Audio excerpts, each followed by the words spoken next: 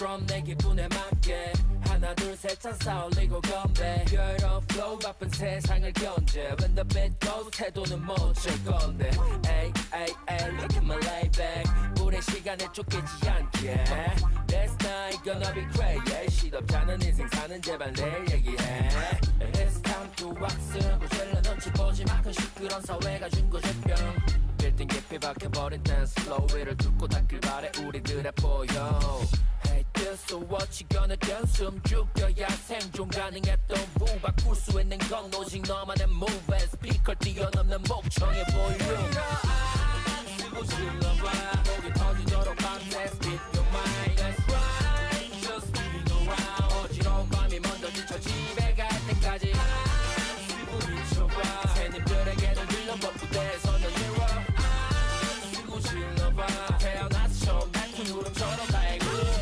Hit the bass drum again 분위기에 맞게 하나 둘 셋 찬사 올리고 건배 오늘 밤은 one take 되돌릴 수 없게 my friend You know we got no time for hesitate Then now take that red pills Feel like living in the mattress 맞아 즐겨 춤을 추는 객기 yelling 뿌리는 champagne Let us get funky Hey this so what you gonna do 숨 죽여야 생존 가능했던 부 바꿀 수 있는 건 오직 너만의 move 스피커 뛰어넘는 목청의 볼륨 To the left, to the right 이끌이들은 좀 더 흔들어봐 To the left, to the right 목소린 더 높였어 You know what 쓰고 질러봐 목이 터지도록 밤새 Speak your mind That's right Just spin around 어지러운 밤이 먼저 지쳐 집에 갈 때까지 쓰고 미쳐봐 새님들에게는 들려봐 무대에서는 mirror 쓰고 질러봐 태어나서 처음 닮은 울음처럼 like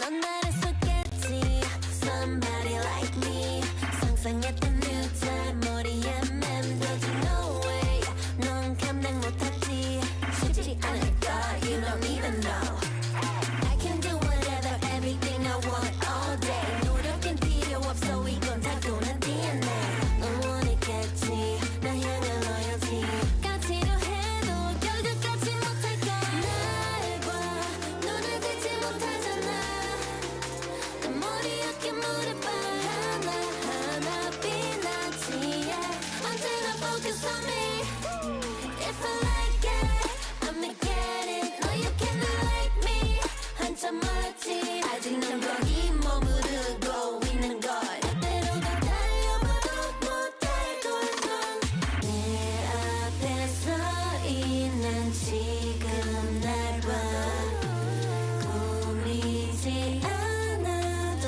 알잖아 난 지나니까 타고난 fit 강력한 hit 나는 너와 달라 포기해 넌 모자랐다 여기까지 뭐다 갈수록 더 특별해질걸 이제 받아들여봐 Yeah focus on me 날 봐 눈을 떼지 못하잖아 내 머리 어깨 무릎 봐 하나하나 빛나지 yeah. 언제나 focus on me If I like it I'ma get it No you cannot like me 한참 몰랐지 아직 넌 거기 머무르고 있는 걸 때로 더 달려봐도 못할 걸넌 I'ma feel it in my mind 그 누가 내게 뭐래도 나는 알아 나의 power 볼 수 없는 at the top of the world 내 뒤로 따라와 새로운 길 아무도 나 아니면 못하는 일 앞으로 더 놀랄 걸 나 find If I like it I'ma get it No you cannot like me 한참 몰랐지 아직 난 거기 머무르고 있는 걸 때로 더 달려봐도 못할 걸 넌 If I want it I'll make the world all mine If you want it Can just come follow me I like it 누구도 날 막지 못해 지금처럼만 focus on me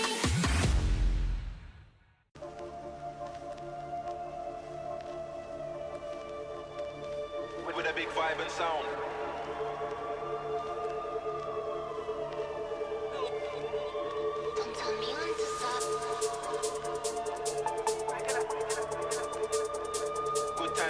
vibe, get down, get down, get down, get down, get down, get down, get down, get down, get down, get down, get down, get down, get down, get down, get down.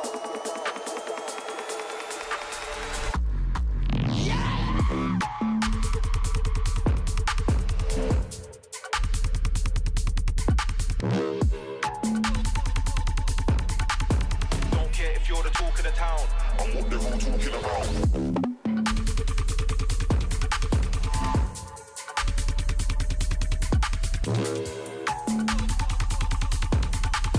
Good times to make your vibe get down.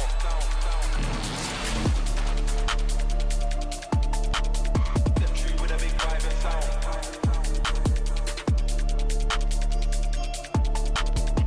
Time to make your vibe get down.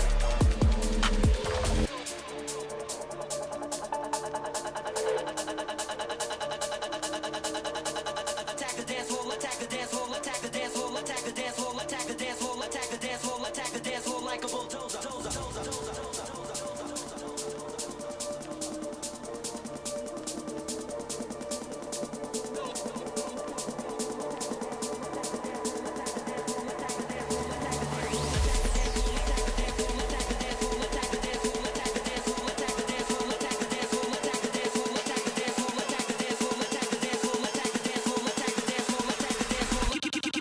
Keep it going now.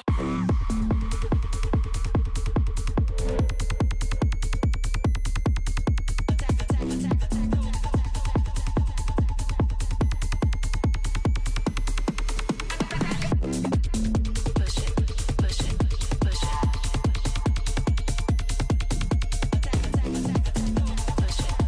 it, push it. Don't care if you're the talk of the town. I'm what they're all talking about. Push it, push it, push it. Push it, push it,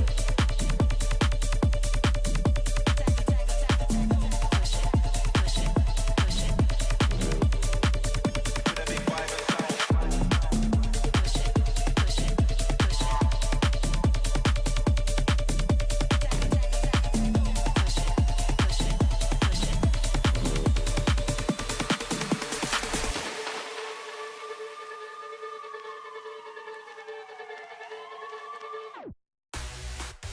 Oh my god, you know what? I'll just drive. Oh my god, you know what? Like cruising through in the morning, windows down in the night. We know all the warnings. I just can't understand why we don't speed through the lines. Baby, I'll take you on for a ride. Get high, get wild. Shut up and drive. Can we just shut up and drive? Unzoning box of pockets, that unzoning moody bomb. We can talk for the night. Give me something to make me leave it all behind. My heart is racing for you on this road. 또 터져간 차분의 또 너의 미소를 다시 번지고 Oh baby, can't you see? Oh my god, you know what? I'll just drive. Oh my god, you know what? Like 우리 맨날 봐 너와 함께 걸어. Oh my god, you know what? Like can't you see my beaming lights? Yeah, it cuts through. Baby, we're on the highway now. Yeah, this our life. Cartier, Louis, Beetlejuice, Westside, Saturday, 따라하지마. License required LAX to ICM back in July. 뜨겁지 sound, I don't go back, no rewind. 나만 보여, pedal to the metal, to the yellow lines blur. I'm speeding through time and it doesn't matter where we go. It doesn't matter where we go.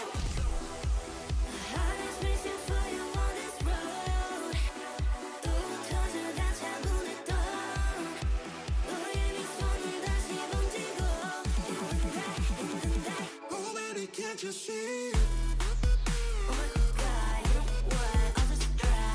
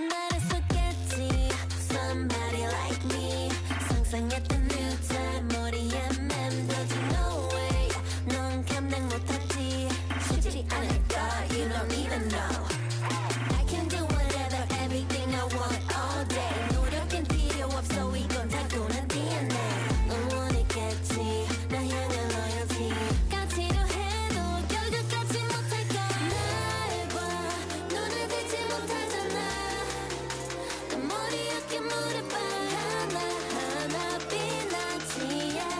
언제나 focus on me If I like it I'ma get it No you cannot like me 한참 멀었지 아직 넌 거기 머무르고 있는 걸 때로 더 달려봐도 못할 걸넌 내 앞에 서 있는 지금 날 봐 꾸미지 않아도 알잖아 난 지나니까 타고난 fit 강력한 hit 나는 너와 달라 포기해 넌 모자란다 여기까지 뭐다 갈수록 더 특별해질걸 이제 받아들여봐 yeah focus on me 날 봐 눈을 뜨지 못하잖아 내 머리 어깨 무릎 봐 하나하나 빛나지 yeah. 언제나 focus on me If I like it I'ma get it No you cannot like me 한참 몰랐지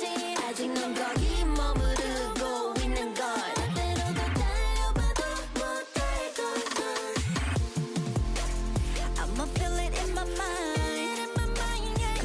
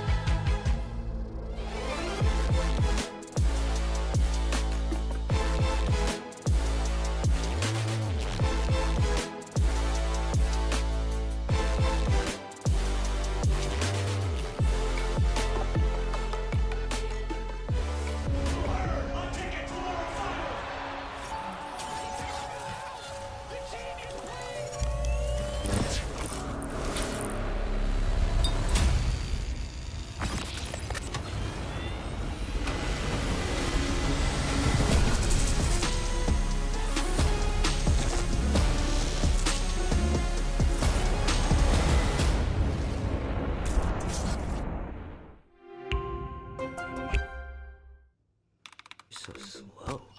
I told you I was done with basic browsers.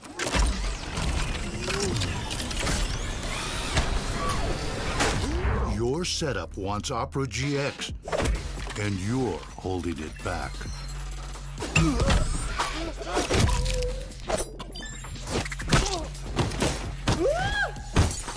Upgrade to the gaming browser. Download Opera GX. When I was a player, if I was to make a misplay, maybe it's my mouse, maybe it's my armrest, something feels wrong. If you were at home, you wouldn't do that.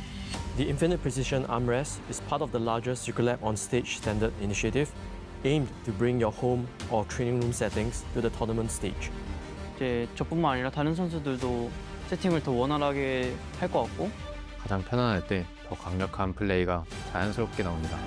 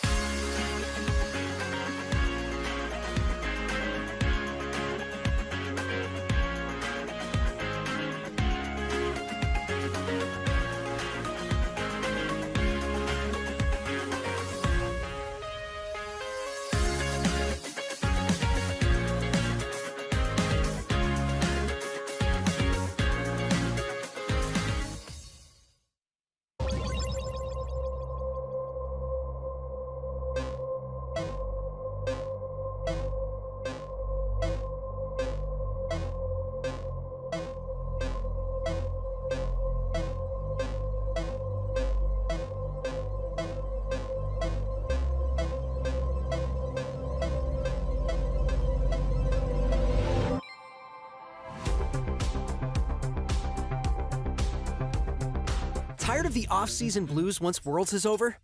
Fear not, because League of Legends is coming to the very first Esports Nations Cup, where players split from their clubs and compete for national pride. Will China test every limit imaginable? Will South Korea turn every game into a macro masterclass? Will EU and NA actually play in the correct lanes? The final event of the year is not to be missed. Esports Nations Cup 2026. See you in Riyadh. With my new phone company, Menace Mobile, our pricing structure will be so confusing, it can only be described as evil. That isn't evil. It's just typical phone company stuff. Besides, people just switch to Verizon. With their new Simplicity plan, there's just one plan and one price. What now? And it's only $30 for a single line. $30! So you're all choosing Verizon. Traitors! Introducing the Simplicity plan, $30 for a single line. Can you hear me now?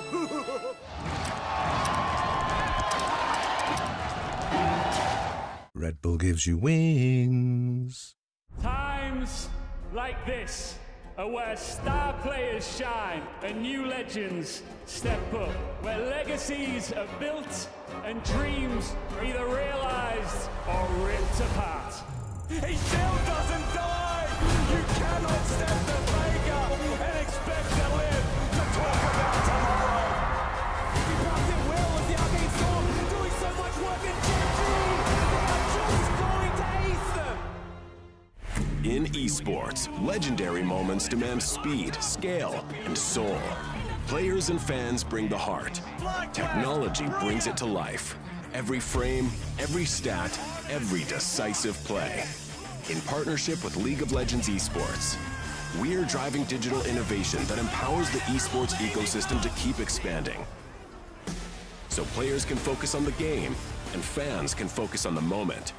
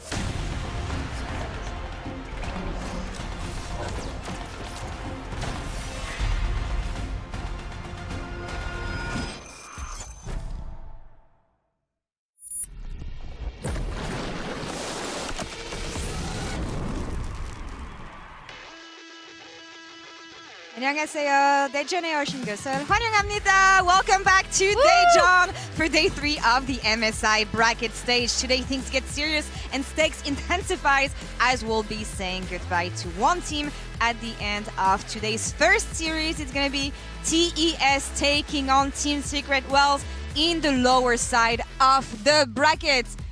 They're happy, waving. We'll see what happens at the end of that series. I'm Laure. I'll be your host for this first one with these beautiful people. How are you guys doing? How are you guys doing, especially? I'm like surviving, you know? thriving. Yeah, that's the spirit. My stomach already hurts. It's fine. I'm good. I'll be honest. You're good. I think he's fine. What a beautiful series we had Oh yesterday. my gosh. You know what? We had the good, the bad, and the ugly of League of Legends with the first series we had, and then yeah, T1 BLG. Lovely. I just love when we have these inter-regional rivalries. These two orgs have met so many times with some pieces changing, some of the cores staying the same. It's always a banger. Yesterday's series was so much fun to watch. It was a really interesting one as well, because game one was super back and forth, but then the rest of the games kind of went the way you'd expect them to after the early game, and that stylistic mismatch between the two teams actually made it really exciting. And we've had a lot of 3-0s in the tournament so far, but that one, I think everyone was going into it like this is going to be a 5-gamer, and it delivered. Yeah, it delivered. Yeah, we've been lucky with the second series we had usually during the main stage so far. Let's see if it continues today, as again we'll be hitting the lower part of the bracket with the first series. We have Team Secret Wells taking on TS, followed by Hanwha LoL Esports versus G2. How do we feel about today's schedule? Tense. Anxious. I mean, I'm excited for the second one. That's probably going to be a banger, right? You know. I feel like I have a lot to lose in both series. You know, Actually, G2, G2, that team who took down 2 LCK teams first stand, and then Top Esports. At this point, I really think they could lose to any team. And Team Secret Wales hunting for the first win for their region, even just in games. So, yeah, a little maybe worried. Yeah, a little apprehensive. Apprehensive. Yeah. Love that word. You know what? Well, let's brighten up the mood before diving into today's series. It's been a wild first 2 days of the knockout so far, and fans all over the world have been reacting and taking notes on what we've seen at MSI. So let's check it out. Absolute cinema, as we said, was the second series we had yesterday. 777 days since BLG beat T1. I mean, that's actually correct, but it doesn't feel like it's been that long. They've been going blow for blow, but it was 2024 MSI the last time. Despite the fact they've obviously got 5 games in the World Finals since then, but it was T1 who took that series. Yeah, some big losses recently for BLG in that matchup. But BLG, though, MSI is their hunting ground a lot of the time against T1. They're now 4-1 against them all time at MSI. You know what? We had this matchup. I kind of hope we're going to see it again later on in the tournament. It always delivers. Second reaction we had, and comes from a player itself. Actually, big dogs. Oh my gosh. We are ready for BLG/T1 after that performance. I'm not going to comment on that one. Inspired did during the interview we had. I think that says enough. I mean, I love Dokla so much. He has a really good attitude, I think. And also, this is kind of a little bit of an owning up of like, I don't feel like I had the best performance today. And you know what? We're going to move on. And room to grow. Yeah. Room to grow. Yeah. They're learning a lot in scrims. That's what they said. And sometimes it's nice to be honest about your performance. Next one we have comes from traditional sports. Actually, I'm going to let you take this one. Okay, so if you are from Boston, Massachusetts, I don't know how many of you who are watching this right now, you remember where you were if you were alive during this reverse sweep of the New York Yankees, our rival.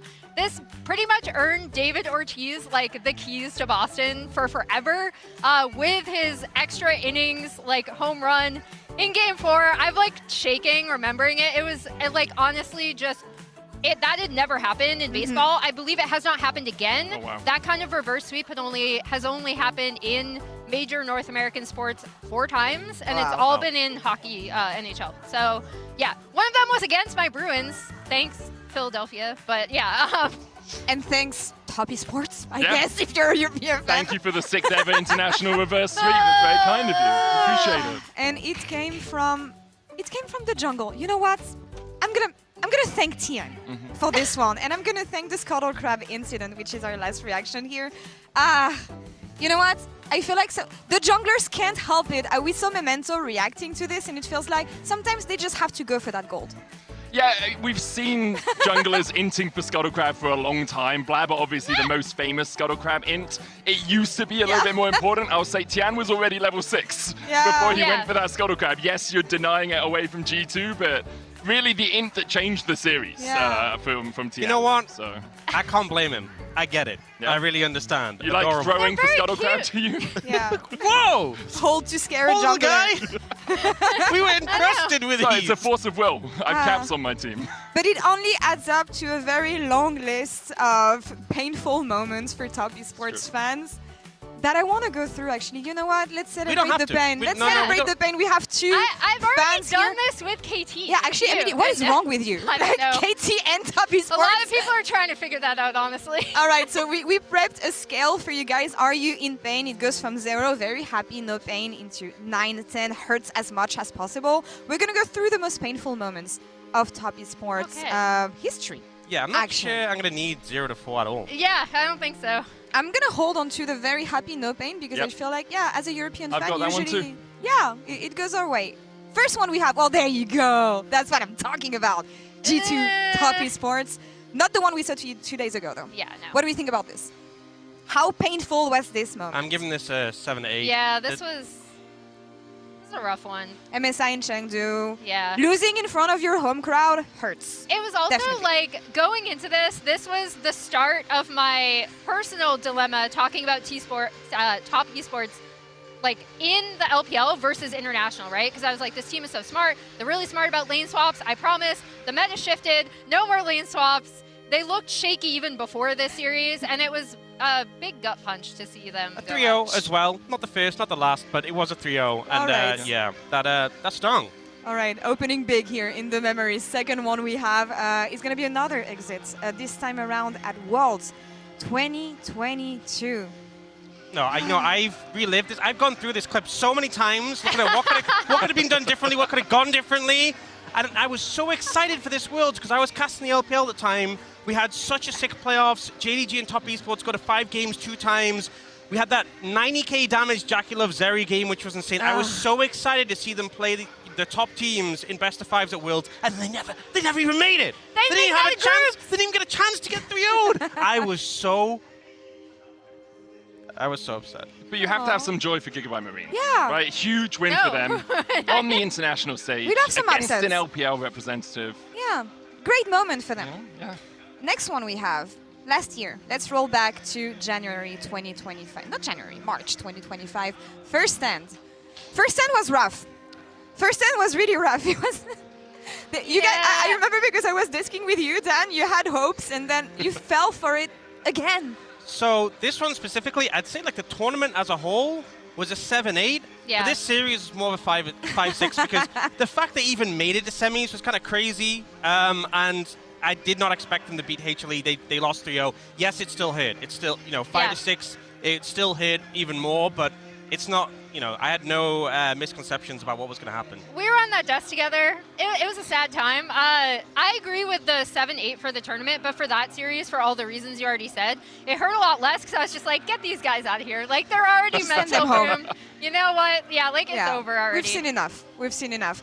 We haven't seen enough from the series 2 days ago, though. And this one, I'm going to hold this one last time. How do we rate the reverse sweep? Actually, what's worse? Getting 3-0'd or getting reverse swept? They've been 3-0 too many times. I can't take it anymore. Okay. I mean, so this still hurts a lot. Obviously, it just happened the other day. I think the reason why it's only a 7-8 and not 9-10, it's not an elimination match, right? They still play today. And in the first 2 series, the 2 international rookies, right? Swayan had a really great game 1. Feng Yue had some amazing moments in those first 2 games. So yeah. That's the thing. It's like, yes, we saw some good from them, but that also made the reverse sweep just hit so much more. And I remember it being mentioned, I think it was like the 6th ever reverse sweep at internationals. Yeah, wow. Well, making records. Yeah. You'd think I'd go for a 0, but I'm actually going to go for a 1-2 as well. Yeah. There's a little bit of pain there because of those international rookies, right? Like Shrian and Feng Yue. played so well in games They 1, 2, did. and I especially love seeing good support play and new players on the international stage. And we have a lot of rookies in this series as well, which is why I'm super excited to see Top Esports play up against Team Secret Wales. Oh, sorry, MSI debutants rather than rookies, right? MSI rookies. It's going to be a really interesting one to watch because of how much new blood there is to this MSI stage. Yeah. One of them we can look at here is Pun, maybe, on the side of Team Secret Wales. Oh, I thought you were going to say tallest player at MSI. Yeah. Sure. Hey, he and I are basically the same, Yeah, right? I could be playing up there as well. But he had a great series against HLE, even if they've got 3-0. Yeah, and the volley bear is something that he is super well known for in the LCP, right? And it's something that it was one of the lone bright spots, in my opinion, in a series that we knew going into it was going to be really, really tough. The region has taken a bit of a dip after the breaking up of that CFO roster that did so well last year. And so that was kind of a bright spot of him on one of his signature picks that they were able to play around for a little bit. I think it also highlighted something that Team Secret Wales do really well, which is how they set up their mid-game team fights. A lot of the time, you'll see teams pick, you know, RE Vi and say, okay, we go for the initial initiation, everyone just do your stuff and we'll try and win a chaotic fight. Team Secret Wales don't do that as much. They'll plan out the first 3 to 5 seconds of a fight and be very coordinated. And then after that point, it's an, okay, let's see if we can win these multiple skirmishes. I think if like Histo and Dire can be on the same page as Pun a little bit more today, they're actually going to have a lot more pressure against Top Esports. I still don't think it's in their favor, but I'd like to see more of what we saw from Team Secret Wales in the LCP. Do you feel like they could manage to do it, though? Because they did against HLE, but TES plays very differently. It's a lot of different players. Do you feel like, as a Top Esports connoisseur here, I mean, that they can give them an avenue into making things happen in the I genuinely trust Top Esports to have the capability to lose to any team. So I think it's possible. We don't know which Top Esports is going to show up. The first half. Yeah, we don't know what Top Esports is going to show up. Okay. And the thing is, you may think they had a good showing against G2. I'm just hoping they can stabilize and not collapse after that loss, because that wouldn't be the first, second, third, fourth, fifth, even sixth time. Listen, one constant for Top Esports during their last series against G2 was Cream. I'm looking at that mid lane. I'm looking at the fact that throughout those 5 games, I feel like he's been the most consistent player for the team. So eyes on mid lane today. Yeah, I feel like people still think of Cream as the player he was at that 2024 MSI series that we saw earlier. However, he's evolved so much and become such a better player in his role. He's been a huge part of what him and Tien have been able to do early on the map for Top Esports domestically. And I'm mad that Top Esports lost when he was having such a good Hui game, because Hui is such a signature pick for him. We've seen him have so many good games. I even thought he had a good game here on the Hui, and they still lost. Yeah, but we have seen him grow so much over his time on Top Esports, and I feel like have a much more complete champion pool, be a much bigger threat. And there has been those big games that Top Esports have lost despite him putting his best effort in. But I'm just thinking that the Chan Cream combo can be such a big threat if you're not able to keep this mid laner down. Yeah, especially with the struggles that Dire had in lane already. Like, Dire not the best laner. Good in mid-game, but if Cream plays to the caliber that we see from him, I actually think having a really good split in the LPL as well. Overshadowed by Knight, because everyone is overshadowed by Knight, but Cream is still performing incredibly well generally, not just at this tournament. I worry for Team Secret Wales that they are just going to be a few thousand goals behind as soon as they get out of the lanes. Yeah. What do we think about predictions then for this matchup? Because I feel like we're all leaning towards Top Esports, even though I know you guys are going to be very pessimistic towards your team. It's normal, it's expected in fandom. So I am a 3-1 Andy for this, mainly because I use the predictions as a gauge of like how I feel about these two teams going up against each other. I feel like it should be a 3-0, and if I didn't distrust Top Esports so much, I would have gone 3-0, but because of the collapse they had against G2, it's really, really hard for me to imagine them just coming in and stomping. Yeah, I'm hoping, honestly, that Team Secret Wales can get a game, because it would be the first for their region at this tournament, but I think Top Esports should be favored, hopefully. You guys have said enough negative things around me. I don't trust Top Esports to win. I think their floor is higher than Team Secret Wales' ceiling, but I still think it's going to be super close. You know what? Teams can happen. Upsets can happen. Let's see what happens between Team Secret Wales.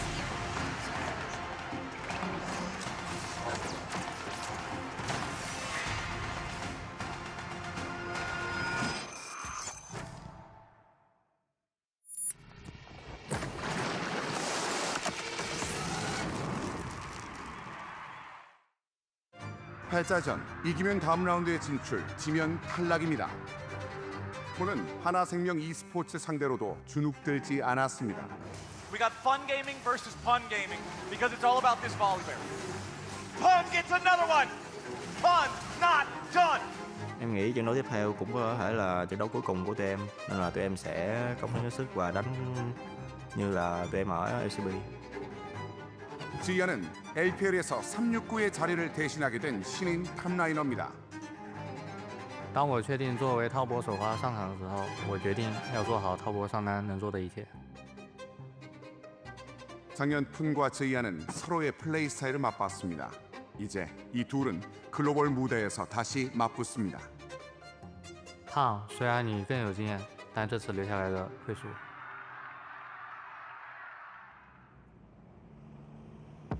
카나비와 스큐몬드, 자존심을 건 또 다른 리매치.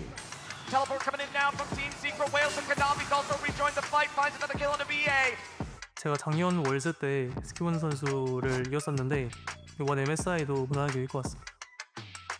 지난번 만남의 아픔은 스큐몬드에게 쉽게 잊혀지지 않았습니다. Playing Scanabi is really important because I want to take my revenge. I expect this matchup to be pretty bloody. Alti still going, connecting onto Jackie Love. Skewmon grabbing the double. LEC 1번 시드와 LCK 1번 시드. LCK는 퍼스트 스탠드의 복수를 노리고 LEC는 글로벌 무대에서의 명예 회복을 노립니다. I expect him to really be active on the early game side, and for me, I will do the same.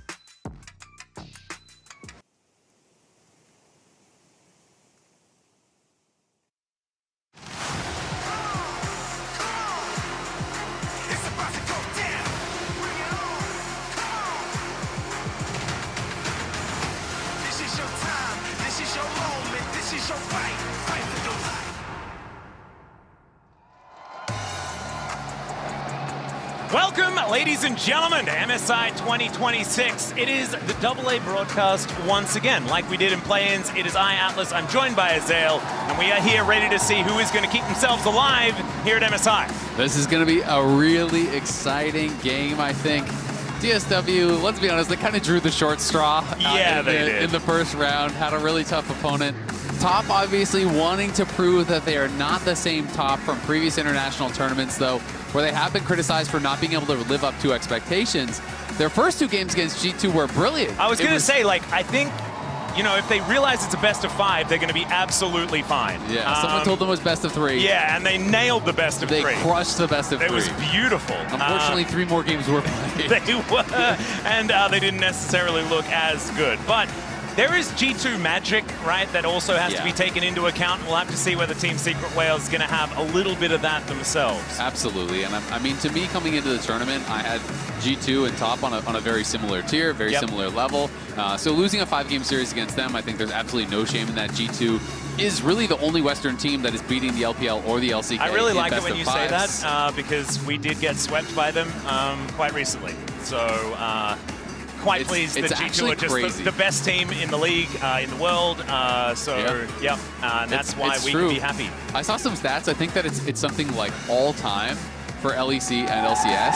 G2 by themselves has won something like 7 out of 12 of the total best of 5 wins against the LPL and the LCK. So I mean, they are the hope of the LEC. They are the hope of the West, period. If you want to take down those big teams. So Top lost to them, but no shame in that. Of course, they're going to be disappointed in the way in which they lost because it was that reverse sweep. They would have thought that they had it all locked up. And it is interesting because you now have got to wonder how much pressure is on some of these young guys' shoulders. People who haven't necessarily been here, Fengyue, Zueon, who I think were stellar for them in the LPL and even stellar for them at times in that actual series. You wonder, will that carry over into this series? Will they be nervous? Because we did see Zueon getting picked on a fair bit, you know, in those later games where G2 was really trying to attack him. We saw him with the Tristana counter pick that didn't really work out. And when you talk about bright spots for TSW, a lot of people are going to be thinking about Pun Volibear, right? Yeah, and so I was wondering whether we're going to get, are we going to get Volibear bans in this series? That's what I'm interested in, seeing whether we are going to get a lot of respect put on Pun's name, because he did look pretty good in a series that didn't have a lot of things that looked good in them. But here we are in Champion Select presented by HyperX, and we are ready to get into some bans ourselves. No Volley Bears just yet, just a Snake and an Ezreal and a Poppy here. We'll see what is going to eventuate, though, because these are kind of weird bans. Poppy and Ezreal being taken away immediately means that a few of the meta options are going to slink through. Yeah, absolutely is the case. Histo does have a very deep champion pool, but Poppy not really something that he has been playing much of, so it's interesting to see that actually coming out. I do think it is going to be a champ that is rising in priority, though. It feels like every time Poppy comes out, it looks ridiculously effective. It is so strong in the meta. There's so many dash champs, so many playmaking champions that can be shut down. With supports moving away from enchanters and more towards engage, you're getting even additional value there. You're getting value against a lot of the meta junglers and top laners, so I makes think sense. Keeper's Verdict also is such a an easy button to press later on in the game to get a team fight in your favor, right? You see someone with good setup, you just knock a few of them away, and you're having a much better time. The Orianna, though, is going to be taken away, and there is the Rumble ban. And I don't know whether there's been enough homework done as far as first pick Ryze is concerned, but the Jarvan taking it away from Histo feels like a pretty good move here for Tien. Yeah, absolutely does. Getting Tien on a playmaker, to me, he is the star of this team. I think he is their best performing player when I look to the LPL. I feel like he really was in some of his best form that I've seen him in a long time. He has really been smurfing it.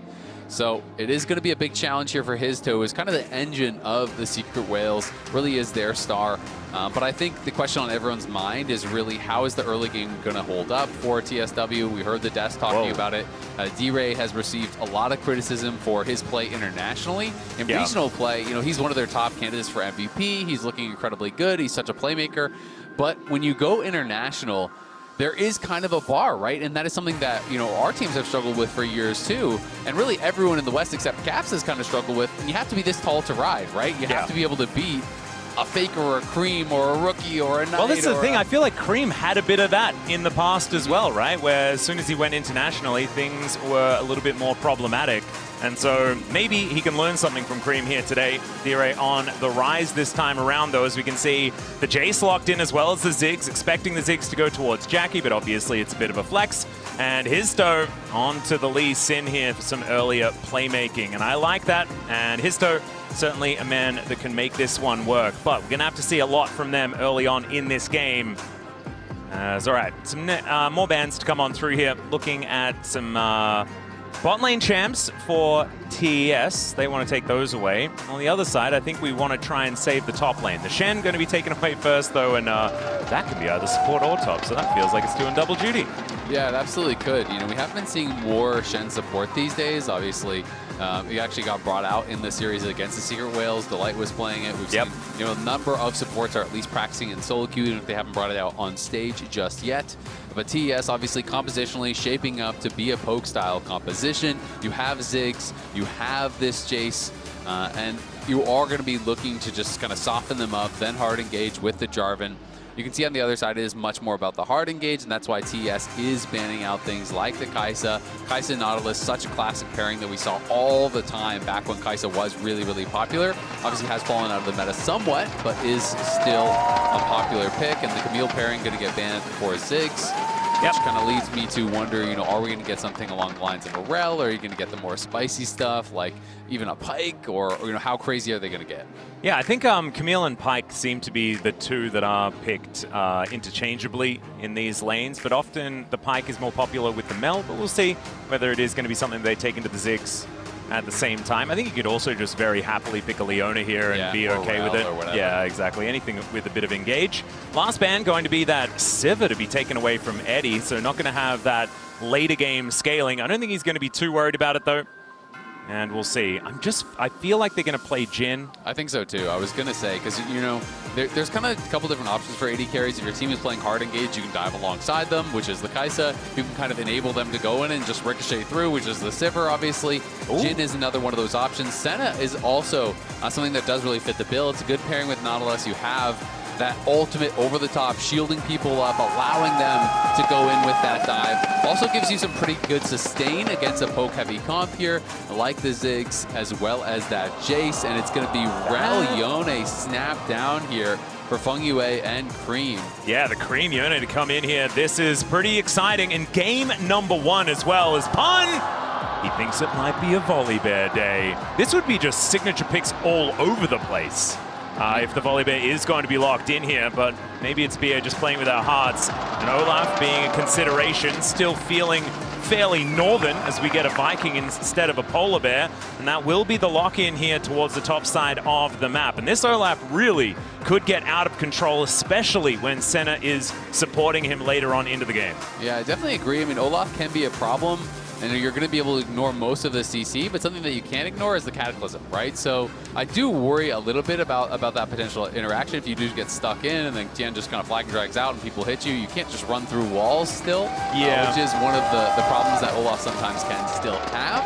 That being said, pretty powerful dive here. The ability to play side lanes is obviously there for D-Ray on the rise. You know, Eddie can help to support that with Senna ults. You can look for plays. But I think at the end of the day, the real question that's going to tell us, can TSW swing with TES is the early game? Because if you get blown out in the lanes, the compositions don't really matter. You know, the strategy doesn't really matter. You have to be able to stay within striking distance to even have a chance, because the LPL and the LCK teams are so good at team fighting. If you fall down early, you're just completely screwed. Yeah, it does feel a little bit like it's a two-step game for TSW. Not only do they need to keep themselves up in the laning phase, but they also need to be able to turn on a dime, because otherwise they will get poked out of every single situation. And so they have to be incredibly decisive and make sure that they can stand toe-to-toe against Top Esports, which is going to be a difficult ask here, especially with their backs against the wall. Let's get onto the Rift here for game number 1 and see who is going to keep themselves alive in the tournament. Ignite Jace. So Zweon is getting a little bit spicy here. He's saying, yeah, you want to go to 6, you want to play slow, look for an all-in on me. What if I just threaten the all-in on you pre-6? You know, that is something that is very, very scary. Obviously, post-level 6, Olaf pops Ghost. If he actually hits on the axes, then there's not a lot Jace can do. Jace is going Storm Raider Surge, though, as an answer, and I would not be surprised at all if Zweon does go early Swifties. Well, there you saw the Jace, and coming out in Riftbound's upcoming set, Vendetta, and the full release comes out on July 31st. So you can be like Zweon. All right, D-Ray versus Cream here in this mid lane. This should be D-Ray with a fair bit of control in the earlier stages, but we know Cream pretty good at navigating the matchup and should be able to get to that level 6 relatively comfortably. And BA not going to quite find the dredge line there as we get the crash down from Fengwei. And Jackie Love taking a bunch of damage here. Eddie trying to throw some of these piercing darknesses down. But this is the problem, especially if you do miss bouncing bombs. There's just not going to be a whole lot of damage here in this lane. As BA, okay, we are walking towards Jackie, seeing what they can get done. Instead, changing their mind, moving over towards Fengwei now. And it looks like control for the lane here on TSW's side. I like it. I mean, I think using the heal early, they obviously took some pretty aggressive trading at level 1, use the heal early, try to force your advantage in that 2v2, because Jackie Love is playing TP, so you cannot allow them to get the push. If Jackie gets the push as TP zigs, he's going to have the wave at your tower, he's going to base TP back full mana, and you are going to be lane locked or you're going to be losing plates. So TSW knows they need to fight for the push because they are down that teleport. Well, let's see how this one is going to go. As Eddie, good sidesteps so far. And this is kind of the question on everyone's mind. Can the whales perform like the oysters? Because the oysters, they showed up and they were really surprising people. CFO beat TES at first stand. They were going toe-to-toe with the very best teams in the world, taking them down or pushing them to the limits here. And they really did shock the world. But this team was clearly the best team in their league. And then it all kind of got broken up. Some of them went to the LPL, you know, everything. This is the thing, there's a lot of names there that you can recognize that aren't necessarily in the LCP anymore. Yeah, and that's kind of the question now on everyone's mind, because TSW came in, they were able to kind of take over that spot as the clear #1 team. But does that mean they can replicate the success of CFO? Well, thus far, no, but that remains to be seen, because obviously HLE is a ridiculously hard opponent. Top, I think, should be more manageable, but still really good. Ooh, trying to get the sidestep here, but Eddie going to get satcheled back. Jackie Love has him in his sights. One more auto will do it as Tien makes his way down. Barrier last second, but first blood still going to go over to Jackie. They do get a flash out of Tien, but that is the best they can hope for. Really well played there by Fengwei and Jackie. I don't even know if they needed Tien, to be honest. But he shows up, helps out, does get that assist, and... All right, Pun, let's see whether he can make this one work. He's on fire for now, gets himself the shield and the solo bolo for Pun in the top lane. That is huge because that is an Ignite Jace. I'm shocked Zweon never tried to flash an axe there in that 1v1. Maybe he was thinking that he was going to get the hammer form knockback back up in time to be able to knock him away and then use the flash after and some sort of ability to outplay, but he popped the Ignite, got him low, tried to wait out the shield, but then just never flashed. And generally, any all-in against an Olaf, you gotta flash an axe. Like, that is objective number 1. Yeah, that's what you have to do. Maybe he was just thinking that if I flash, he flashes, and I die anyway, even if the axe is missed, but then you're not slowed, right? So we gotta watch it one more time. First axe connects, he has him on the Ignite, he's trying to wait out the W. W gets used, goes into melee form, did not flash the axe, and then realizes, oh god, I made a mistake. Yeah. When he went back into melee form, he's point blank, so that second axe, you would have to predictively flash it. You know, you're not going to be able to react to that. The first one he could have flashed, but, you know, he was full health, so I just kind of think he misread and misplayed.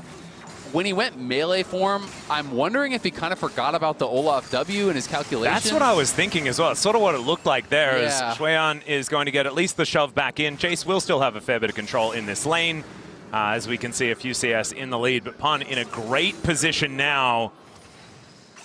And Cream and Dire, yeah, still just fighting this one out. Dire actually doing a great job in lane so far, though. And is it exciting to see him get ahead? Because remember, this game against HLE, my man was 1v9 on the Volibear up there. Oh, yeah. He was actually winning them fights with everyone in his team, like thousands of gold behind. It made absolutely no sense that the gold lead was as large as it was when you saw him in team fights. Yeah.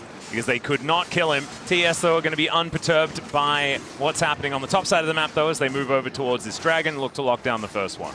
Yeah, it looks like they will be able to do that, but TSW are moving over. Oh, another anchor. BA has been fantastic with these. It is going to be Tian locking down the Drake, but Jackie is in a lot of trouble. He is going to hold on to the flash and still go down. That is another kill as well, as Dire is able to lock down the Rel. And TSW off to a great start. 3-1 so far in kills, and starting to build a gold lead. That is huge. Jackie intelligently does not use his flash because T-Ray was waiting over the wall for him. Yeah. So he would have just donated it to the Rise instead. TSW realized, all right, maybe we're too late for the Dragon, but Tien is still hitting the Dragon, and the fight has already broken out here. His toe is on top of Jackie, and this is what I'm talking about. If you flash over the wall there, D-Ray is waiting, so you'll just give the kill to the Rise. So Jackie just accepts his death, has to hold on. And BA was behind him. The Senna was coming in as well. This is just really well played early game by TSW. So we asked the question, can they hold up in the early game? Yeah. So far, check, check. Well, this is the thing. Both of the steps have kind of been done as well, because you saw they were laser focused in that last fight. It wasn't like, let's steal a Drake. His toe was nowhere near the Dragon. Didn't care about it at all. They knew their targets, and they pulled the trigger. I think a lot of it based on BA, who is just landing anchor after anchor on this Nautilus. Looking fantastic so far. Histo looking to steal away a red buff. This could be dangerous, though, as Feng Wei is moving down. And is going to catch wind of it. Does just move himself out of the way. Is now Cream. Getting aggressive, but put in prison. And that's going to stop that one for now. Yeah, Feng Wei spent quite a bit of time up in that top lane brush. He was trying to help out Zweon, who has fallen behind. They were hoping that Pum would look for another all-in. And then the Rel was just kind of sitting behind him in that brush. Then obviously Histo gets spotted on that control ward. So then he's going to go over there and try to help him out. Pun has got to get back to the lane. He's kind of just trying to decide what to do. He's just going to run it. Chueon, Dire is going to move his way up towards that top side. The flash out. The Ignite was ticking, but it's not going to work. And Histo is going to lock down the kill. He brought his friends this time. No solos for Pun, but he's pretty happy to get another kill for his team. Get by with a little help from my friends. Exactly. The Beatles said it, and it needs to be respected. Absolutely. Yep, absolutely. And in this case, you know, we saw Zweon trying to actually, you know, bait him on that play with Feng Yue behind him, and then in this case, Pun is able to actually bait Zweon. So he goes in. Pun was taking so much free damage, was down to half health before he even popped his ult and went for it. But he knew he had 4 members in the area, is able to survive, barely lives, and now his toe scrapping. Yeah, Tian taking a bit of damage here, but Feng Wei is going to make his way in before BA gets here. There's the kickback though, Cataclysm, Safeguard immediately up, there's the knockup, Mega Inferno Bomb, not quite enough, but Cream is there to lock up the kill. Still it's a 1-for-1, both junglers down, and Cream is on the wrong side of the map. And Dire has got a prism with his name on it. There's an undertow to connect. I don't know why there's a Viking here, but he is. And Pun is going to look to grab the kill. Dire is going to take it away. And this is turning into a steals Snowball, despite the fact that Daejeon is up here towards the top side getting some damage on this turret. Yeah, that is huge, because this is D-Ray now in a great position. His laning has really been his weakness internationally, and now he's kind of gotten past that. He has a 1K gold lead. Hizdo is taking this fight, and he's taking it so aggressively because he knows that he's going to have the Senna ultimate. He knows that BA is coming. He knows that Pun is coming. Beautiful. They were ready for an aggressive fight here. Pun says, I'm going to drop waves. I will be here for the fight. Cream does get in and get a kill, but D-Ray's behind him. Pun is here. BA is here. There's no real way for him out, so his objective just became buying time for Jace to get plates. All right, well, we are 3-man on the Grubs for now. Looks like Hizdo's not going to be able to do anything about it, especially with, yeah, it's a 5-man. There's a Jace and a Yone on the flanks, and so they'll say, yep, you guys can have that one, and they will just get waves shoved out. You can see Pun is able to get that one shoved forward, and there is a center in the bottom lane as well. So TSW doing good homework here as a response. Yeah, I mean, this one seemed a little bit of an overcommitment as well. I wonder if TES are like, well, you're going to send Pun for just a random scrap on bot side? Surely you send 5 here, so we need everyone. Yeah, but there's no maybe they were baited by the extra crazy that was happening earlier. They're like, well, I guess we just need to group for everything. Otherwise, we're just going to be giving away picks. Because now, as a result, they do drop a wave or 2 bot. They lose a place to Eddie. They push in mid and lost some minions there. So TSW, yeah, they do lose the Grubs. And it is really good comp to play with Grubs. Obviously, you have Ziggs as well as Jace for pushing lanes. But still, TSW play the map well, and they're up 2K at 10 minutes. Is just not something I thought I would be telling you. No, this is precisely what they need as well for a composition like this. And this is the other thing that we have to talk about. If they ever get a snowball rolling, making it work later on is actually pretty comfortable with a champion like Olaf, as long as he can get out of the way of these cataclysms. There's the hammer boot back as Daejeon is at least able to wait out the Ragnarok, and will be able to at least get some control here. But Pun is real frightening, still without his first item completed. That is going to make things even worse. Yeah, and he did trade his ultimate out there, but he got the Ignite from Daejeon, and he didn't use any of his summoners. So next time he has the Ghost back up, next time he has that ultimate back up, he could look for that window before the Ignite comes back up. And Daejeon using the Storm Raider Surge very well there. Pun should be okay because he does spot these guys coming in, but he is going to have to evacuate and at least give up a plate or 2. Yeah, he is just leaving. Tien is going to come on over and make this Cataclysm work. See whether it does happen. As never mind, just going to give a good old thumbs up and back the heck out of there. So no flag and drag ulti or anything like that from Tien. Was a little bit worried that everyone's going to show up. And I feel like the Secret Whales are in the heads of top esports right now. They are. And because they went for that chase, Tien clearly thought he was going to be able to get in range for the Cataclysm. He thought he had the angle to actually catch up to him.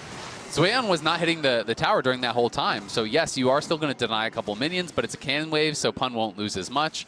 It is just that one additional plate that ends up going down. D-Ray already has completed his Roa. His tier is stacking up. Things are looking really, really good for TSW. And like you said, their composition is not complicated. You're going to go in, you're going to press Nautilus R on one of the carries. Olaf presses R, runs in, Senna ult over the top. Like, they know how to play this, right? You don't have to get too fancy. Whereas TES, it's going to be about, can we land enough poke to engage ourselves, or can we land enough poke to at least make TSW just back off and not take the fight? Yeah, and there are certainly options for the TS composition, and I think as the game goes later as well, they will have a lot of damage. Their damage profile is very nice, but right now it's not necessarily working for them. And TSW right are in a great spot. Yeah, precisely.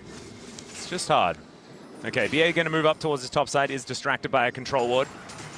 We'll be smacking that one with his anchor, but it looks like Jackie Love will just push this wave out, and then Pun just clears this one up himself. Having a look at where the next objective is going to be, probably around this Herald in 2.5 minutes.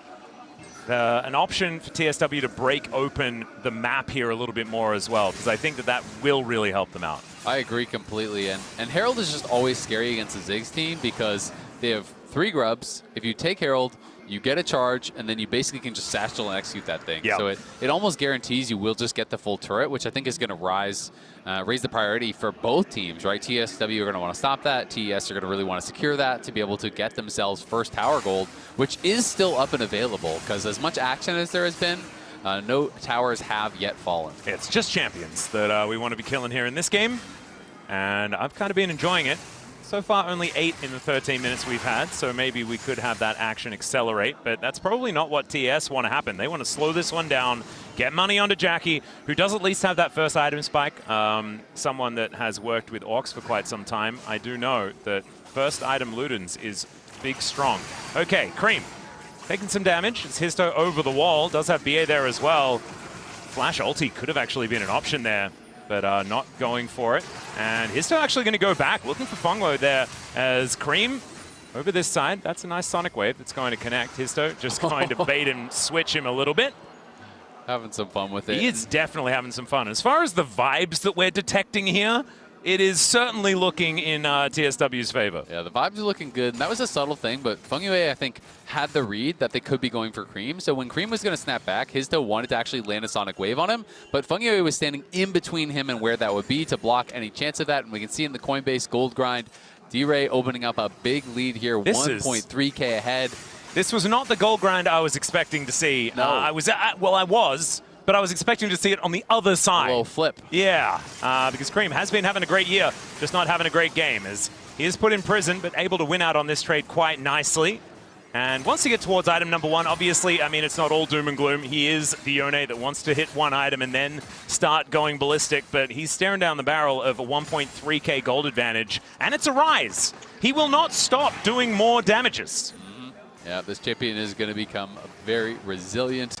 And when Rise gets to 3-4 items, it becomes tough, I think, for TS to come take him down. Well, BA is dealing with 3 people, but he is able to flash away really nicely. Kickback is gorgeous onto Fungaway. They are going to be able to take him down first as Tien in with the Cataclysm. Everyone getting out, but it's the Olaf that just dives into everyone. Mega Inferno Bomb will help put him down, but not before Dire has taken out the chase. They get rid of Jackie Love as well. There's the damage missing, and TSW can do no wrong today. They are looking incredible here. 10-3, a 3K gold lead. They'll take the Herald as well, as TES kind of inexplicably hard force on what felt like the Nautilus. Yeah.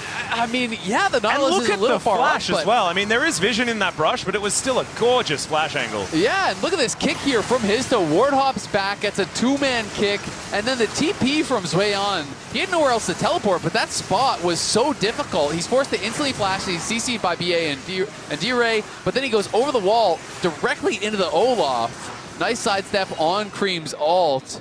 And they just get rolled in the fight, and look at them. They are pumped up about it. TSW here to play today. Yeah, they are. Coaching staff, though, not counting any chickens. I didn't see any counting there. And in fact, everyone is still feeling very measured.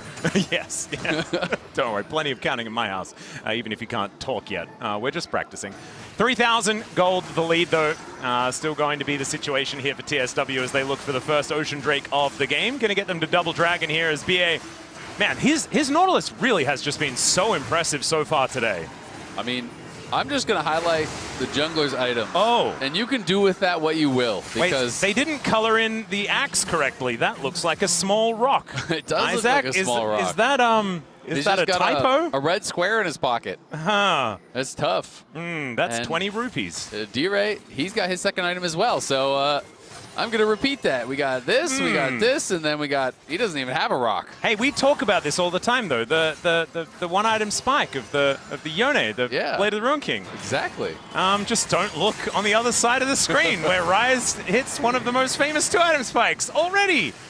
Without getting his Seraphs there. There is the Cataclysm into this mid lane as Eddie already going to be flashing out of the way. Fungaway is a bit too far forward though. Booted back and taken down. BA though is just going to try and take a Shelly exit, but she was on no health, so that's not going to work. A trade of supports probably favors TES given the game state. But when you realize that Olaf is top hitting your tower, that was a 5v4. Then I'm going to say it goes the other way because they kill the mid lane tower. He's taking plates and denying CS top. Shelly was there on Secret World. Shelly was there. Yeah. We'll give you a solid half. So that's a 5 versus a 4.5. Yeah, 4.5. Shelly was doing not her best.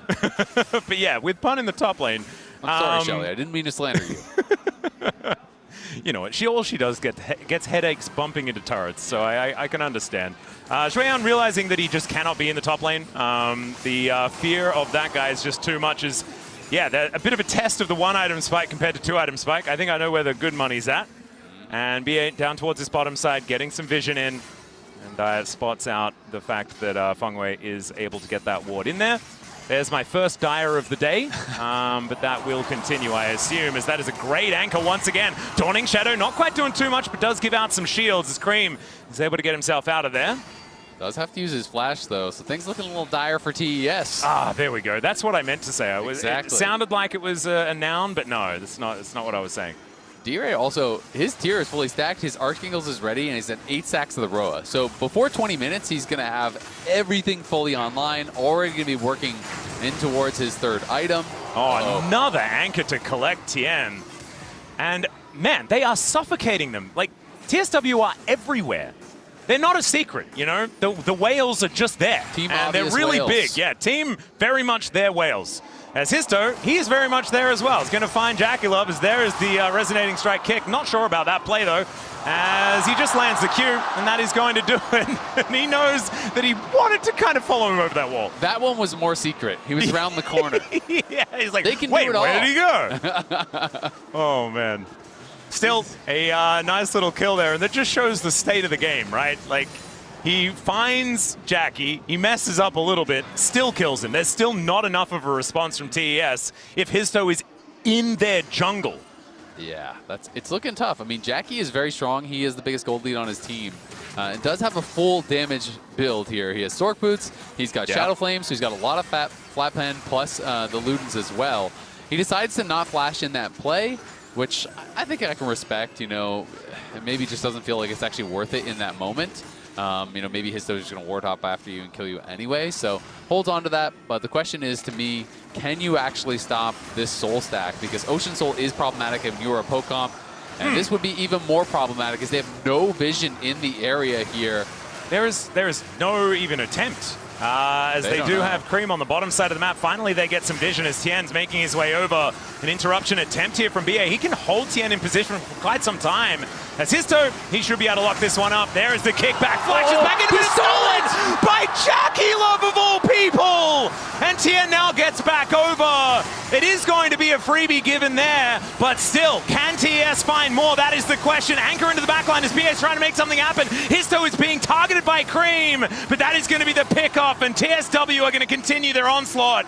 They do take the Realm Warp over. They do not want to let any of these Barons get away, but it looks like 3 are going to get out, and man, Jackie just keeps the game alive. That was heartbreaking because it looked like such a beautiful play from TSW. They throw the Nautilus ult onto Tien. Histo hops out, kicks him away, flashes back in the pit, and surely you think he has the secure here because they're just burning it down. It looked like this was just brilliantly set up. So there's the Nautilus ult over onto Tien, kicks him away. It is at 1300. Oh, he early smited. He way early smited. He panicked. Oh no, that is when he's going to want back. He was trying to do the combination of cool buttons and not realizing the He didn't even have his big Q on the number. Baron though. Yeah. He smote, and he smoted to 580. So that was not even close. Once he had kicked away Tien, he just needed to go back in the pit, let it get low, finish it off. But didn't need to press the button. I think got a little bit overexcited. Heartbreaking. That's a panic moment for sure. Still, it would have been a very sexy play if it had have worked, and the state of the game is still TSW in a lot of control. They are going to take Soul Point here. It is only an Ocean, but still should be able to get them a whole lot of power, especially against all this poke that is going to be coming out of TS later on in this game. TS not too worried about Drakes, though. They are just looking to clear out these inner turrets, and they will be able to do so. Jackie with the satchel will be able to execute it. And there is still an outer in mid, which is kind of crazy given the fact that they've taken 2 turrets in the top lane. There's an outer in bottom lane as well. But evening things out so far. And TS sort of feeling like they are getting back into the groove. Yeah, I mean, that Baron steal was game-saving. Yeah. Absolutely game-saving.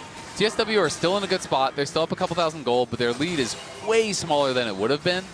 They are on Ocean Soul Point, which I do think Ocean Soul is going to be difficult for TES to deal with when you're pretty reliant on poke for this comp. You know, you're not likely to win I like a full Olaf. 100-0 Olaf fight. with Ocean Soul feels pretty ridiculous as well. Yeah, for sure. And I mean, you know, Senna sustain plus the additional sustain from the Ocean Soul.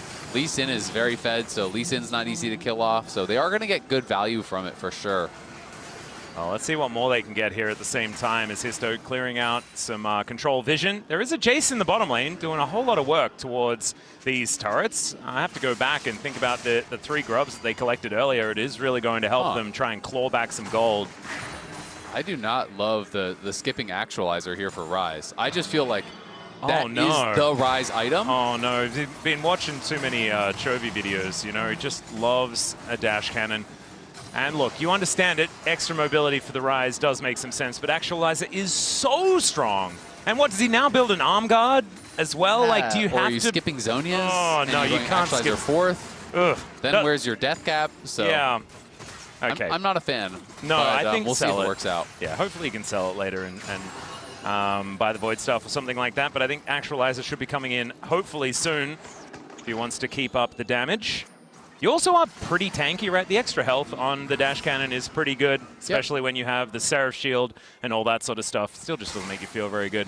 I'm sure, like, we shouldn't really talk about it because we know that Orcs is going to talk about it for about 15 minutes after this game.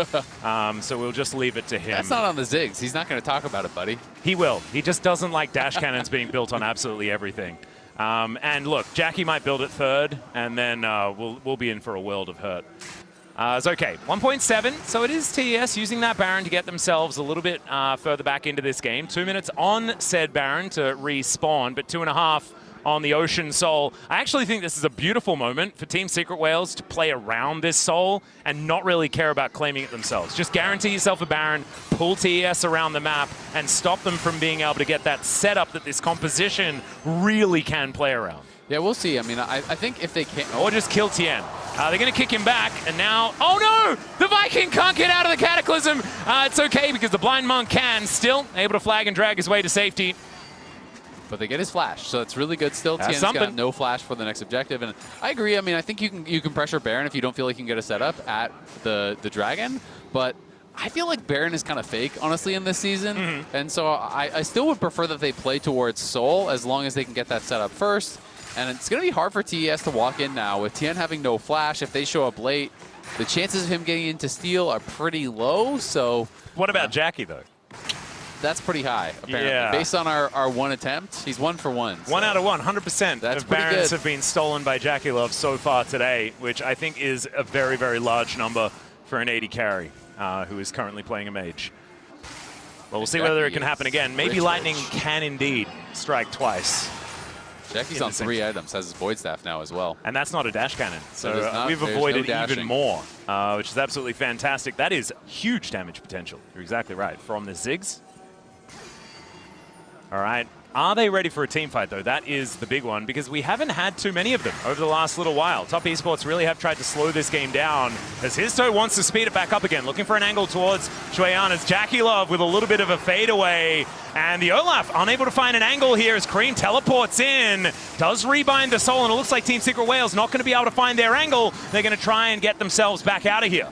Yeah, that was a very preemptive Olaf ult. You know, generally you want to be pressing that when Nautilus is pressing R, so you have someone guaranteed that you're catching up and hitting. Because they just kited that out so easily. And now Pun, without that ult for the big potential Soul fight, is a really big deal. So now TSW are going to just start up the Baron here. They're going to try to draw top over to them, but they think better of that as well. Yeah, half the cooldown on the Ragnarok. It is coming up very quickly. We'll see whether they can wait that out before they actually do start a fight. BA taking so much damage. This is what we were scared about from the very beginning. Just after the draft, this is what this top esports composition is capable of, right? If you are indecisive, they will just poke you down, and you won't be able to do anything even if you do find an angle. Well, they're back to the Baron. They're saying, nope, Cream, you cannot go solo that Dragon. BA has base. He's coming back out, and Eddie can keep them pretty healthy. So they're buying time well. Ragnarok's up in a couple seconds here, so they could actually look for a fight when BA gets back. Yeah, well, looking for an angle right now. Is down to 50% is Pun, but he does have that Ragnarok like you were talking about. Fangui looking for a bit of an angle, but BA gets in there first. There's the knockup. They take out the Jace Dawning Shadow to keep the team alive as Tien. Cataclysm on top of the center, but it's not going to do anything. He's just going to kill everyone around him. It's a double for Dire. Jackie Love goes down for the triple. Can they give him the quadra? That's the question. Pun says no.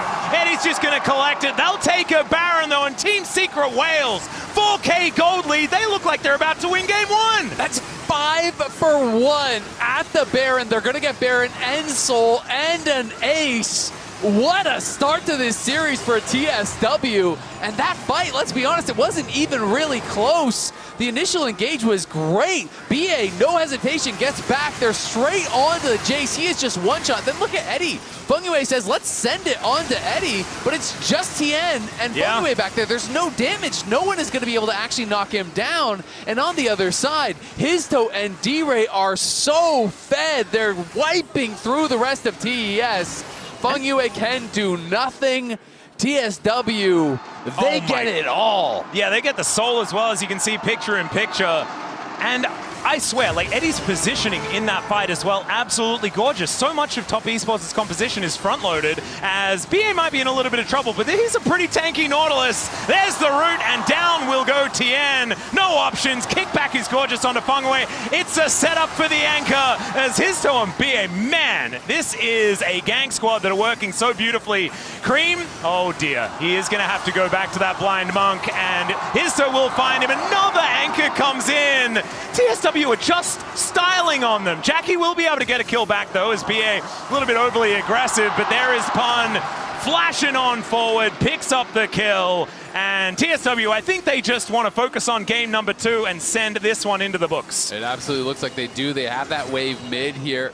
Zweon's got to try to clear out the wave as much as he possibly can, because Jackie and Cream are dead for a very long time. This next wave is coming up, though. I don't know. I don't think they have time to finish. I think it will just be the inhib and then a base. Yeah, it should be. They will have a lot of their health bars back, though, with this Ocean Soul that has been picked up, but maybe not in time for Fengyue to start some sort of defense engage. There'll just be some undertows being thrown back, and yeah, there'd be a lot of money to spend. We've got a 4,000 gold advantage for D-Ray. Hizto is exactly the same number. That's an 8-0-10 rise. My God, let's have a look at this MasterCard priceless moment of the game, as it's just a bit of a victory lap here for TSW. Yeah, I mean, TSW, again, it is top engaging on BA. Ocean Soul, Aftershock, Locket. You know, he has so much durability at this point. And then Cream tries to go in and take out D-Ray, but he has the Seeker's arm guard. His toe is waiting for him as he snaps back, and then BA just full sends it. He gets taken down. Wow, indeed. Wow, indeed, indeed. As D-Ray is indeed legendary. 9-0-10 as Jackie's lying on the floor. Sometimes we had this issue yesterday, but the replays are difficult. The video game is just accelerating here, but mainly beyond TES. I mean, it's quadruple the kills here for Team Secret Whales. They are close to a 10,000 gold lead as Pun is going to turn Cream unbinding his soul into a, you know, an attempt for a bit of a ghost engage, but he's just running around the enemy base, just having a great time. And the inhibitor's already down in the mid lane. They're going to do the same thing for this top side one, and Top Esports, one last opportunity for a defense, but man, it's going to be so hard. 11,000 gold in the hole. And there's a full Zonya's done for D-Ray here. There are 3 items on the center. She's starting to scale up. And by starting, I think she's basically at the end, because this game does not have very much left in it unless Top Esports can perform a miracle. Jackie behind his Nexus, trying to use that for protection, but that means these Nexus turrets are in so much trouble. And they're just waiting, letting these minions do the work. As first Nexus turret does go down. The Unbound Soul is going to be able to keep Cream alive, but he still takes so much damage here. D-Ray just going to be dashing back. And there is the Magnastorm. They try and get on top of the Rise. Mega Inferno Bomb not doing nearly enough as the Dawning Shadow comes on through. And Fengyue is just going to die as an afterthought. Xueyan is going to have to get out of there, but it's Jackie that's mown down. Hizto finds his mark, and it's the Team Secret Whales that take game number 1 over Top Esports. And man, maybe we had this team underestimated. Maybe Homolife Esports are just completely ballistic, and it's Team Secret Whales that should have been the favorites here. 29 kills by Secret Whales alone in 32 minutes. And what a final fight even from BA. Completely stuffed the engage, hooked Tien out of his flag and drag. That was domination. Ox, how you feeling, buddy? That is a very good question, actually. Before, you know what? We're going to take the scale back that we had in pre-show from it doesn't hurt into it hurts a lot. So vibe check from my 2. I'm not feeling great. You're not feeling great. No. You're not feeling. No. It hurts even more. Why even more? Because you had expectations. I think it's great. Yeah, very happy. First win for Team Secret Whales, guys. first win. And an for the amazing one. LCP here, Yeah. as well. Yeah, and I mean, this is really massive for them, especially, like I said, with CFO breaking up and them being such a formidable team, being able to contest LPL and LCK teams. And it started early on in this game with this kind of skirmishing that we know TSW is capable of. Well, really it started with this, with Shueyan at a bit of a rough game, dying to the Olaf on top side. Yeah, even running the Ignite to try and get the edge in the 1v1, mitigate some of that sustain didn't work. And then this setup, it was an overforced Dragon. They didn't have the prior mid, and Jakilov just gets left in the middle of all these Team Secret Wales members, and that is not a one-time instance. That happened a lot during this game. Yeah, we saw it quite a few times where Team Secret Wales were at an objective or at a fight quicker than Top Esports thought they would be there. Top Esports thought, oh, we can sneak away this red buff, we can sneak away this dragon, but Team Secret Wales was so quick to react, and this is when we were praising their mid-game play and their mid-game skirmishing. This is exactly what Team Secret Wales do well. Yeah, and I want to call up the Rift Herald fight, right? Because I thought that was a great collapse from them. You already have the Olaf kind of fainting on the bot,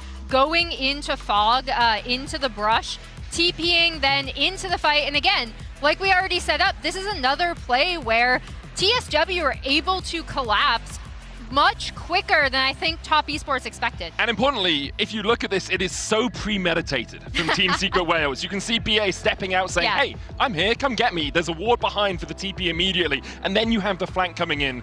Like Top Esports, they took it hook, line, and sinker. Honestly, this game felt very much like they weren't doing their due diligence, and Team Secret Wales punished that incredibly well. And you talk about, go ahead. I would just say that I think if you don't pull off the good engages, Olaf, Lee Sin just diving on your backline, it felt like the center was just never really under threat. You know, you're playing in a mobile pick into Zig's job, and it was very rare we saw that pulled off. And you guys were talking about BA, and I feel like he's been on top of his game here with Nautilus. Even in the later stages of the game, we're going to look at one specific replay, because as every second counts, thanks to the reliable Cisco networks, he finds the perfect engage with Nautilus, which leads to the Baron in the end. And I'm always worried when it comes to games like this, because I'm like, are they going to be able to bring it home? And they were clutch on every timing. Yeah, and BA was so good in this game, right? Like, this isn't the first big hook or big Nautilus ult that he was able to land in a lot of the team fights, but here, getting that catch onto Shueyan before Feng Yue could wrap around the top side on the Rel, because again, we talked about how slow Top Esports setups were in this game. This is another example of them just finding a play and then immediately being able to collapse on Top Esports. And Nautilus is such a volatile pick, especially into so much poke, so much damage. We've seen even recently Carrier having a bit of a tough game on that, and you have to go in with confidence. That play was such a decisive one. He dies in the aftermath, and it's like, my job's done. You guys take it away. And you see Team Secret Wales being able to innovate here, I feel, especially with what they brought in the draft. They had the early game guarantee, they had the late game caution in the likes of Senna and Rice as well. And he's still on Lee Sin. I don't feel like it's something that we're used to seeing. Yeah, we haven't seen that a lot from him. He hasn't been around for 2 years, and Lee Sin hasn't really been meta during that time, so he's only got 7 games on the pick, but it is something that he is known for in the region at least, and he's very good at it, especially when he gets these more skirmish-heavy mid-games, because then he can team up with D-Ray so well. And this is how domestically we saw them performing really well, right? It was Histo taking the role of really, really pushing the team forward, going for those mid-game teamfight setups like you already mentioned, Medic, and him and D-Ray working together in this game, something that we were really worried about from their Hanwha Life Esports match, and they performed so well together as a duo, especially with D-Ray doing so well in lane. Yeah, he was having a great laning phase up against Scream, and I think having the confidence to bring out Lee Sin, Rise, where he's so reliant on the other person, D-Ray just really dominating and just pumping so much damage as well. I think that was maybe the concern when you're going up against Cream and Tien, and they really were ahead in that 2v2. I mean, that's the thing. We see confidence from this duo. We see the right priorities when it comes to draft. The way to execute the picks in game. What have we learned so far? Top Esports are struggling. I'm going to be honest about it. Team Secret Wales have played this really well, but you look at the draft, and coming out of draft, I was saying, I like Top Esports draft. They have good ways to punish D-Ray in the early game. Histo shouldn't be able to get too far ahead through that mid game as well. And then you saw them just be really uncoordinated and skipping steps, not doing their due diligence around that Drake, around that red buff. I wonder if it is I don't want to say they're collapsing, but we have seen this from Top Esports as an organization before, if not from all 5 of these players. I think also we saw Real Love Deep Cross Gaming really struggle in the play-ins, and then obviously Team Secret Wales lost their first series, but it was against HLE, and I think everyone was looking at the LCP and thinking, oh, I guess they're just not a threat, but I think proving that they have to be respected and they will take games and maybe a series off you if they are not. Yeah. Here the Whales, here in Game 1, they open up the score against Top Esports in our elimination series. They brought the fire in Game 1. Let's see if they can do it again. That just dives into everyone. Mega Inferno Bomb will help put him down, but not before Dire has taken out the Jace. They get rid of Jackie Love as well. There's the damage missing. This one up, there's the kickback. Flashes back into it, stolen by Jackie Love of all people. And Tien now gets back over. It is going to be a freebie given there, but still, can TS find more? That is the question. Anchor into the backline as BS trying to make something happen. Histo is being targeted by Cream, but that is going to be the pickup. And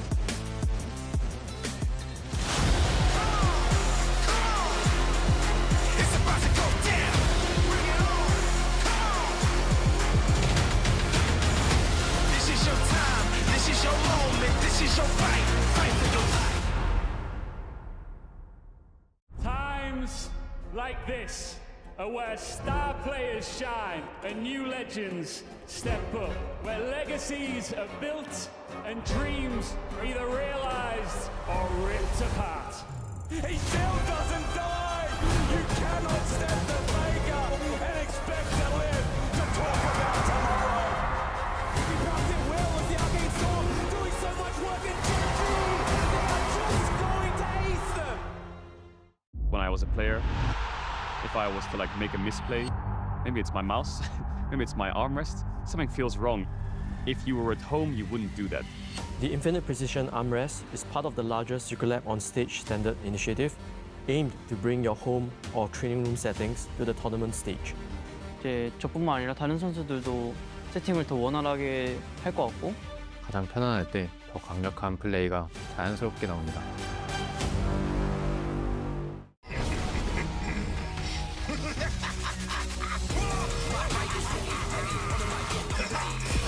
Center stage.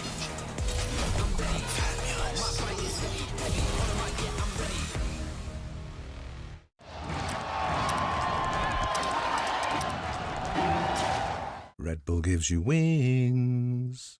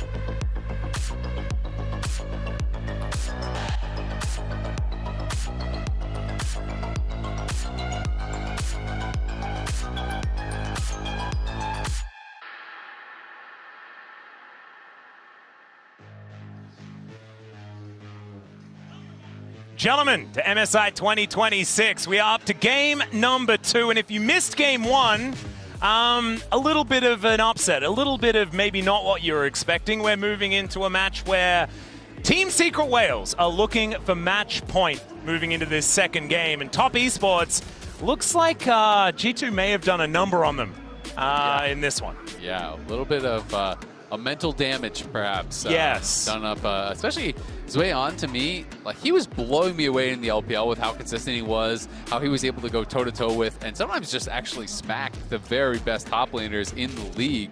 And so a little bit surprising to see the way in which he was solo killed. We know that Pun had even some great games against, in his previous series against HLE, his volleyball game obviously standing out, but Daejeon, the way in which he's dying, he's looking uncomfortable, and I feel like TES, you could see some panic moments where, we were just talking about this, but where, when Pun made that roam down towards that fight in the jungle, and they weren't ready for it, and it felt like after that, they were so afraid of the fact that anyone could be anywhere. That then they overcompensated and they sent 5 members to Herald without answering any of the 3 waves. And when you go for a play like that, you're just losing gold. And so it was very strange to see the team with the extra teleport on the Ziggs kind of getting ran around the map a little bit. Yeah, exactly. And I mean, they were missing a teleport from the top side of the map, but that was because the Jace picked Ignite so that he could win lane and then got solo killed. Yep. It's just unacceptable, basically. And we'll see whether Top Esports can get back on the horses. Gotta lock in. It was a really good start to the series against G2, right? But, okay, hear me out. Maybe this is all part of the strategy, because they were like playing well at the start, that doesn't win. Playing well at the end, that is what is able to get the win. So let's see whether that is going to work, as Pun just trying to put some fear into them with a volley bear hover, but instead it's going to be the Bard locked away for BA most likely. There it is. Will they be pairing it with a Caitlyn to start this one off? As instead, looks like we're looking for a Dire pick to get off the ground, and that is going to be picked into the Vi. Vi and Aurora together, pretty powerful, so taking that one away from Cream does make some sense, but Vi, Ari, I mean, there are a lot of things that Top Esports can play around now. Yeah, there absolutely are, and I'm just always a little bit nervous when you are last pick and you are blinding your solos, right? That just always feels like that is kind of the big advantage. Of course, Aurora is a power pick. Like you said, Cream is really, really good on it. It's his most played, so it can make sense. But Cream can play a lot of stuff, and Cream gets kind of the run of the show now. So it is going to be Rumble, Ari, Vi, 3 really kind of high prio champions these days for these players. And the question is, what will we see for Pun, or will they shift something around? We used to see a lot of Galio and Ornn as kind of like Rumble answers. You can obviously go aggressive counters. You could even move the Aurora up towards the top side and put it against the Rumble if you want, because that is something that is also another one of those answers. So I'm going to be curious, because now that it is Rumble, it does open up the possibilities of a flex a lot more. And then if you grab the Fury, you could even do like Galio in mid lane against the Aura. Like, there's so many options here, so I'm kind of curious where TSW wants to take us. Yeah, you could actually just pick Galio and then still everyone's confused about where things are going to be going. Getting a little ahead of ourselves, though, as we are into the next round of bans. The Kai'Sa going to be taken away. You are ahead of the game. It's probably what makes the world champ difference. As Jin also going to be removed. Very happy about that ban. I, too, do not want to see Jin. And we'll have one more to come on through. A lot of AD carries being taken away now. Maybe we'll have a look at some of the mages towards the bottom side of the map, but I don't think that that is where Top Esports want to go. And it is just going to be the Camille taken off the board. Not wanting to go up against that Camille combo down in the bot lane. So Caitlyn as well as Jin, 2 of the best pairings with the Bard, will be taken away. So curious to see where Eddie wants to go. You can play with kind of anything with Bard, but honestly I would say in pro play, 3 of the most common are Kate, Jin, and Ezreal. And all 3 are banned, right? So a lot of the common pairings are gone. It's not that Bard can't work with anything else, but it is not necessarily like as dominant as it is with those particular champions. Well, see what they are going to lock in, because they're going to have to make a decision now. As Misfortune, that's a decent option. I was thinking about what could work in the early laning phase to help augment the power of this Electrocute Bard, and an MF can certainly do that. It can. The only thing is they have no actual lockdown, right? Like, you can Bard ult and then start ulting over the top, but they need someone to hold them in place, which kind of brings my mind back to the Galio again. You know, do we want to actually bring out a Galio? Galio or Ornn? Nefiri goes in, or Ornn, you know, that could work. You know, I was kind of thinking of the potential of Nefiri diving in, Aurora flanking, Galio ult over the top, MF ult with that. But it is going to be Yunara Lulu, so scaling options here for TES. Definitely not the strongest laners these days, these two champions, but if you can get through the early phases, you can absolutely take over in a 5v5, and they clearly are looking at Tien and Cream to be their playmakers. You went by Ahri. Yep. Jackie Love is the late game insurance here. All right, Pun, thinking about what he wants to do, it looks like the Gnar is going to be the final consideration. Not necessarily helping, but this is what we were talking about before. I like it way more. I mean, this is what a lot of people think of, like the primary matchup into the Rumble, but also really helps the composition like you were asking for. Yeah, I think it makes a lot of sense. Now you have that primary engage. Obviously, what you were going to be looking for is Bard ult, Ornn Horn, that goes in, Aurora comes in on the flank, Nefiri dives in, MF ult over the top. You're looking for this kind of big grouping of ultimates to try to burst someone down. That being said, Ahri, pretty evasive. Jackie Love, you can go RE and just kind of like hop out. You know, with your ulted E, you have that dash, so not the easiest targets. I think Polymorph as well is going to be such a problem for Pun. Like, you come in blowing the horn, and then you just turn into a little critter. You can't actually send the ram back, and things can be problematic from there. There are certainly things that Team Secret Whales need to play around, but think back to where we were in game number 1 as we were loading onto the Rift. We were saying, like, it was a 2-step plan. Things are going to be difficult. They have to make sure that they do this, that, and the other. And as it turned out, they just played better all game. So maybe that's just what they're going to do this time around as well. But I do think there's a little bit less simplicity in this draft out of the Secret Whales. And whether that is going to be a hindrance or a help, we'll have to find out. Yeah, I would completely agree, and it's not a comp that I would really want to play MF against, because there's not the easiest kind of like point-and-click lockdown like a Nautilus and a Rel to guarantee your ult's going to go out, and then you're also standing still to ult against Ahri Vi and a Rumble. So those are pretty scary. Equalizer gets dropped on your head, you get Vi ulted, you get charmed, you know, anything along those lines is going to be really, really difficult. So a lot of those tools are going to have to be used, and we're going to have to see Eddie be very careful about how he actually enters the fight, because if he goes in too early, uses the ult too early, it's going to be really easy to shut him down, at the very least make him cancel that ult.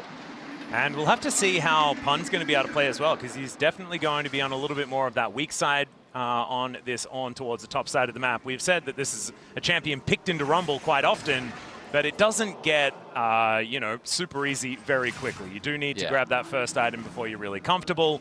At least a Spectre's Cowl, that's kind of when it feels much, much better. But this still should be Top Esports with so much control of the top side of the map, which is where they want to play through. Yeah, absolutely. And when I think about it, it is... Oh, wait a second. Some action here as the Cosmic Binding will connect onto Jackie Love. There are some heals being thrown down, and that's already a barrier here for Jackie as well. And that is why they're able to win out on this trade quite nicely. Eddie taking a big chunk towards the end. Yeah, not the best trade there from BA and Eddie, and they're losing the push as well, so they are going to get shoved in here. But Ornn, to me, is not a counter to Rumble. It is an answer to Rumble. It's someone who can withstand the damage, but Eddie not being able to withstand the damage thus far has already used both potions. They're very low, and the heal has been used. Yes, he has barrier, but still a pretty tough start to that 2v2, where Lulu, Yunara traditionally are quite weak in the early levels, and if you don't allow them to get that full lethal tempo stack, get the Q stacks, and get those extended trades, it can be tough. And I feel like Eddie and BA kind of opted into trades that were too long, where really you just want like double tap and Cosmic Binding, and then just kind of back up and just try to, you know, poke and chip. Not more action here as BA has to flash to get out of the way here. Fengwei has gone very aggressive as the tower. Not exactly very friendly here. Glitterlance is going to miss as Eddie's still feeling like he has an angle. I mean, double up and a love tap probably together could just kill either of these bottom laners, but he could also just face plant, and with level 3 now coming through for Jackie Love, bit of extra health back for him and Fengwei. It is just going to be the wave cleared, and Eddie now at least able to stick around and pick up this farm. Yeah, that is huge that he was able to survive there. you're just holding on in that 2v2. We got to see on the left history of the region here. TSW trying to continue moving forward with that history. Obviously, CFO were really at the point where everyone considered them a massive threat internationally, and TSW, at least with game one, showing us that maybe they need to be in those kind of conversations here as well. If they can take down TES, that would be a pretty big upset based on pre-tournament expectations, and really does kind of catapult them into a very different conversation. Yeah, and now that the LCP is sort of encapsulating so many, it kind of makes you realize that there is always the deadly team from this region, right? You can even put like Gigabyte Marines into that list from all that time ago, even though it is Vietnamese. Like the Flash Wolves, a huge one. Not to mention, you know, our world champs from Season 2 is Dire. Oh my goodness, that is a lot of damage. Yeah. Be taken down. But yeah, I think that right now we're in the Team Secret Whales era of the LCP. You need to be an aquatic creature to do well in the LCP. Yeah, it you seems gotta be to an help. oyster or a whale. Yeah, or a wolf. Wolves, just notably very aquatic. They do like to go for a dip, you know? It's been pretty hot lately. Hey, and a lot of them are in the snow, and the snow is made out of water. It is. So there you go. It might have felt like a stretch, but really, if you think about it, it's not. Yeah. Jackie and Fengwei, though, are playing this one very, very well, and I was actually a little worried about their pivot towards the Yunara Lulu because we've seen it not necessarily have that much lane dominance more recently, but maybe I just hadn't seen it with this particular duo playing it out as well as they are. It's not necessarily translating into CS leads, though, just yet. Yeah, and that's why it was so critical that BA actually survived, right? Because they very nearly got a kill on him, and if you do get that kill, things can start to get a little bit tough, a little bit ugly. And the dropping of their AD carry pick to second round did potentially hurt TSW quite a bit because all of the common pairings were banned, right? Ezreal, Jhin, Caitlyn, all were banned by TES. 2 out of the 3 of those were in the second round. So there was a cost to them saying, no, we want some of these other picks a little bit more high priority. They went into Fury on 3. And as a result, they have a bit of a weaker laning duo. Oh, Dire in a little bit of trouble here, though, as Cream looks for the charm, gets it, but does manage to buffer the ulti. Gets himself out of the way. No mana to speak of. The Cream trading ultimates here in this mid lane. Dire is just going to go back.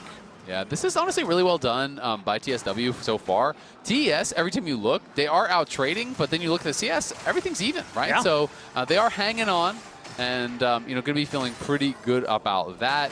TES is playing a very fragile comp. You know, they have a lot of threats, they have a lot of damage, but a champion like Ornn, a champion like Bard, you get the good setup on any of these 5, and you can one-shot them, right? You know, so there is that ability to kind of have that easier team fight. So we'll see if they can get it. Goodness. Look at this. Dire actually having an incredible day so far. Game number 1 working out very nicely on the rise. Yeah, really impressive, too, because he has been someone who has been getting a lot of criticism. You know, when I think of him and his international performances, it has mostly been struggles, right? He's really been having a tough time in laning phases against some of these top mid laners in the world. And though he has had really good regional performances, he hasn't been able to translate that. And that was kind of a lot of the discussion last time we saw him internationally was he's just not showing up. He's not, you know, cut for this level.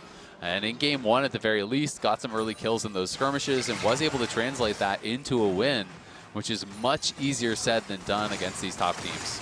Certainly is.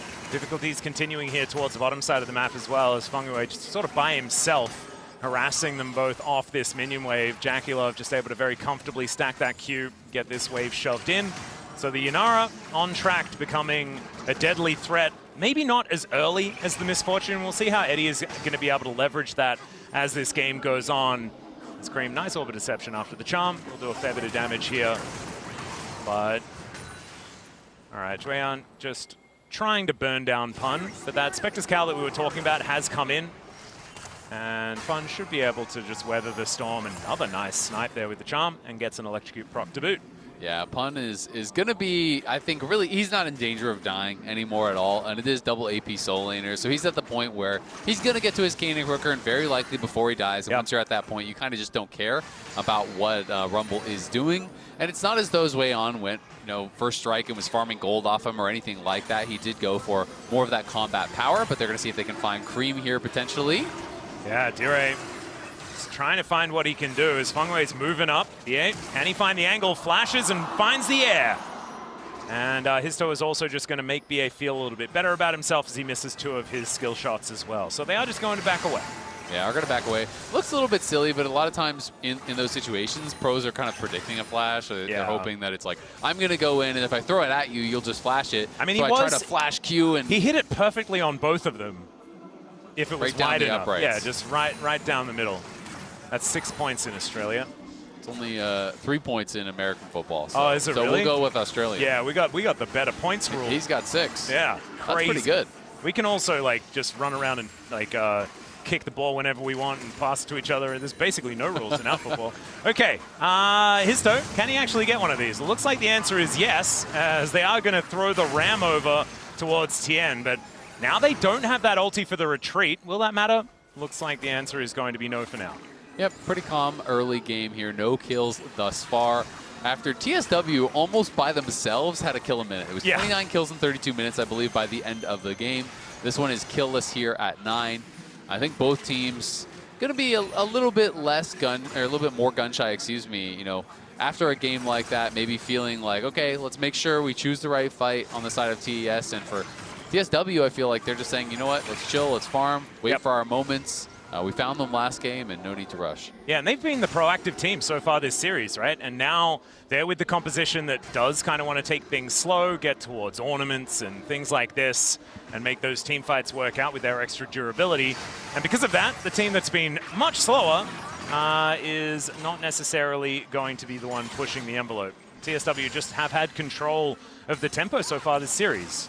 Yeah, they really have. And I mean, Cream, like we said, he's getting the advantages in that 1v1, and now it's starting to actually show itself in a gold lead. He is about 300 gold. But I will say, you know, Tien and Cream have both been level 6 for a while. I want to see them link up. They are the bridge to the late game for Jackie Love and Fenghui. You want to see them looking for plays, go in with the Vi ultimate, sets up that guaranteed RE charm, trying to burst people down, because these are 2 champions that are about that upfront damage, and you need to have the gold to kind of back that up. We'll make it rain, having to come down here as the good lance is going to go wide. Histo is going a little aggressive here, has his Aurora in pocket as well as they look for an angle. No Dragon for another minute though, so don't need to worry about that one. And can Cream find his way in? That's going to be the question. Remember, this is an Nefiri, can go untargetable, so it can be a little bit annoying, as that is going to be Tien, gets the wild growth there as well, and they just blow up Histo immediately. Tien gets himself out. The magical journey is taken for the retreat, and that is first blood with no response over to Top Esports. A way better start here in Game 2. Yeah, so much better, and that is actually the slowest first blood so far this MSI, but Cream have been building up an advantage in that 1v1, now gets the first blood on top, and now is about 800 gold up on his counterpart. He's got those components for his first item, so he is going to be basing and getting that. He has the push as well, so he's going to get another plate on top, so he's going to have a 1k lead in that 1v1, and we can see how it happened. Histo wanting to be the one that was starting this off aggressively, but Fenghui moved over, Cream was there, they had the... In the meantime, Daejeon is very dead. He is, and he lost his flash, so that sucks for him. Yeah. There was a bit of replay to go through. We do hate to interrupt you there, Isaac, but sometimes the video game, it just kind of takes over. As we got to teleport towards this bottom side. Looks like there's not going to be too much of a dive angle, as the Drake is what Tien has on his mind, looking to try and pick up doubles. As Cloud into Chemtech means that the likelihood of some pretty fun dragons could come on through for the Soul. We'll see what is going to be locked in as Cream just throws an Orb of Deception, says I'm helping. And we're going to see how it all started here, picture in picture, as it is going to be an Ocean Soul again. A little bit of a shame. And, that's not a a great flash. Really bad flash. And that was an easy kill. I mean, they just kind of barred, tunneled through the wall, walked up, didn't really have to do too much. Flashed in a straight line, and Daejeon, a little bit of a tough time so far this tournament. You know, he had such a great start. His game 1 on the Ambessa against G2, he was just smurfing on them. But it feels like he is a very confidence-based player so far at this event, and he has looked very different in wins than in losses. You look at his stats here.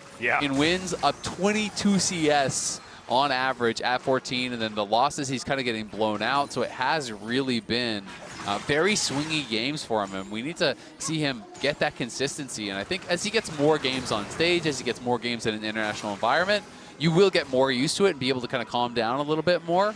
But he is someone that TES has really counted on because they lost 369. You know, he was, you know, replaced by Daejeon. You know, he's the one who was coming in and taking his spot in that starting lineup, and he has been performing so well, and that's a big reason why they are here. So they need him to perform just like he did in the LPL.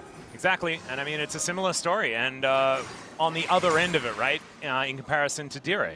We were talking about that before. He hasn't been able to perform on the international stage, has now managed to turn that one around. We'll see whether this is going to be the game that Daejeon can do the same thing, as Pun wants to make his way towards this outer turret. That's a great Cosmic Binding. I'm not sure about the Tempered Fate, though. I am sure about it. You're sure? It was very not good. Very not good. Yes. Okay, well, Pun is going to try and find a ram. We'll be able to throw it into the minion wave because he knows that he's dead, I guess. And Tian's going to make his way back down, but that is not even going to get him an assist. That should be a turret going down as Top Esports are able to just overload the bottom lane and grab even more. And this is now Top Esports with tempo control, and they are pushing it very quickly now. Yeah, they are kind of getting everything control at this point, as Eddie could be in trouble too. Cream has no ult, so he's not going to go for the long-range engage there on the Vi, because Cream wouldn't be able to actually close the gap. I mean, that ult for BA would be great if you were Nautilus or Rel, but when you're Bard, you just zone use the enemy Ahri in the middle of the bullet time, so that was not it.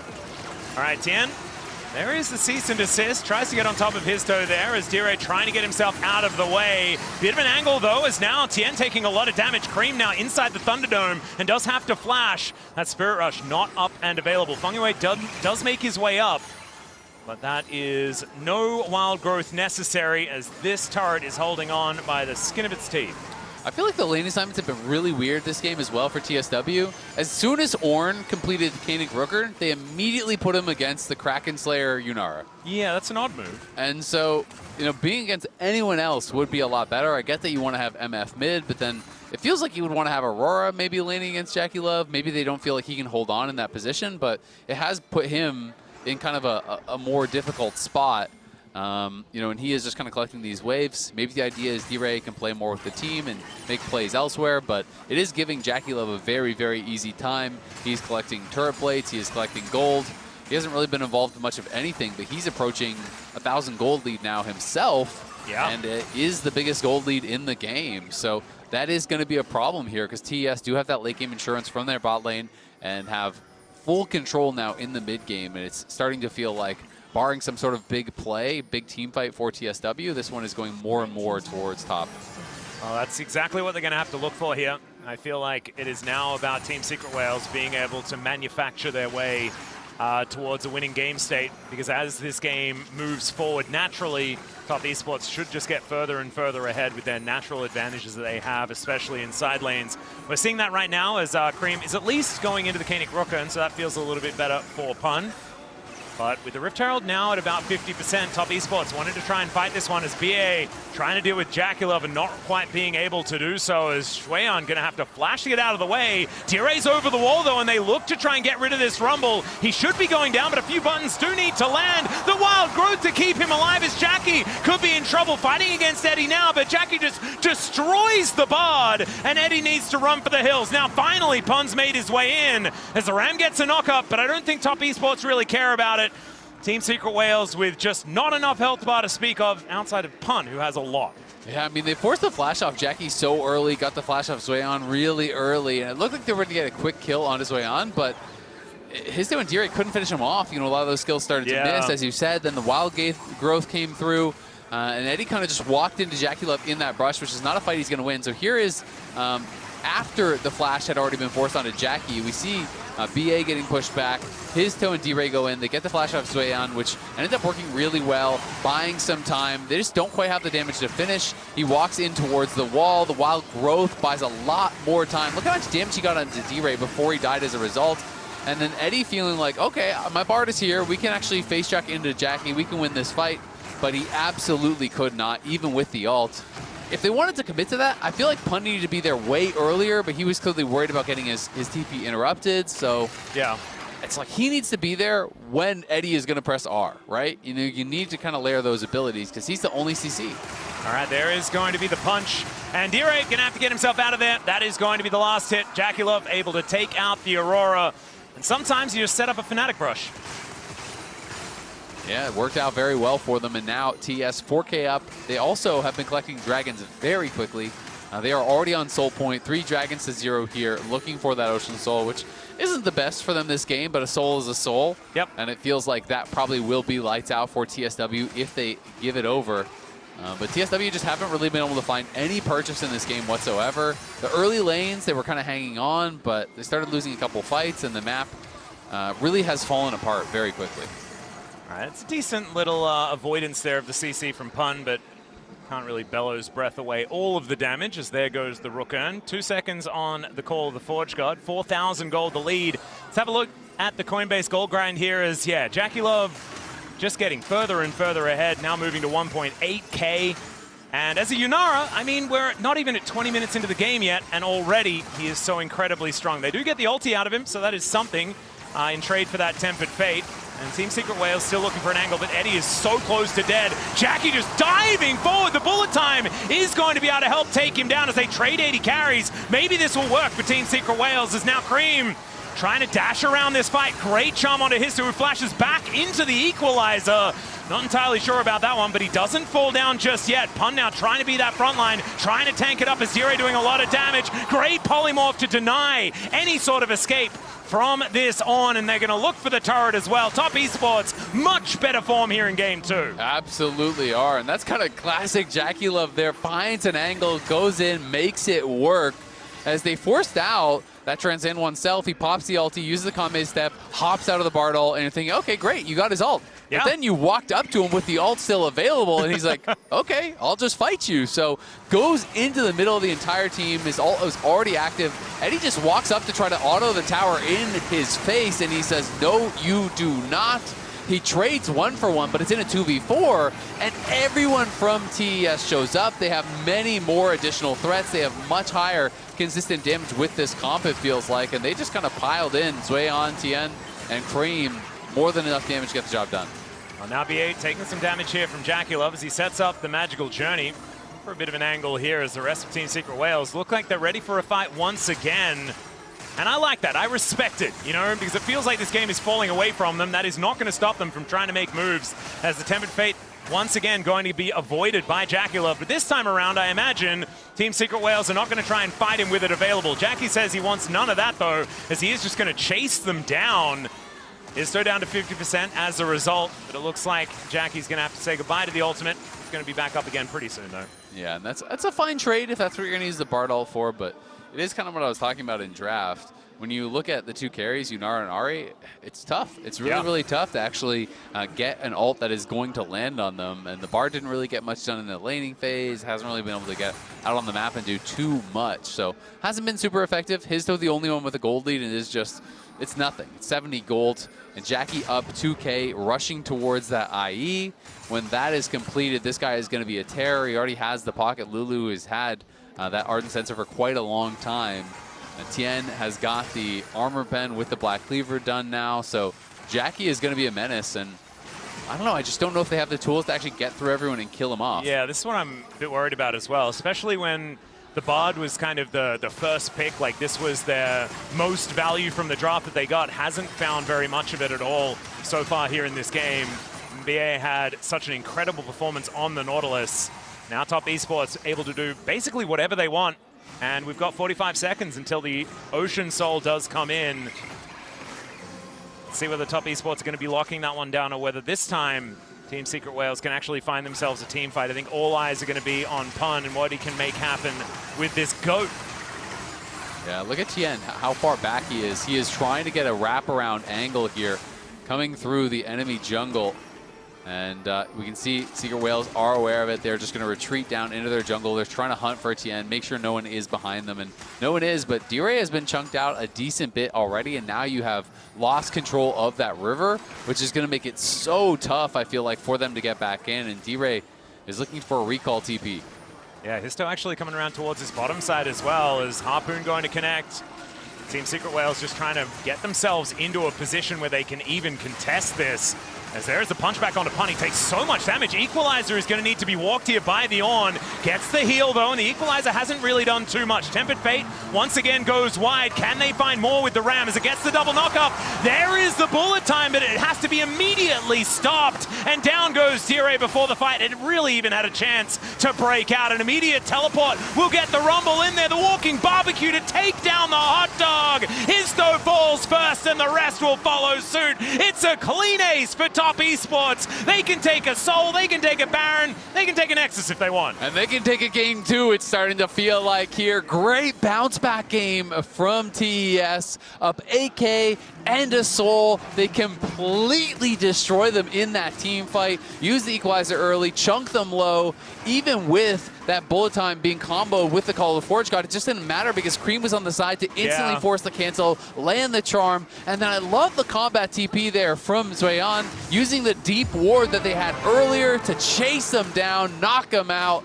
And you can see in your MasterCard priceless moment of the game, Ocean Soul collected and TSW wiped from the map. So let's watch it one more time. It's really all about how they play the side. So Cream is going to be looking for this angle as Ornn is trying to go in. They're looking for the bullet time over the wall, but watch Cream the whole time is waiting on the side, goes right in, lands the charm onto Eddie, and once that gets canceled, D-Ray's going in, but he just gets polymorph, knocked up, dead. Yep, absolutely obliterated. The Baron is still up and available as Tien taking a fair bit of damage here, but it's just Top Esports pushing them away from the Baron pit. Make sure that that one stays as dark as possible. This is Team Secret Whales, though, so it looks like they are still rearing for a fight. And we'll see whether they can do better this time because, I mean, I think the last fight really epitomized it. You explained it. It's so hard for this composition to even work. Yeah. And so it's going to possibly be a bridge too far. As Jackie underneath the turret might be an option, as Eddie down to almost dead before anything's even really happened. And now Fengwei is there to keep Jackie alive. More of these minions to be going down as they're pushing wave after wave into these inner turrets. And every time they slink into the fog of war, Team Secret Whales do need to try and look for them. They still at least have one blue trinket available here from Eddie to try and scout that Baron. That is terrifying. Jackie almost killed Eddie under the tower. Didn't even use his ult to do that. Held on to that. And they have Ocean Soul, and one of the really nice things about Ocean Soul is you can just perma-start Baron over and over and over. They come in, you force some cooldowns, they run away, you just start it again because you're going to be sitting on full health. Jackie traded a lot of his HP, but he has Ocean Soul, so he's right back to full off of that next wave, and he is looking for more. Oh my goodness. Okay. Eddie at least does have a Bloodthirster, so when his health bar does go down low, if he's got a wave to hit, then he will get a fair bit of that health back. The problem is it keeps going from 100 to 0 in a lot of these fights, and the Bloodthirster doesn't help as much with that. It's a 10,000 gold lead, though, at almost 26 minutes into this game. This is obliteration this time, and it looks like Top Esports have woken up after that Game 1 humbling that they had for themselves. And this is more what we were expecting in this series. Yeah, I think they came into this game, they got super comfortable champions to play. They are so used to this style, and they are showing us why it is so difficult to play against them on these playmakers. Tien, his Vi is nasty. Cream is so comfortable on the Ahri. Jackie, obviously famous as being one of the best team fighters of all time. And so it really did feel like they got comfort across the board, and they are utilizing it. All right, the Ram's going to come on through. They're looking for Jackie. They'll get him as the bullet time is paired with it as well. He'll dash himself out of the way. The Equalizer fantastic in a corridor at the same time as Jackie turns it around. Pun's going to be the first to go down. And everyone else is almost dead just from incidental damage. Exactly, and the Ornn is so far forward, and you're wondering, where's the rest of TSW? Well, they're all running from Cream because Cream was again wrapping behind the Ornn and threatening the carries. Cream is never caught with Jackie, even though Jackie had to use the ult, had to use the flash, had to use some big tools there. Cream was threatening the backline, making it difficult for TSW to really continue that fight, to continue moving forward. As a result, they kill the Ornn, they chunk him out, they take the Baron, and they are on the march here to try to even this series up. Yep, already this Rebel Baron power play will be expanding. This inner turret is going to be taken first, and Top Esports now with so much pushing power, going to be absolutely deadly for the TSW base. They're going to try and do their best to clear out these waves. They do have some wave clear on this squad, but I just don't know whether it's going to be enough. As that's a good charm. On to Pun. Dire looking for a bit of an angle there as he does half the health bar of the Rumble. But this Ocean Soul, man, it is doing so much work here for Top Esports. Yeah, and I love how much they're actually intentionally utilizing it. They're forcing trades constantly and getting value. Oh, Tempered Fate is going to be able to catch Jackie, but he doesn't seem too worried about it. Dire down to half health once again. Eddie going to get tagged. Equalizer, great position. The last hit with the charm from Cream was pretty clean, and they'll be able to take the inhibitor in this mid lane. Is this just the end, though? That's the question. Is Weon going to get himself a shield as they look to make their way in? Down goes Dire to start this one out. The Ram is there, but it's not really doing too much. And that is going to be the first Nexus turret falling down. Top Esports get the knock up onto Pun. He'll be taking out some revenge for what he did in the top lane in game 1, as the Nexuses are even in this series. And we've got a best of 3 to follow this. A couple of one-sided games to kick off this series. One going the way of TSW. This one was all top, though. They dominated from very early on. We got a tie. Desk, who's going to take it? I'm still not quite sure who's going to take it. All I know is that it's a much better phase from Top Esports here in Game 2. Dan, I see that you're holding the scales. How are we feeling now? Very happy. Yeah, Pretty good. This was a clean game, controlled. And, you know, there was a couple of moments where Jackie Love was getting a bit hypey, but that's what we know him for. This felt much more like the team we'd hope to see. Not always expect, but definitely hope. Yeah, and I think for looking at what Top Esports is able to do domestically, this was a much better representation of that with how patient they were playing, with how they were playing for objectives, with their responses to what Team Secret Wales did want to do on the map. So much better game out of them, a lot more respect shown. Yeah, I think all of the skipping of steps that we saw in game 1 didn't happen, right? And Top Esports, it seemed very deliberate that they come in saying we're going to slow the game down and we're going to make sure that we're in a position to actually mechanically outplay our opponents in a lot of places, right? They put Team Secret Wales in tricky situations and forced them to make errors in fights. They made it easier for themselves as well, and it started from the draft. I feel like knowing when to press buttons, but also way more win conditions maybe than they had in game 1. Yeah, I feel like a composition like this where you have the Ahri Vi, you have the Rumble to go over the top, and then you have Jackie Love on the Inara.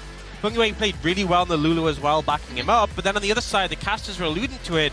This setup was a bit trickier with this TSW composition. You know, you have the Ornal obviously as a form of engage, but I feel like the MF just never really defined a good position to ult, because the Ornal ult isn't enough when you're playing into an Ahri Yunara who are so slippery. Just knocking them up once, they land on the ground, instantly dash away. We never really saw Eddie get that value we'd hope for. Eddie got one really good ult off that game, but BH decided he wasn't going to do too much work, unfortunately. Bit of anti-synergy. Yeah, that was a little bit rough to see. But yeah, I mean, I agree. I just think this MF didn't have as many tools as she would have liked to be able to get those clean ult off, and especially into this composition. I want to take a look at the 22 minutes bot lane replay, actually, because I feel like it shows pretty well what Team Secret Wales wanted to do, and the fact that, as you said, Emily, this Misfortune couldn't find any space to do any bullet time.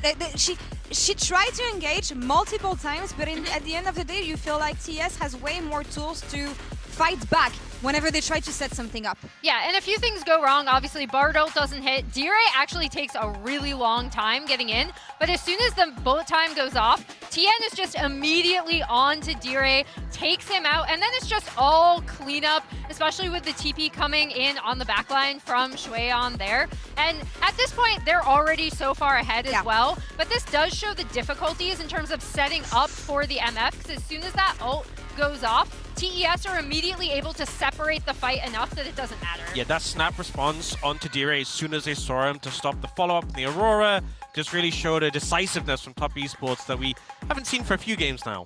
Yeah, I think one of the major issues for Team Secret Wales was the agency. And like this composition, it probably works if you can get a couple of thousand gold ahead in the early game, right? Because Yuniferi's jumping on the back line, Yunara doesn't have the safety that she usually would, but at this point, you're so far behind that the damage just isn't there for you, so you need that CC, you need that layering. Overall, great performance from Top Esports. I don't want to take anything away from them. Yeah. But for Team Secret Wales, I want to see BA on something that has a little bit more agency overall. Yeah, I mean, so often we see when Yunara was really firmly in the meta, teams would be like, we need Vi, we need Nautilus into that, and when you're unable to check JackeyLove on this pick, he is just going to take over the game. And he did. And it's the kind of champion, as we said, that's going to be hard to stop that Yunara. For me, she was the most problem. At the second you have an AD carry who can just go forward and no one can stop it, that's usually an issue, especially when you have a player like JackeyLove maneuvering it. Yeah, I was going to say, forward and forward is exactly what JackeyLove likes to do, right? We did see that one quintessential JackeyLove moment from him where he was trying to get on to Eddie, and they immediately just tried He got his 1 for 1. Yeah, it went 1 for 1, but especially with the Lulu and the rest of this composition, it's just really easy for them to even set up targets for him to play far forward. And I also do want to call out Feng Yue because it's always weird to say, oh man, he had a really good Lulu game, and everyone looks at you and they're like, what are you talking about? Medic, come on! I have 2 support players right here. You have been brainwashed by whatever LCS talent is telling you that you can't have a good Lulu game. Lulu is tricky to play at the top level. Good polymorphs, good help picks, is getting the wild growth. The wild growth on Rumble in the top side that saves him as they try and go for the fight. Like, this is a really, really good game from Feng Yue, and just saying, oh, it's Lulu, you just put a shield on someone, you get KP, like, that is not true here. Look, we're talking about Lulu, not Yuumi, so... True! Yes! You can get hyped about Lulu. Normal crash out here. Yeah, it's a great game. Justice for support. Yeah, 1-1 here so far in the series. Similar question to the one we had after the first game. Where do we see this series go so far? Because Team Secret Girls got the ball rolling in Game 1. They couldn't do anything here in Game 2. Do we feel like TES is finally back on track? I mean, I think it's interesting because TSW selects second pick, which I'm thinking, okay, maybe now it's time for the Pun Volibear or some sort of counter pick that they have up their sleeve that does have more early game agency. I can see Top Esports just taking it from here. I think they're just going to play slow and it will be a 3-1. All right. Dan, last comments? No, you don't have to. I don't want to curse it. I don't want to curse it. You don't want to curse? Okay. I'm feeling optimistic, but I don't want to commit. I don't want to make any strong commitments. I see. I predicted Team Secret Wales to get 2 games, so I'm happy to curse it. Yeah. We're down to superstitions here on the desk. It's never a good sign, but what is a good sign is that we have a series as TES comes back here in Game 2. Let's see what happens next. The wild growth to keep him alive as Jackie could be in trouble fighting against Eddie now, but Jackie just destroys the Bard. Not entirely sure about that one, but he doesn't fall down just yet. Pun now trying to be that front line, trying to tank it up as Zero doing a lot of damage. Can they find more with the Ram as it gets the double knockup? There is the bullet time, but it has to be immediately stopped. And down goes Zero before the fight. Immediate teleport will get the Rumble in there. The walking barbecue to take down the hot dog. Histo falls first and the rest will follow suit.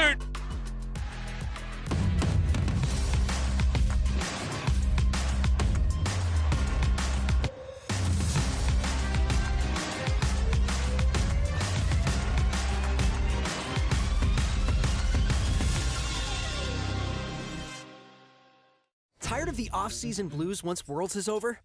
Fear not, because League of Legends is coming to the very first Esports Nations Cup, where players split from their clubs and compete for national pride. Will China test every limit imaginable? Will South Korea turn every game into a macro masterclass?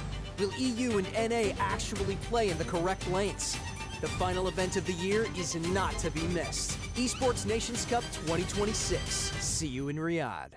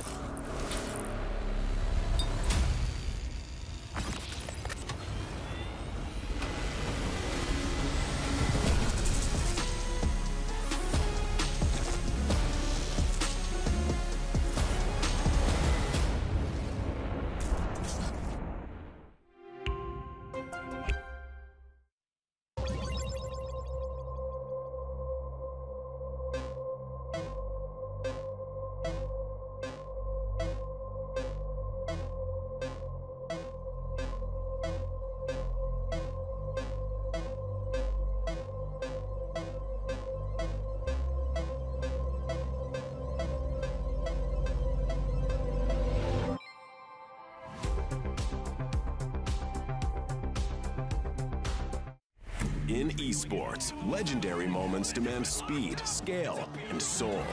Players and fans bring the heart. Technology brings it to life. Every frame, every stat, every decisive play. In partnership with League of Legends Esports, we're driving digital innovation that empowers the esports ecosystem to keep expanding. So players can focus on the game, and fans can focus on the moment.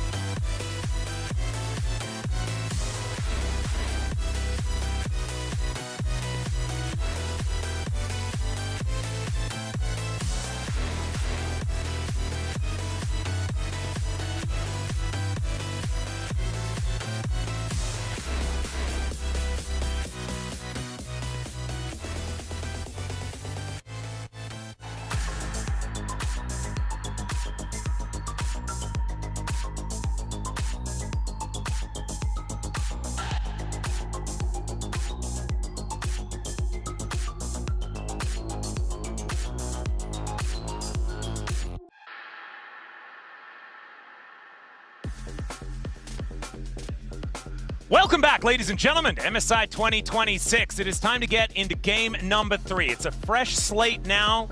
Everyone is evened out. Top Esports with a pretty crushing victory in game number 2, though. It felt like Team Secret Whales never really had a chance to breathe, and I don't know whether that's the same as what we could say about game number 1, right? I felt like Team Secret Whales needed to play well the whole game, whereas Top Esports got the setup, and then just kind of the dominoes fell from there. Yeah, for the first few minutes of lane, everything was kind of even, it was kind of chill, and then... Yeah, we did have the latest first blood. Exactly. Top got a kill or two, and then all of a sudden, these little incremental lane leads that were building kind of blew up, and they were like, oh, he's 1k up, he's 1k up, he's 1k up, and then... Yeah, it never really felt close after that. It's like Cream got one successful roam, and then, oh, you're too far behind. Yep, exactly. And D-Ray, I think they need him to have those kind of performances like he did in the first game, right? He's got to be able to stay relevant. He's got to be able to stay in there. I also just didn't like their draft, to be honest. I feel like the over-prioritization of the Bard really kind of bit them, because if you're going to go Bard, I feel like you need to go for a strong laning pairing, but then they let Caitlyn and Jhin and Ezreal all fall through, you know, all get banned out, and then the MF just never got any value. Yeah. Well, we'll see what they can do here, as we already have a whole bunch of bans coming through thick and fast. The Akali, the Camille, and that Poppy, both banned, all banned away. And there is the Varus, Cassio, and the Orianna. First pick Wukong from Top Esports, as we did have the choice of second pick here for Team Secret Whales as well, which is quite interesting. We'll see what they're going to get off the back of it. If I'm TSW's coach as well, I feel like Zweon has looked the most uncomfortable of any player, and I feel like Pun has been the X factor in their games. Yeah. I would not be putting him on a tank, right? I would be giving this guy some prio, give him some counter picks, see if you can get Zweon looking uncomfortable. You know, even against HLE when he was playing the volley, he looked fantastic. His Olaf game, he solo killed him, was a really big part of their win in that game as well. So to me, I feel like I want to see resources given towards Pun. I want to see him getting spicy with the counter picks. He can play all kinds of stuff. So while the Ornn obviously makes sense into the Rumble, I just feel like you don't want to play standard against this team. You want to cook. Yeah. And already, Team Secret Whales actually with a really strong core, right? As far as the jungle and bottom lane are concerned, Xin with Karma is very, very powerful. With Enchanters just in general is very strong. But on the other side, the Ashe Seraphine has been quite strong themselves, and there's so much chain CC already here from Top Esports. There really is, and my only kind of feeling that I'm a little bit nervous about with TSW for their first three is they have no engage, right? You do have good poke, you do have a good 2v2, but TES have a pretty good 2v2 as well, and you have Wukong go button, you have Ashe arrows, you have Encore, you have a lot of tools to actually start the fights, and so I'm curious to see where TSW is going to take us. The Annie getting banned out, that is something that Cream is obviously very, very comfortable on, one of his most played, and would be an additional engage tool, but I was kind of thinking that, you know, even D-Ray might go towards something along those lines, because they are going to need either to just like fully commit to poke and play side lanes, you know, go for a counter pick for Pun and play TF or something like that, or you need some more engage tools. And the volley, I respect it, man. Ban that thing out. He was just a beast on it, and he solo killed you in game one, so don't put Zweon in an uncomfortable matchup. Yep, I actually think protecting the top lane is going to be a huge deal. The problem is, if you have to ban Volley Bear when you're protecting the top lane matchup, you're going to run out of bans very, very quickly. So we'll see what is going to happen. The Ambessa is going to be the trade of bans, as we have one for mid, one for top, trying to make sure that they can get into a spot that they're happy with. Makes a lot of sense, because that's the matchup that he picked the volley into. So he's saying, okay, you're trying to protect Zweon so he can play an Ambessa. It was also Zweon's best game of the entire tournament by a lot. Was his game one Ambessa against G2. Looked really dominant on that, so makes sense just as something to take away. And it is going to be the Shen ban. Very interesting. So worried about a potential Shen coming out here for Pun. That makes me think they're going to play Sion, because that's the matchup that a lot of pro players in the meta really do like Shen into. Shen is pretty good into tanks in general. You can once you especially get towards your Titanic, you have really good wave clear, and you're able to interrupt, you know, the charge Q of the Sion with taunts pretty easily. So kind of curious about that. If they are going to just go towards that Sion. There are a lot of very cool ultimates. D-Ray is going to be on the Silas. Exactly right. They've got Engage from a whole bunch of different angles, be it a Cyclone or an Encore or an Enchanted Crystal Arrow. Or now he could also just drive in if this Sion is going to be locked in. Exactly what you were saying.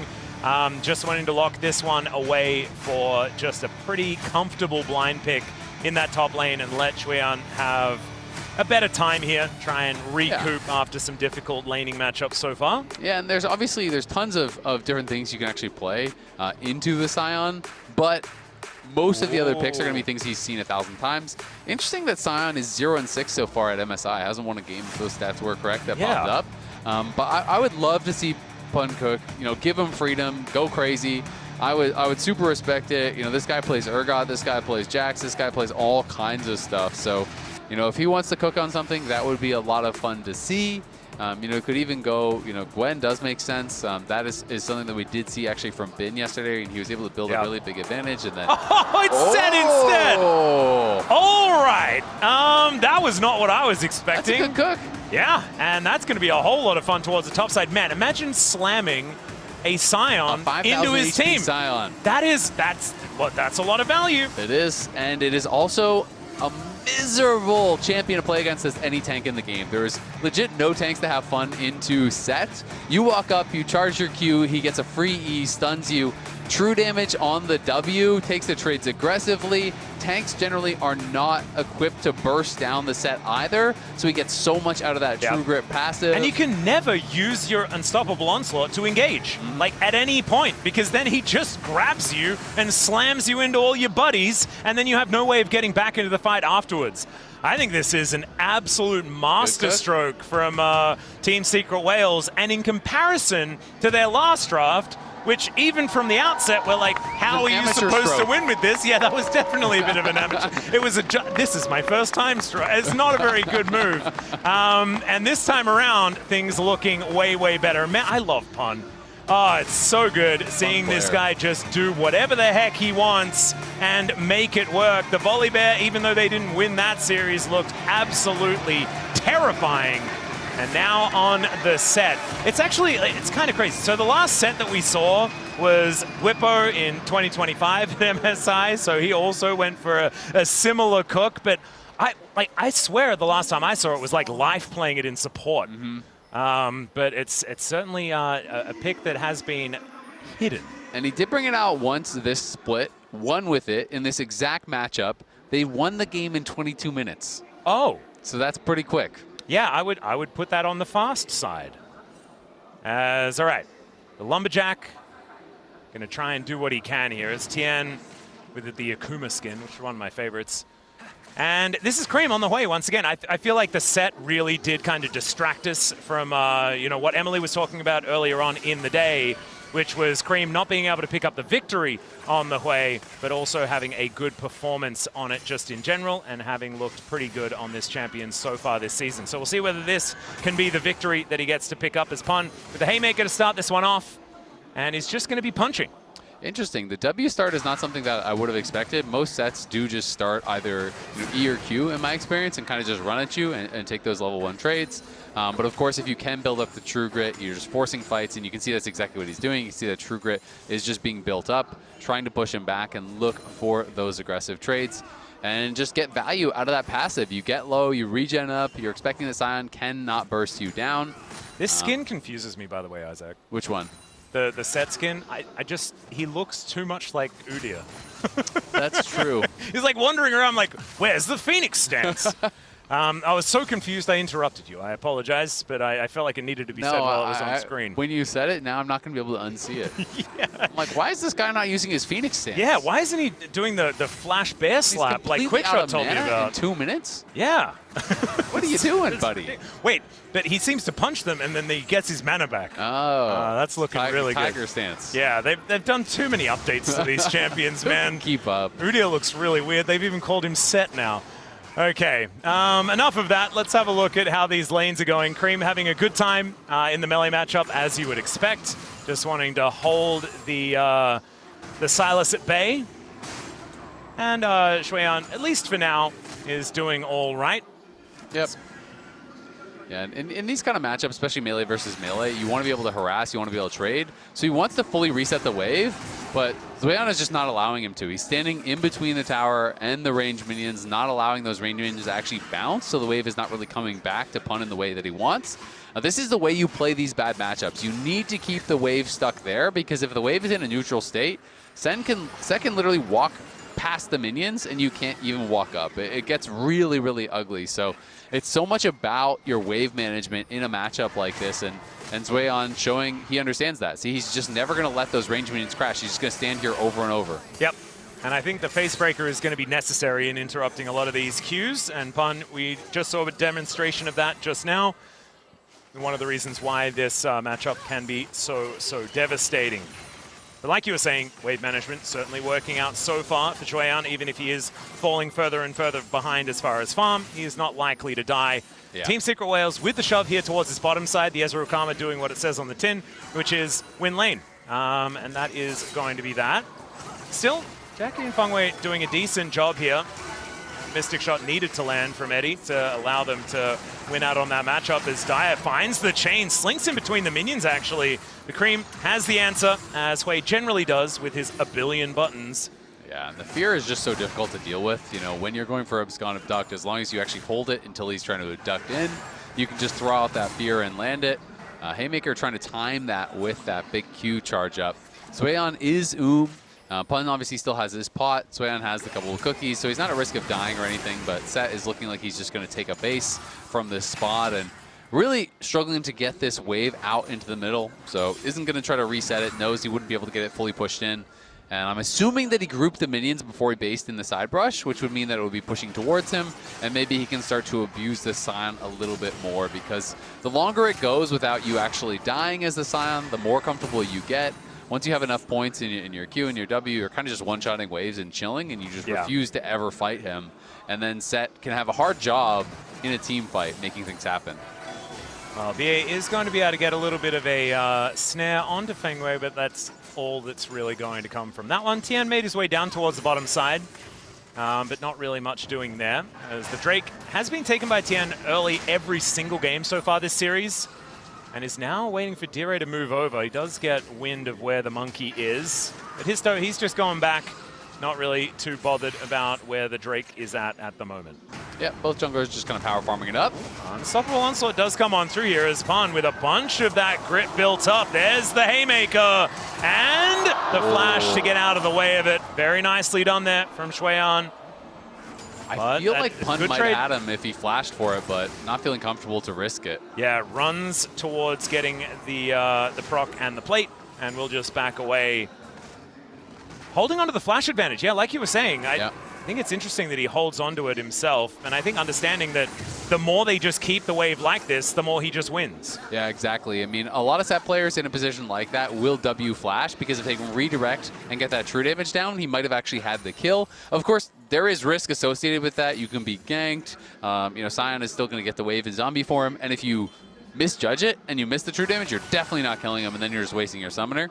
But Pun does hold on, and now the question is going to be, can he find another opportunity where he can set up a look for a kill or just try to really extend this lead? Well, Top Esports now just pushing here towards this bottom side. It feels like top lane is all about the whales right now, but elsewhere, things are just fine for Top Esports. They have a composition that certainly does scale quite nicely as we get further into this game as well. Especially if Shueyan is going to keep himself alive, as mirrored as far as the leads are concerned.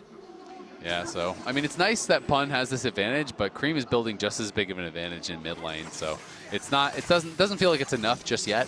Of course, there's always the X factor of a set. Yeah, looking for the angle here as the beat drop is not quite going to work out. That True Shot Barrage doing so much work. Jackalov gets the heal back though, and Eddie in trouble. Tries to get into the brush, he does so. Has the barrier, but he doesn't have his life. First blood over to Jackie, and he's looking for another one. The arrow will connect. The volley to finish off the Karma, and they turn around this bottom lane beautifully. Yeah, that was really well done there by TES. And if you're going to shift in there as Eddie, you cannot miss a skill. Because if you go in, you are going to get ran down by this Ashe, and he finds out, he shifts in, and Jackie's just going to fully commit to it. You can flash away, but you're still slowed, so he just flashes to follow, chases after him, gets the level up, gets a second kill, and just like that, Jackie out to a significant advantage, and TES up 1,000 gold here, and Shueyan has just parked that wave permanently outside his tower. It is really feeling like they fell off the tightrope just a little bit here. As you were mentioning it earlier on, it was the advantage towards the top side for Pun, and Jackie, Feng Wei are going to move their way up here, and the Unstoppable Onslaught is going to get flashed. Pun's going to see what he can do as far as escaping. He avoids everything! All right, there's the fancy feat, and he just wanders his way out. Jackie thinking about diving the turret, but I don't think he wants to do so. Man, that's a cool guys don't look at explosions type move there from Pun. That was really well done by Pun, survives, but still at the end of the day, it's going to be the Scion now going back to bot. Set has to walk out towards top now, and he's going to be in a 1v2 where he can't really do anything, and he has no flash, so he can't threaten an all-in whatsoever. So TES, their bot lane winning relieves the pressure, and this is where I'm talking about. Watch Eddie. So they go for the tether, they set it up, but the barrier is there, and then everything whiffs as he shifts forward. Yeah. Like, you have got to look for 100-0 there, or it's just not going to work because you have no consistent damage after you go in.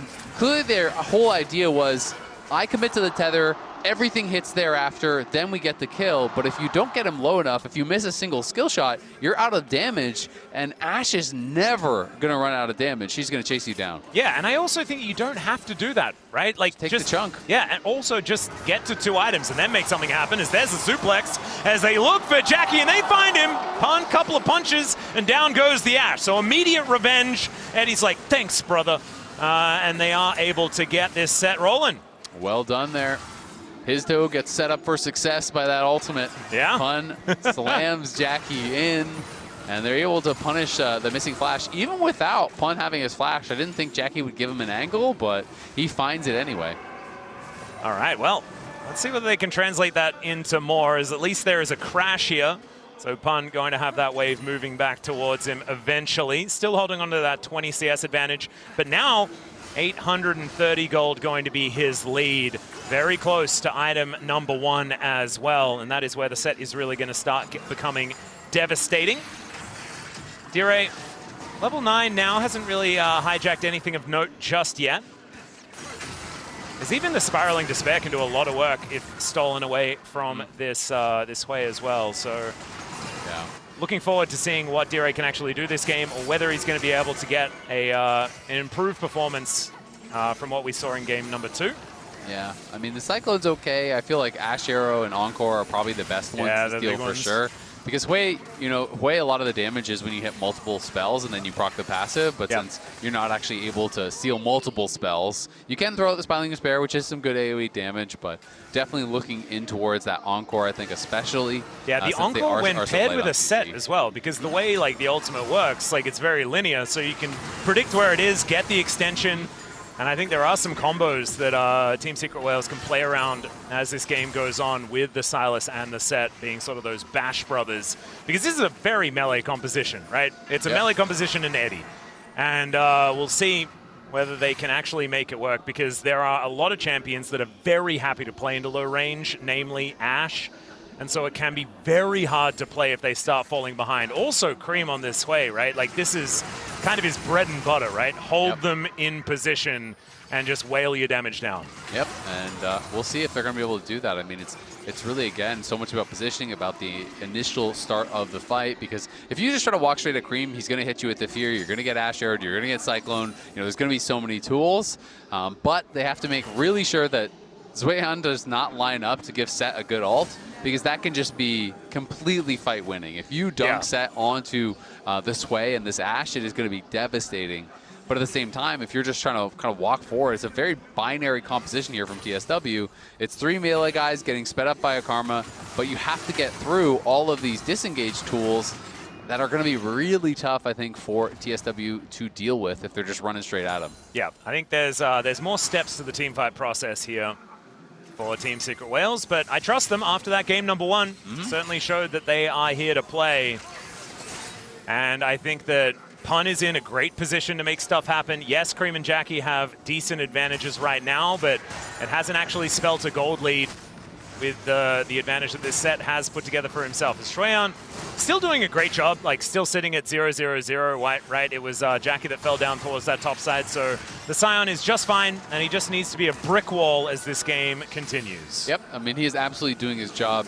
He got counterpicked. He managed the wave really, really well, so it didn't become a huge problem. Yeah, you're going to go down farm. That's just how the matchup works. Yep. But he never allowed Set to just constantly reset the wave and get it to neutral, really abuse his power early, where Scion cannot compete at all. And now Scion is at the point of the game where he has one completed item. You're not just going to get one shot. You can continually clear out those waves, and as long as you're not letting Set farm plates, he's going to one-shot every wave and just kind of keep this lead right where it is. So Pun now has the difficult choice. Okay, I can't extend my lead in the 1v1. Do I start roaming? Like, that might not be that effective. Do I just kind of accept it and keep farming and hope we can outplay in the team fight? It just becomes a little bit more complicated. Yeah, feels a little difficult as Tien's making his way over towards BA, but not going to be able to get an angle here as the first Cloud Drake is upon us. We'll be finding out what the soul is after this. Double Dragon on the table for TSW, but it looks like Top Esports with control. Finally going down very low, though, as Eddie finds him with that True Shot Barrage. As in goes Hizdo! Finds a beautiful Crescent Guard to break up the fight, and now Cream is completely offside. Has to flash to get out of the way, but the Ashe Arrow is going to fly through. PA's the one to tank that one up, but there is a suplex, and they take down Tien. Should be that double dragon going on over as Dire is fighting Cream once again. So much spiraling despair, but it's Top Esports that are the saddest in the end. Absolutely are here. Eddie, though, could be in some trouble, has the shift, gets over the wall. They're going to go mid, so they win the fight here. They get the dragon, and they have mid prio. Not to mention it's Chemtech Soul with a set in the game. That sounds ridiculous. And now, Karma. Yeah, Histo looking for an angle towards Daejeon as well as Eddie. Arcane shifts forward, gets over that wall. It's going to be Histo that locks down the kill onto the Scion. This game has just fallen apart in an instant for Top Esports. That was brilliantly played, and so much of it was actually the damage that Eddie got down onto Fengyue before anything happened. He hit that True Shot Barrage. Yeah. Look at the health here. So this angle, right over the wall, they don't see him. Fengyue gets chunked down, and Histo says, guess what? You don't get to walk out for free. W flash over the wall, instant Crescent Guard. Sure, Fengyue gets off the Encore, but it's only hitting Histo, who had already gotten his damage down. Cream can never enter. Look at the minimap. Look where Cream is. The super fed Hui, he's over here. He can't even join up with the rest of the squad. And Terry just walking at him, man. Exactly, just walks him down, steals the ulti, and is able to win that fight. And we got to go back to live where Fengyue is in trouble once again.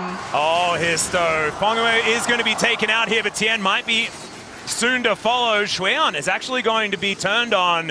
Histo just wants to hit things, man. His spear is angry. And Team Secret Wales now looking for an angle towards this Rift Herald, and I think they will be able to get it with a support now down. Best they can hope for on the side of Top Esports is a 4 versus 5, and I don't think they're taking that because even when it was even, it did not look very good as Eddie picks up this wave in mid lane. And speaking of things not looking very good, I mean, you're about to hit the 2-item spike for the Ezreal, and let's have a look at this top lane in our Coinbase gold grind. And also in the game itself, as we were talking about how he was holding the wave so nicely, blah, blah, blah, but now it's a 1.2k lead. Yep, every time he has gone for those actual fights, he has been the one cashing out. Xueyan not able to really get anything from that fight. By the time he arrived, it was already kind of cooked. And the setup was just way better for TSW, and that's something that Top, generally in the LPL, are really good at, I feel like, is their objective setups. And this time, Cream was completely split off. Xueyan, wasn't there with them at all. And they just kind of got torn apart very quickly. And Pun was able to find a good ult onto Tien, just finish him off. They're holding on to this mid wave. And they're right back into a similar position that they were in game number 1, where they're the ones dictating the pace. Their top side has this huge advantage. Histo and Pun want to fight. Yeah, Histo is just always going in, man. Tien is going to be able to use that Warrior Trickster to get himself out of the way. But I love watching Histo playing from ahead. He is a completely different player. This guy only moving forward, only going in and putting that extra pressure down. However, it is going to be Top Esports grouping up, taking down the outer turret in the mid lane. And that gold lead is dissipating ever so slowly. It's Team Secret Wales wanting to try and get this game accelerated. Top Esports doing a decent job slowing it down. Yeah, they are. E-Ray is pushing on the bot side to try to get something back. I felt like the Crescent Guard in that last fight was pretty preemptive from Histo. It wasn't really a committed fight yet. So once he had that down, they kind of realized, you know what, TES, we can just push up. We can force this turret out. Eddie tried his best to clear out the wave, but couldn't quite do it. And Pun knows he has no vision on this side of the map. We haven't seen some of the top members, so it has been kind of in this awkward spot where he's just watching minions die, not comfortable to walk up and actually try to reset this wave against Xueyan until he sees Jackie Love showing up mid, until he's going to see Cream down on bot side. So now finally he can go back to trying to push this one in. Well, Derry going to get spotted with the Hawk Shot, but he has a wave there as Pun just collects some plates. Haymaker just going to fly on forward, and this set is pretty comfortable right now, but the CS advantage has not moved, right? I think that Xueyan has just been very, very good in the lane, even if the team fights haven't been working out. So the Scion should be able to continue doing his job. Double Swifties for both of these top laners as well. I really do like Swifty gamers. As the knockup is going to come on through here from the Scion. Pun doesn't look too worried about it, although is worried about potentially having some friends move up here and wants to play respectfully. 35 seconds on the next Dragon, and that is Soul Point available for Team Secret Wales. We'll see whether they can actually get a setup for it. I'm going to be really interested to see where Pun goes from here. If he goes Sterix, the more defensive option, or if he goes for Overlord's Bloodmail, because if you go that route, you really can get the W flash or the full bar of True Grit, and you can pretty much one-shot someone. It is ridiculous how much true damage that deals if you can get that in on the back line. I'm trying to remember where we saw it last in Korea. I think it might have been Chovy that played it. As a mid lane option in like Kesper Cup or something. No, he wasn't playing in Kesper Cup, so it wasn't there, but it might have been First Stand, or sorry, might have been the LCK Cup or something like that. One of the cups. It was one of the cups. It was some video games that were played of the League of Legends Persuasion prior to this game. Look at D-Ray. All right, looking for the angle. Can he find the right hijack? That's the question. The suplex gets in, lands onto 3. As D-Ray gets the choice, finds the encore. But the Cyclone is looking good here, and Daddy will go. Jackie's going to get taken out. The faces are being broken, and now Shelly gets involved. Histo gets into the back line, knocks up Cream. He gets over the wall, though. It's Pun. Pulls them in, gets the shield, and tries to walk it off the haymaker to keep him alive. This set is absurd, as Eddie is going to be able to finish him off in the end. Even Pun walking over to say, look, you didn't kill me. That's the ace for Team Secret Wales. Holy, look at Pun go. He is just taking matters into his own hands. And it's going to be a 20-minute Baron off the back of this. Dunks the Scion into the whole team. And just like I was talking about, gets that full bar of his passive, W flash onto Jackie Love, deletes the Ashe, wins the fight, survives the damage from Zweon and Feng Yue, gets them the Baron, and they have a stranglehold on this game. In this fight, it is all about the set. Pun goes in, no hesitation. Look at this angle, right in, and then gets that stun on multiple members. Jackie has to flash out and watch the W flash. Full bar, W flash, true damage. It's a punch to the face, sends him back to base. And then from here you think surely he is dead, but he snaps in the support, kills off Feng Yue, has the haymaker back, absorbs just enough damage there to survive from the Scion. What a team fight. That was picture perfect from Pun. This guy is just amazing. Pun picking whatever he wants and making it work. He's still getting run down though as the arrow is going to connect. He has to use the Crescent Guard, but it's pretty effective. As in he goes again. The faces are getting broken. Cream goes down and Pun lives on 10 health or something. Dyer able to get himself out of the way, or Dire, if I'm going to say it correctly, as Xueon trying to escape does so. And this inner turret not going to be falling just yet, but I mean, it just feels like we're getting a show from Team Secret Wales here in Game 3. As the encore, I don't even know whether Top Esports want to see it again.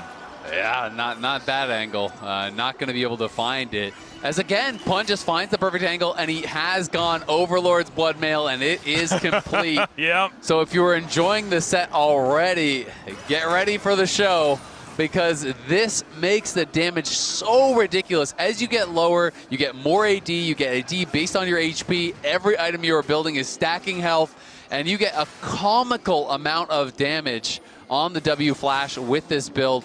We're expecting Sterix. You're basically just anything that is health and AD, that's what you want to build. I think the last time I saw this come in, it was immediately followed by a Warmogs. Yep. But I don't know whether that is going to be the choice here from Pun. This time, as I haven't kept up on my set builds, I'm not going to lie. Yeah, you can go Sterix. Some people go Titanic. Some people go Warmog. Some people go Deadmans. There's lots of options. I'm sure some people would go Proto Belt as well, because everyone loves that item. At least it's got health on it. There we go. It's okay. Jackie, let's see whether Dire can find himself an angle here. It looks like he's not even going to look for it, as at least Top Esports have sort of hunkered down. They are down 6,000 gold. They are hunkering as best they can, though. They've kept some inner turrets. Yes. They're losing all the jungle. At least there are no villagers in the villages, if that makes any sense at all. As the arrow is going to go wide. Tien with the Cyclone gets on top of Histo. As Dire trying to do what he can to keep his jungler alive, but Histo is going to be going down. Eddie now finds himself in an awkward spot, but a lot of damage onto this Seraphine.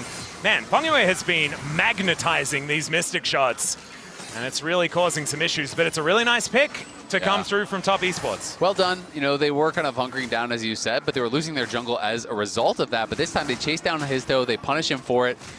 Pun just barely did not have TP for that fight. So they have been tracking the TP timer. I think they realized Set is down on bot. He's not going to be able to respond to this. We'll force the play because Histo is just getting so far ahead of Tien. He's 2 full levels up, You can't expect to win if you can't defend your jungle, at least on one side. You need to be getting gold from somewhere. TES know it, so they are able to punish the Xin Zhao there.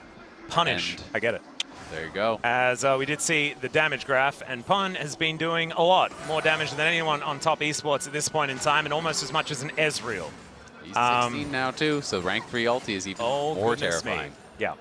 So we are going to see some pretty explosive fights. Let's see whether top esports can fight around it though, right? Because I feel like they've kind of walked into the set value a couple of times so far.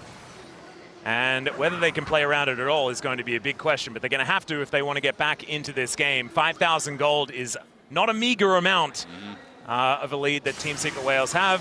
They're going to look for Soul Point. They will be able to collect it here. At least top esports got the last streak, so it's not Soul.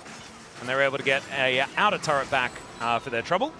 Yeah, they were trying to get objective bounties. The objective bounties actually just fell off before they took this tower. But now the objective bounties are coming back again because TSW got the dragon. And dragons weighted very heavily in the objective bounty calculations. But TSW maintaining that 5,000 gold lead, and they are looking to get in towards that soul. And you said it. Chemtech Soul with a set, kind of ideal. Yeah. This is a champion that wants to get low health with the Overlord's Bloodmail, get maximum value there, utilize the passive, sustain at low health. And you have Karma as well, you know, for the additional shielding on everyone. I mean, if they manage to get, if they get the Chemtech Soul, I think Histo should also build Bloodmail. You know what? I'm down. You may as well. Why not? You know, just treat try yourself. And treat yourself. Capitalize. You deserve it. He also is, you know, ahead by over 1,000 gold. Maybe he has the luxury funds to make it work. But yeah, obviously, Pun is going to be the entire story of the rest of this game. And we'll see whether top esports have an answer for him. Right now, he's just hanging out towards the bottom side of the map. And so maybe the answer is fight while he's not there and try to stop him from doing a teleport. And Shuyan can at least do that. Might sacrifice his life for it if he does try to interrupt, but still, this is an option. The inner turret is just one overgrowth proc away from falling down.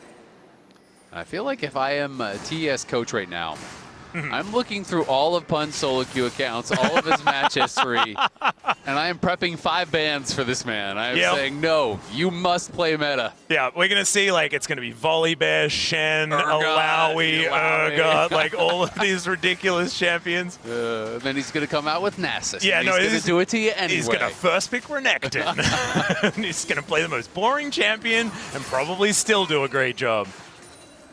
It's always the difficulty because most of the time these players can just go back to playing the meta stuff, and it's meta for a reason. That's all right. Team Secret Whales just trying to keep top esports away from this Baron pit. And if the map is dark, like these flank angles from Set and from Silas are just so devastating, especially if it gives you a good hijack angle. And wanting to get that encore is going to be a big deal, but also Enchanted Crystal Arrows, Cyclone, level 16 for the Silas as well, so the hijack is on such a low cooldown that he can cycle through maybe a couple of these ults in the upcoming team fight. Shuyan, don't play frontline, my friend, especially not if Pun is there, and he is now walking towards them. Spiraling Despair is the choice to start this one off for Dire. And it's okay for them to start it up, but they don't need to overcommit because they can just play for Soul. Yeah. Don't take anything too risky, but trying to get some chunk down on Zueyan. He still is Sion, even though he's behind, and not going to be that easy to punch through. So TSW, just stay calm, continue playing the way you are playing. You have swept out Vision. You know, you just need to play for Soul. But Histo feels like he really wants to force this. It just takes a long time for them to kill, and this is the riskiest part of the game here. If you're going to try to do a Baron, TS can definitely punish you. Well, they're walking towards them now. Q is not going to quite find the angle here, as we can see. Eddie's Mystic Shots are actually doing a lot of work. He's gone Cyril as his third item as well, so he can actually do a decent amount to the Sion. Tien, though, is going to be the first one to go down. It's the decoy that they're looking for, but Diri finds the chains. Shuyan going to have to flash away, but the 3-talent strike catches him, even over the wall. His face is broken, and down he goes. Pun is indeed unstoppable here in this game, and that should mean the Baron going over to Team Secret Whales. Yeah, now it is not a flip. It is not risky. You kill the jungler, you kill the top laner, and they're going to be able to take this and have perfect timing to set up for the Soul as well as D-Ray. Yeah, going to be able to take the inner turret cream, able to get himself out of the way. But man, this Baron is going to be pretty devastating. It is already the 6.5k gold lead, moving that one up to a 7.3k. As we'll have to keep our eye on the Rebel Baron power play and see how much that is going to improve as we see this one yet again. And it's D-Ray on the flank. He has been positioned so well in these fights. He just came over the wall. Tien was trying to get in there, get some vision. I think he had to be a bit more patient, wait for a hawk shot, wait for his way on to move first. It wasn't a very secret monkey. Exactly. He felt like they were going to be on the Baron already, that he needed to get up there, and D-Ray catches him with the sweeper over the wall, finds him. And Daejeon, when he flashes over the wall, he quickly realized, wait, I can't actually follow my teammates out, because if I do, I'm giving Set an ult onto my team. Yep. So he kind of had to just accept his death.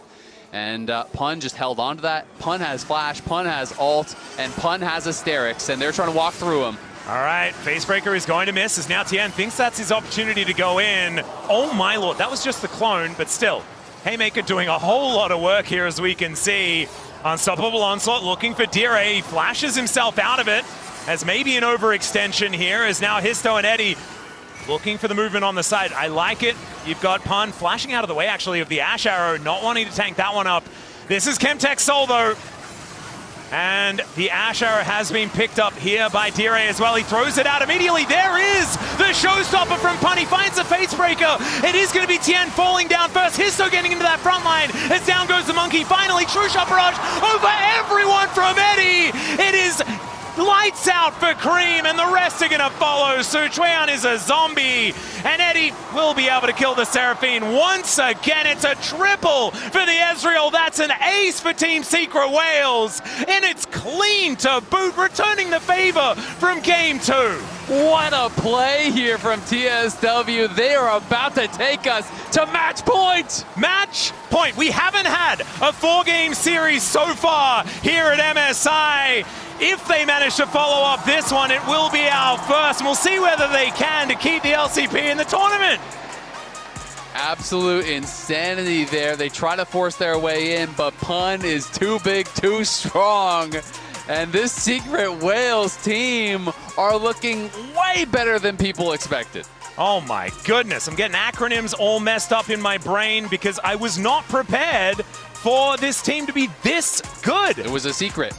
Oh, absolutely incredible. Let's throw it over to the desk to take us through that game. I was going to say not... That was quicker than I expected. Yeah. It's not a secret whale anymore. It's not secret it's anymore. Just a whale. Ah, the comeback, the match points. I love that you're the only one with the correct prediction so far. So let's far. see where it takes us. Honestly, I hope it's not a correct prediction. Yeah. I think Team Secret Wales have played so well today. I'm really impressed by them generally. This is what we saw from them domestically. Like, yeah. I think a 3-1 would be deserved on current form. They came prepared, and that's what I love for them. Yeah, and even obviously as someone who likes top esports, it means so much for the region as well, right? Yeah. And especially for this team, because I remember when we first saw them, they were so disappointed at what their initial international performance was. They were so disappointed then with their first stand performance as well. You know, they were like, we know we are better than this, despite the fact that, yes, everyone was looking at CFO last year. So for them to come out and have such a strong performance, especially in these mid-game team fights, is huge. And I think people often underrate the impact that international experience has. LCP has been sending a lot of new teams consistently. Like this time we got Real of Deep Cross Gaming who struggled, but Team Secret Wales, they've clearly taken away their previous experiences and built on that for this tournament. And we were talking about the resources that they have and how much preparation and how much could they improve game after that game. And when they locked that set, we knew that they were here to fight, and that's what we're going to see in our HyperX Reflex replay, because the impact that he had in this fight, he had all game, but especially for this one, I felt like it was the game-breaking moment here for Team Secret Wales. 100%, and with how the comps interact, top esports really want to play through their backline, being protected, being safe. They have these 2 long-range carries with the Ashe and the Wei. And we see this great angle here where D-Ray's found this beautiful flank around the side. He's avoided that ward over the Dragon Pit, and Pun TP's in here. And the 2 big things is that JackeyLove still doesn't have his flash, and it's coming up pretty soon, and Pun has that shield you get from teleporting, so they want to start the fight as soon as possible. And as we play it on, we see there is no hesitation from Team Secret Wales. We get the step up from the Scion, the ult comes in, and look at the damage based on the Scion's HP. It chunks JackeyLove out, but then as we play it out, JackeyLove gets hit by this, then gets stunned, then we get the stolen encore. He finally gets to walk away, W flash to take him out, one of those carries dead, and then immediately Histo uses the Herald to get onto Cream. Even though he flashes over the wall, Eddie is there to clean up, and I just think the target selection was phenomenal from Team Secret Wales. And this is what we kept talking about with how well Team Secret Wales plan out the first 5 to 10 seconds of a fight.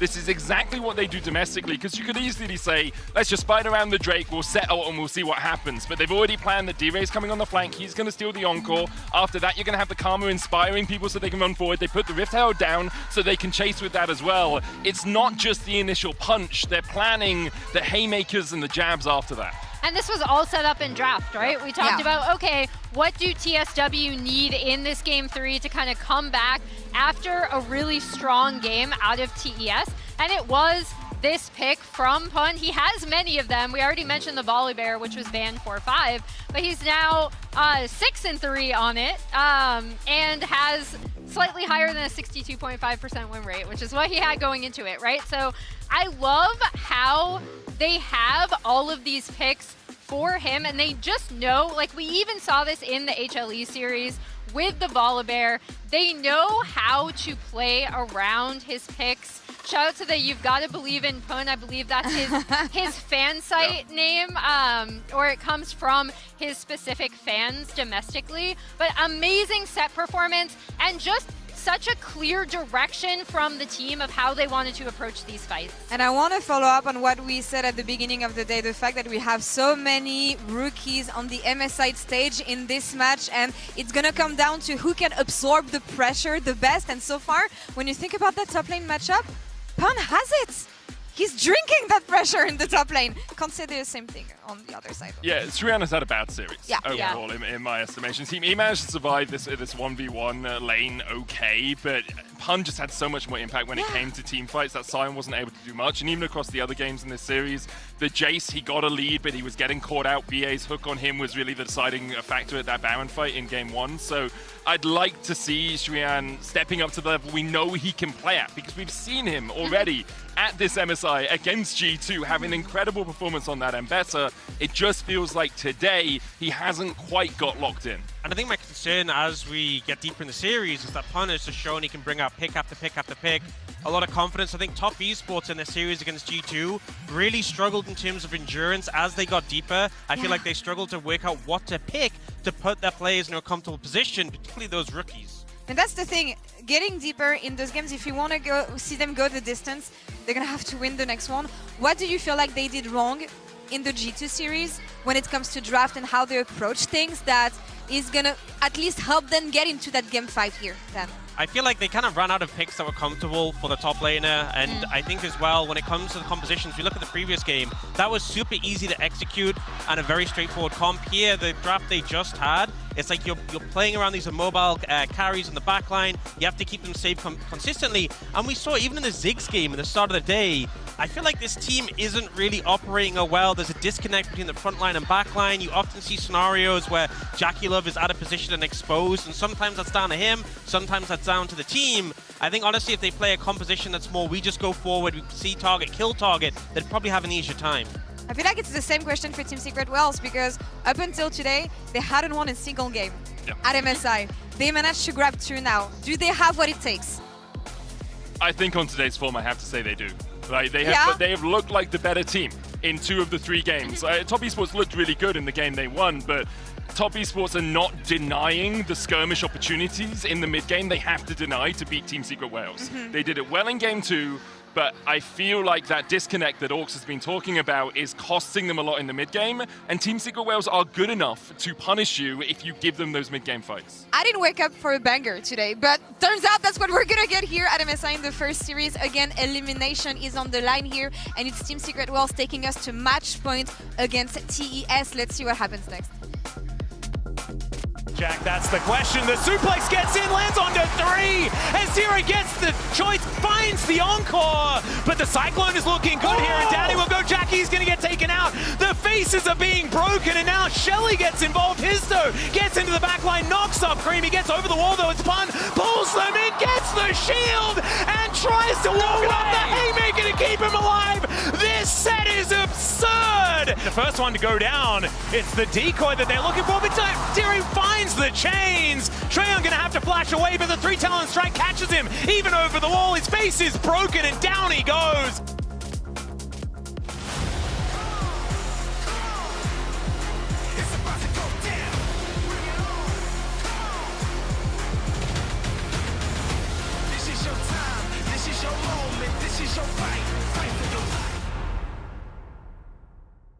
The human body was built to move, not trapped at a desk in one singular posture for 12 hours a day. It's time your chair evolved. This is Secret Lab Titan Evo. Ergonomically engineered for you, gamers, hybrid workers, artists, backing your every move. Times like this are where star players shine and new legends step up, where legacies are built and dreams are either realized or ripped apart. He still doesn't die! You cannot step the Vega and expect to live to talk about tomorrow! He blocked it well as the Arcane Storm doing so much work in Gen 3! They are just going to ace them! Alright, it's your funeral. Hey, kid, your bear's got better instincts than most parents.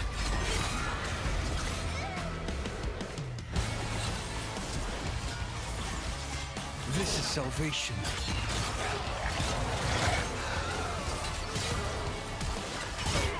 A moment of silence for the recently departed. Welcome to Arcane, now live in Shanghai. It's your time to step into the rare Arcane world. This is absolutely the wildest Arcane carnival you will ever experience. Follow at Immersive Arcane on X for the latest show update.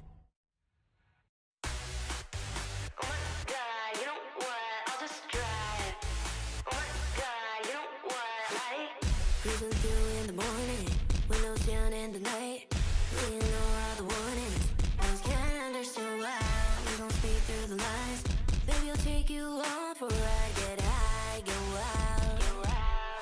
Shut up and drive, can we just shut up and drive? Unzone and box of pockets, that unzone and moody bomb.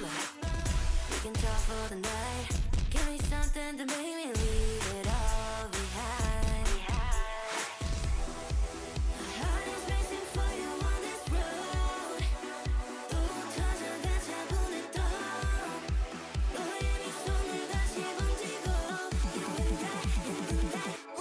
Can't you see?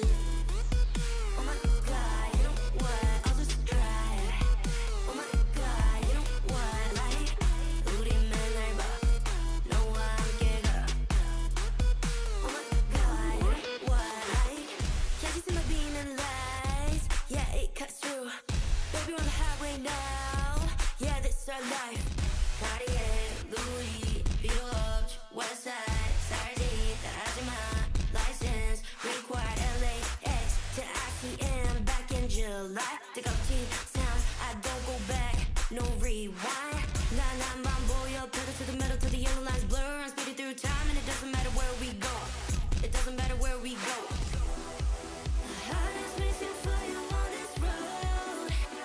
또 터져가 차분해 떠. 너의 미소는 다시 번지고. Can't you see? Oh my God, you know what? I'll just drive. Oh my God, you know what? Like, 우리 맨날 봐. No one get up. Oh my God, you know what? Like, 내게로 달려갔던 그 밤. 절대로 잊을 수 없는 날. 너와 함께하는 모든 순간. 이 순간.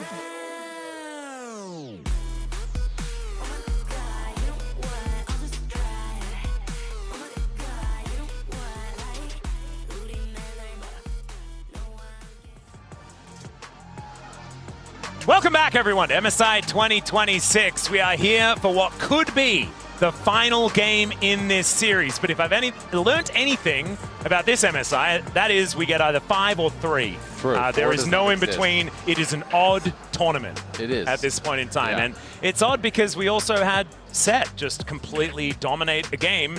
And that is kind of cool. Look at this. Theoretically, those 3 champions could be in the top lane. They could, but I think they've made a classic error of not banning all pun champions. Yeah. We need more pun bans, as has clearly been demonstrated across this series. If it had have actually been Volibear, Shen, Alawi, I would have just... I would have respected Top Esports more, I think. I would have been kind of down for it. Yeah. I will give credit, though, to Daejeon. He, in the 1v1, did completely fine. He's in a counter matchup. He held the wave in the right spot. He kept the farm pretty even. They actually struggled with the set in the team fights, which is not where I expected it to be their issue. Yeah. It was not about that 1v1 in top lane. Daejeon did absolutely fine. Couldn't really find much of an impact himself. But I wonder, how spicy does Pun get? Do we get something like the Vayne? Does he bust out a Vayne into this? Yep. Like, I am super down for him to cook. There are so many counter picks to Gnar. Yeah. Like, why would ADTF I hate, but it is out there and people play it. They do. And it has been winning as well, which is somewhat problematic because I'm kind of like you. I feel like the champ, when under a microscope, looks like it just kind of does nothing. Yeah. Why don't you just play a real AD carry? Yeah, exactly. TF is just cosplaying as an AD carry. But you can just pick all the AD carries. Yeah, just play Tristana top. Yeah. That one actually, that one could be an option as well. Varus. Yeah. I'm down for Varus not going to be played. That one has been banned away. But the Caitlyn Elise, this is kind of fun. This is a lane that has found some value. As there is a Mel picked up. Could be for Jackie, could be for Cream. A little Camille action. See if we get the pairing. Because Camille did get banned second round last time. We also saw, this was the exact matchup that was picked into Pays and Carrier, right? And then the Cocoons started being turned around and it was problematic. But he was, Carrier was Pike, and it's always really hard because you can watch what Carrier does, and when you watch what Carrier does on, I don't know, like Alistar or something, I can probably do that. But then when you watch what Carrier does on Camille and Pike, you can't even really convince yourself that you could do it, so it's going to be hard to convince your team to let you do it. Yeah, we used to have rules where you just don't play solo queue after Carrier has like a game, like especially After when he the was Twitch playing support. Yeah, Callista support. Yeah. Anything. He was playing Varus support towards the end of the marksman support days. All right, that's a Mundo. Could be jungle or top. Yeah, we don't quite know where it's going, but say, it might be the matchup into the Gnar. Yeah, it's not the best into the Gnar, I'm not going to lie. I mean, I think it's fine. I played this matchup a bunch of times, so it's on a huge Mundo kick. Oh, yeah. But, I mean, Gnar does percentage HP damage, and you can just go lethal tempo, and it's like, it's pretty hard to actually win the extended trades. If you want to play heavy for side lanes and scaling, that's fine. You can do that on Mundo, and you can actually rush Warmogs and then kind of take over in a side lane, but I expect it to be more likely in the jungle. We will see if that is the case, but that's kind of my feeling, because I don't actually think it's a great matchup into Gnar because of the percent HP damage from Hyper. They also kind of snap-locked it after seeing the Kiana as well, and I imagine that matchup would work out quite well for the Mundo, as she does like to build the good old lethality that doesn't work into the big beefy boys. As there is the Vayne ban, as it looks like Top Esports are also feeling like that Mundo is heading towards the forest. I wonder if they banned Trist as well, because Daejeon actually played the Tristan and Gnar and lost, but I wonder if they're still nervous about that potential counterpick. Obviously, they do know it's out there, right? They played it. Did not work out for them in that game, but it doesn't mean that it can't work out. It is always, I think, very, very swingy, and of course, because you go Camille, rather you didn't go Camille, you went Kiana on 3, you can't get the Camille now. Would they have banned Kiana in any world? That is my question. I would say no. Yeah. So the only logic I have in situations like this is that they want to see more of the draft. Support Kiana. Sorry. Or that. See more of the draft. Support That's what I Gnar. meant. Yeah. Oh, it was so obvious. It was staring us in the Gnar face jungle. the whole time. Why can't it be played Gnar support? There you go. And it could still be Gnar jungle and Kiana support. Ooh, so there's a lot ban. of flexing available. They are scared. Yeah, of this Pun. is... And so am I. So it's fair. Yeah, so am I. So they've banned away their own coach and then a whole bunch of theoretical top laners. That's the Yasuo. And this is what Morgan pulled out into the Gnar. Do it to him, Pun. Oh, they're not. Okay, that never one's mind. not as cool. This is definitely more of a classic. This is one that you taught me a lot about at first and at the beginning of the year. I am a Yorick enthusiast. I like playing things that walk down the side lane. And hit E. Yeah. That's what he's going to try and do. That's what he's going to try to do. He's going to try to hit E, and the other guy's going to try to not get hit by E. Oh, beautiful. And hit Q while he is avoiding the E. As Jackie is thinking about taking away the pike for Fengwei, and this is sort of the only one that's left out of the classic Mel pairings that we have seen before, but see how that one is going to go. The Syndra is going to be the consideration, at least for now, for Cream, which will be confirming that Jackie will be playing the Mel in the bottom lane. I'm pretty sure I heard that he's never played this champion before competitively. I will double check that for you. Let's find out.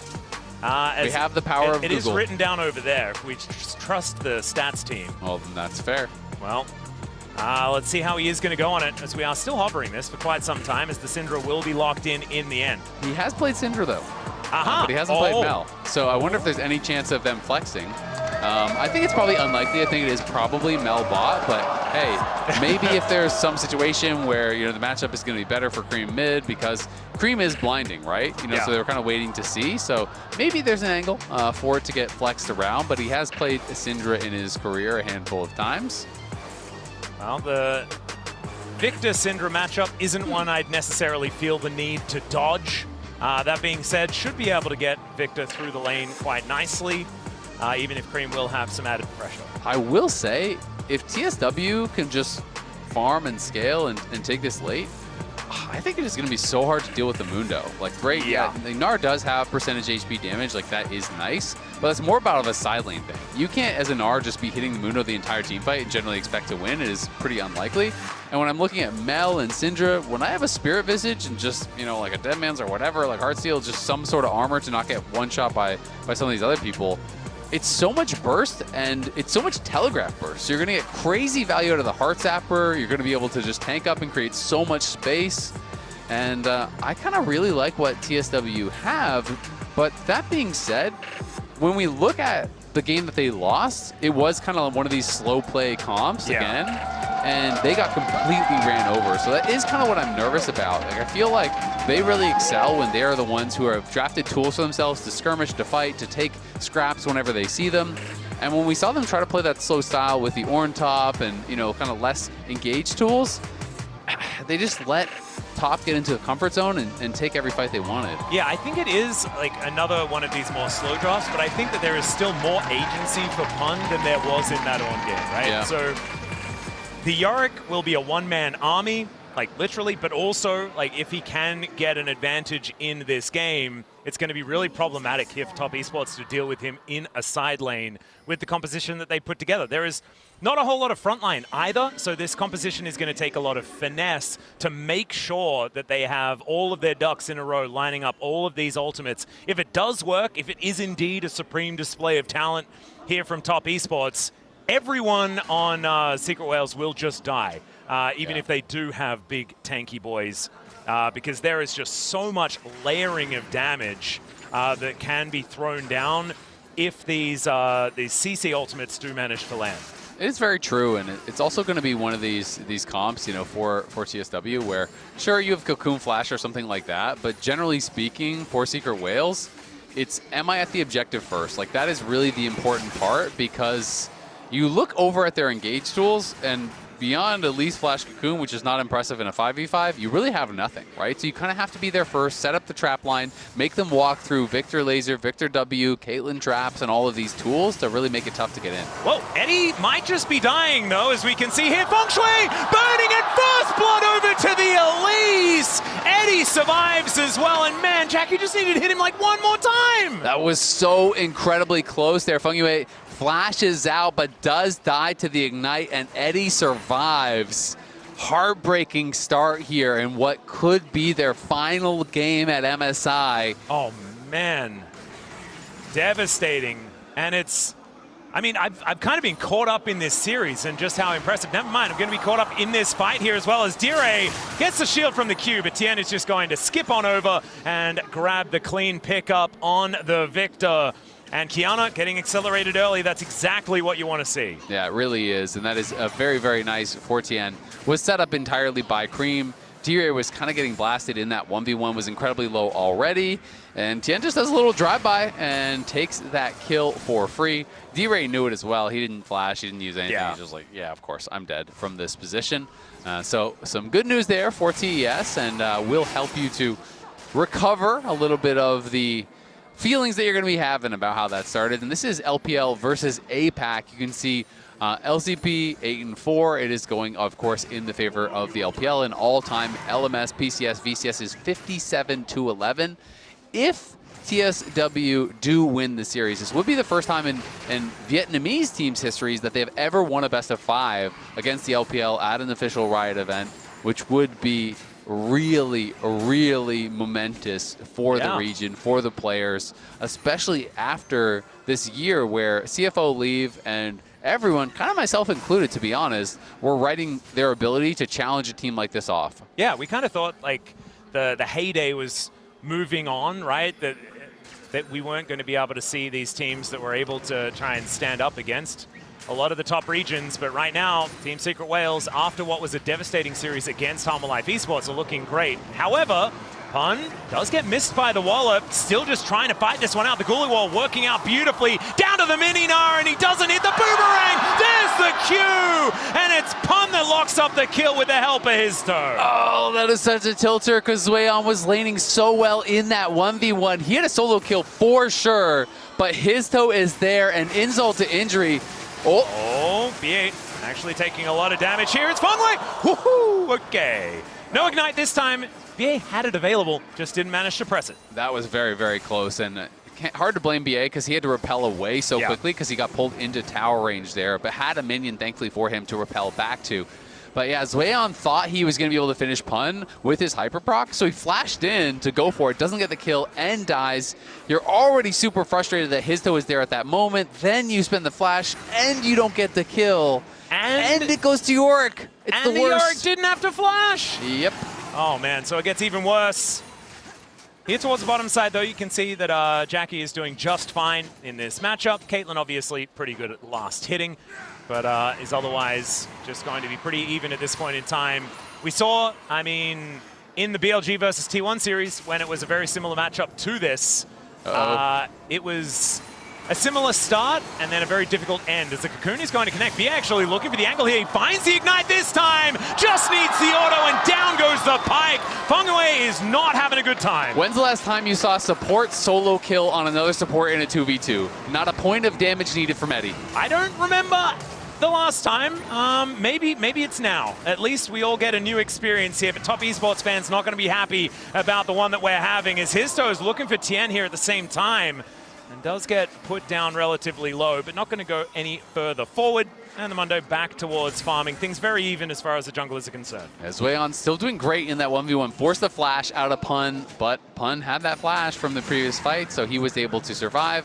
And now you get level 6. That's when things get a little bit more difficult. Fengwei trying to make a move up towards top. They need to help out Daejeon. They need to make sure that he can be into a good spot. This kind of matchup, it's all about the side lanes, but BA is here to cover, and BA is a lot stronger. He's got the Hextech Alternator. He got both of the kills. Oh, normally you don't want your support to get kills, but support at least can one-shot people if you get too far ahead. Yeah, and is going to become useless later on into the game as well, and so this will prolong the value of the Elise. So really nicely done, and moving BA up there, reading the roam very nicely, meaning that this Pike won't be able to make his way back into this game. Briefcases being thrown around as well. Cream taking a bit of damage there as Dire still at full health in the mid lane. The gold lead, Team Secret Wales moving to about 500 at this point in time. I don't think top esports are necessarily too worried right now. I think that their composition in the mid game is where it's really going to start getting devastating, but we are getting closer and closer to that point. As there is the Bone Skewer, going to be able to find the stun. Gravity Well goes down. The Unleashed Power comes through, but it's not quite enough damage. And Dire just kind of walks it off. Yeah, he's just kind of chilling. I mean, had that early Null Magic Mantle, and it seems like that is going to be enough. Fengwei, it was a good attempt. The Flash, did set up the play, but they just simply don't have enough damage to do it. Tien, though, looking topside. Yeah, let's see whether he can actually find the angle here. Does find the stun out as the Stream Play of Talent doesn't quite work. It's a mini-Gnar, and the Maiden is just killing him. The ghouls come on through, but he is going to have to pull away. This time it's Tien that's in trouble, though. Goes into stealth thanks to the grass. But this Yorick does not care about your ganks, Top Esports. I think Pun actually would have kept going and killed him, except he saw Feng running over a ward in the river up towards the top side. Otherwise, he could have kept going. Starting to feel like we're living in an alternate timeline where Faker started playing top lane, and his name is Pun. This man is going crazy in this series, Atlas. He's bringing out pick after pick after pick. Get him off a tank, put him on anything else. That's the recipe to success. Yep. And what about a tanky damage dealer, which is what he's found a lot of success on so far in this series. The Yorick going to fit that bill as, oh dear. Yeah, and also, if a Yorick starts snowballing, this is a very early time to start it. Yeah. I'm a little bit worried about how this game is going to continue, as they're going to need to, play. This is not what top esports fans want to be looking out for. Yeah, our producers, you can tell, it's something personal against Ox, running a graphic at a time like this. Yeah, as well. And you got Raz as well. I mean, he's waiting for his flight, but it was waiting to see the result of this series as well. And tried to anti-caster curse it. Not looking like it's working just yet. However, I may have helped him out here with a little bit of a curse in the other direction. Let's see whether that does actually make an impact as Cocoon, gorgeous here from BA, who is back to his game one ways, playing exceptionally well on this Elise. Yeah, really good job there. Does spend the Ignite, chunks out Feng Yue, but he gets the Honey Fruit, so he is going to be okay. You can see good big scrap around that Dragon, though. Yeah, Histo looking for a bit of an angle here, throwing briefcases around. The Peacemaker doing so much work as Tien trying to get himself out. He's so low, but Histo locks it up in the end. They do manage to get the kill onto BA, though, as Feng Yue, yeah, you're really dead. Just going to get smacked around and destroyed. A double for the Mundo. That is not a good news story. In the meantime, Pun is killing the Void Grubs.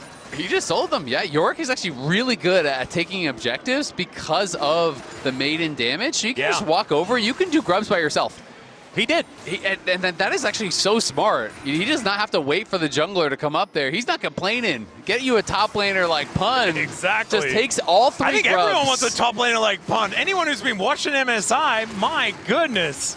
What an incredible performance. So fun as well with the champions he's picked up. Briefcase connects onto Cream, has to flash the Cocoon. Up into the sky goes BA. He's got the Scryer's Bloom, because of course he does. He's dancing on him at this point. I mean, he sets up the previous play with the Cocoon flash onto Tien, and then Tien and Cream both had the flash there, by the way. And they get nothing at all because he has the repel already set up. They take 3 grubs on topside with Yorick, who's already ahead. They get the dragon, and we're about to see Zweon die. Yep, the E comes on through. He flashes the Ghoulie Walls. He didn't even need it.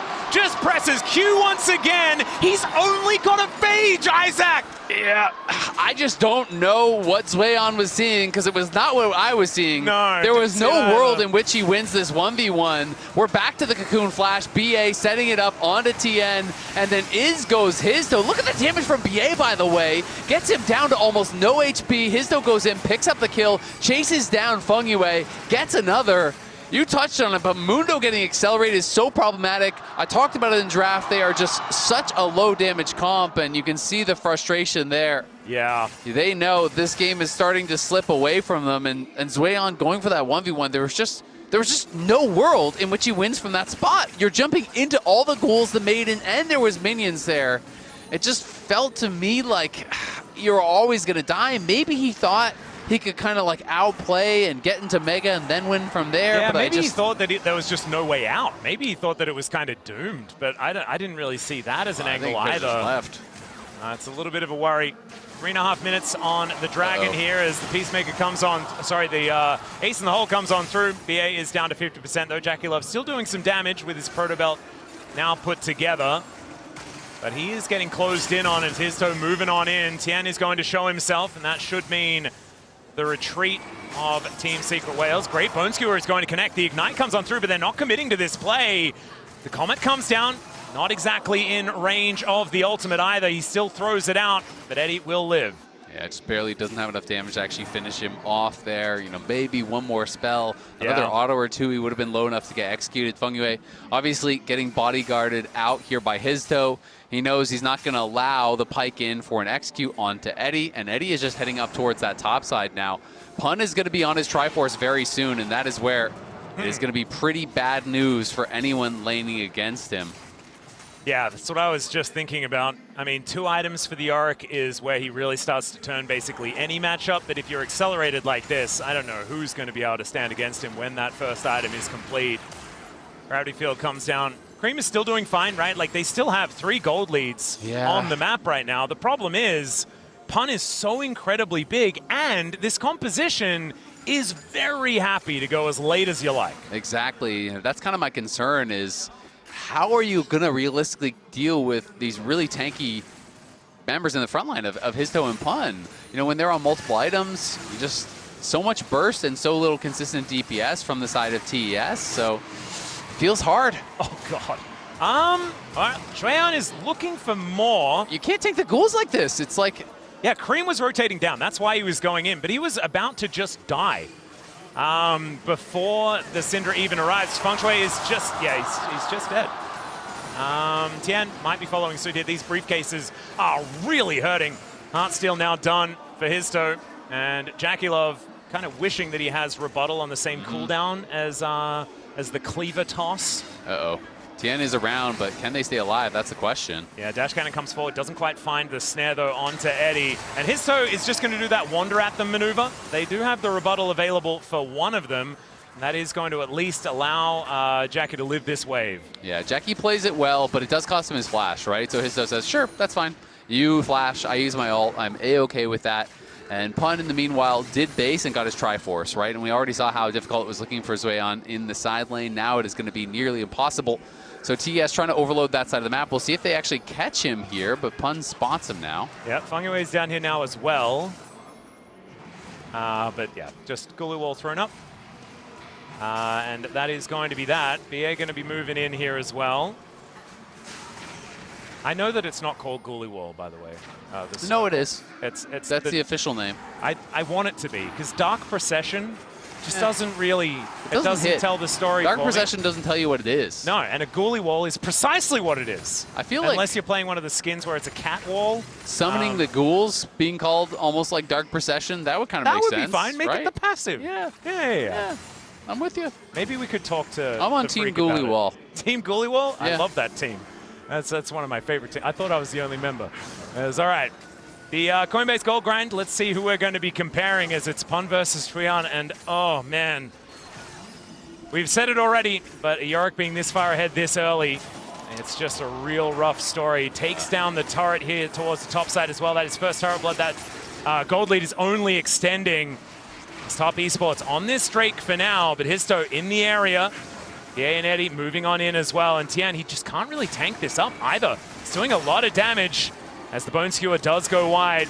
Yeah, going to get cocooned himself and is snared up there as well. Great chain CC. They take out the Elite Supreme Display of Talent onto only D-Ray, but it should be able to work out here as the Arcane Storm comes in. The ace in the hole to lock down the Kiana though, and Histo is not dying today. Just wanders out of the way. And they are going to look for the Dragon as well. Yeah, they're going to go right back to it. BA just respawned. He's running out there, but Bun needs some help. Yeah, nice Bone Skewer there. Flash over, down he goes. No stun to come on through. The Ghoulie Wall comes on over, but Cream going to try and throw out the Force of Will. They take down the raid boss, but Eddie is looking for some revenge. Cream's flashing out of the way. Histo finds the briefcase, and Fengwei, yeah, you're not getting out of that one. Eddie is still looking for Cream. One more auto, there it is. And they finish it up. It's 12-6 here at 16 minutes. That is a delayed ace here with TAS. One game from going home. A very early exit would be the result if they lose this game. And they just lost the Dragon. They just got wiped off the map. And that was with a fight that started incredibly well. With D-Ray getting wiped out by Tien, with BA getting just one shot by Jackie Love with a reflected cocoon, I think it was, into the solar snare. He just got deleted. So a lot of things went well for TES, and they still got aced and lost the Dragon, because let's watch this one more time. So it's BA on the side. This is where you're looking. Cocoon gets reflected into the solar snare. He's one shot, and you're thinking, okay, well, that's not great. And then look at Tien coming in on the D-Ray. D-Ray tries to flash it out, but dies anyway. But on the other side... Well, in the meantime, we've just got D-Ray walking out of the way of the death from below. Still, he's going to die. They managed to get the pick on to this Victor. Top Esports just trying to find anything back into this game, and getting picks like that in side lanes could be an avenue, especially if Eddie's also going to die. And Team Secret Wales starting to fumble a little. Yeah, they are getting picked off in these side lanes. TES are grouping up. They're the ones with the engage tools. They're the ones with the playmaking, and they have to keep utilizing it. And that was about a 2,000 gold lead that just got deleted pretty much during a replay. Yep. So that was about how quickly that did go away. You can see York is still on top side and is pushing. BA and Histo want to keep enabling Pun. When you're playing York, you want to be in side lanes. You want to be pressuring towers. That is really where you are at your best. You can succeed in a team fight, especially when you're this fed, but it's a lot easier in the 1v1s, the 1v2s. You really can shine. And Pun needs to shine now because he is 2.2k ahead. But you look at mid and bot, Cream is miles ahead of D-Ray now. Jackie Love is miles ahead of Eddie. And they are going to be powerful. Yeah, they are mostly burst and not a lot of consistent DPS, but they've got burst in spades. And Histo is going to be building a Spirit Visage next. Not only is it like the best Mundo item you can buy, but also for the two threats on Top Esports, feels pretty fantastic to be able to put that together. I wouldn't be surprised if Pun goes for some early magic resist in his build as well, as you probably do on Sterix and Sojin, which is going to be completed now. This is sort of like your core two items that you need, but you've got some flexibility from here. Shuyan does not have as much flexibility as the death rate comes down, and he is just extremely dead. I mean, that is so much of that damage is the Elise. It's actually crazy because D-Ray the execute on the Spider Form Q, my god. It is so much damage, especially with the damage jam from the support item. Yeah. Damage jam from the support item, has the rocket belt already finished. BA doing a good job with his lead that he got from that 2v2. But TES trying to hang on. They're losing a lot in these side lanes, though. Yeah, there are a lot of pings out towards this inner turret, towards the bottom lane. Charge. Yeah, that is Shelly now moving towards the mid lane, where they have 3 people already there. And so that is just going to be executed. Shelly getting a whole lot of value.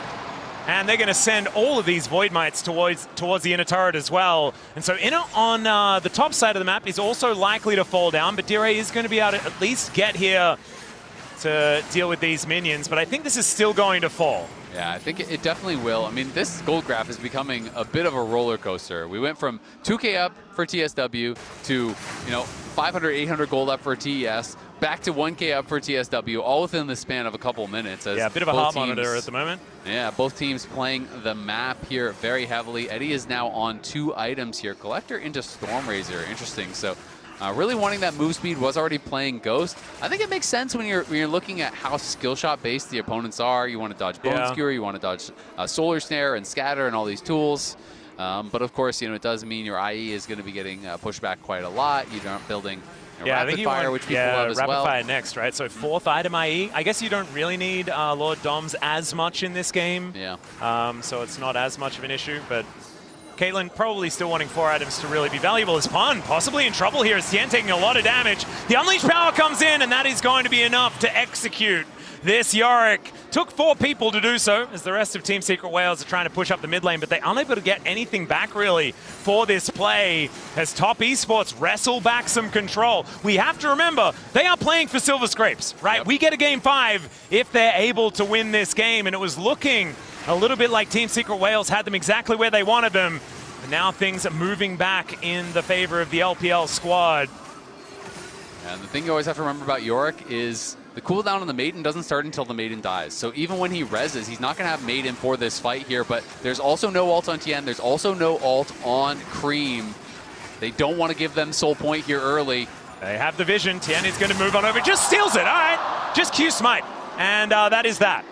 And that is actually really big here when you're looking at Mundo with Cloud Soul is a terror. And even Yorick getting the move speed in the side lanes. Obviously, Eddie is putting huge emphasis on additional move speed with the Stormrazor, with the Ghost. So clearly move speed is going to be important, and that was a huge smite now for TES that buys them so much more time. If they were on Soul Point here already, they would be forced to fight at the next Dragon, regardless of if it's a good setup. Now they have the option to play side lanes, to threaten Barons, to look for picks, to do whatever they want, and I'm kind of guessing that they are just still waiting for this pick. The map is very, very dark, and I haven't quite seen the Baron. I think we know that the Baron isn't started at the moment, but keeping things dark, Team Secret Wales need to find out what's going on. Histo should be able to walk in there. Mundo does indeed go where he pleases as they find a lot of damage onto Cream. Fangway is going to be able to get himself out of there, but now doesn't have the cooldowns as Jackie Love forced to flash out of the way. And look at Histo, he's just a brick wall wandering at them with that ulti running. And Top Esports can do nothing if the Mundo is all buffed up like this. Yeah, absolutely. I mean, that's some key flashes down now. Both your AP carries lost their flash in this skirmish. Histo does have to be careful to not overextend because Mundo without ult is barely a champion. Yeah. And Mundo with ult is absolutely insane, but especially when he gets to 16, he is down a full level to where his opponent is, but once you're getting 16, it is so powerful because you're getting an additional 5% healing effects per enemy that is nearby. So when you run into the middle of the team, you pop ult, all of a sudden you're just Thanos. You really cannot die.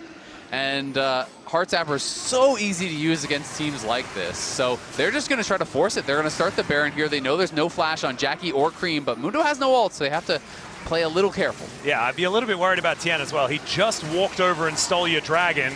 This could be a difficult time as well, as they do have vision over the wall. Team Secret Whales just wanted to go for a reset where they can, as the Maiden is the one tanking this up. I want Pun to move her away from it. I think he maybe unleashed Did he disconnect it. Maybe it? he double tapped it. Either that or it's bugged, but they're not pausing, so I'm Never assuming mind.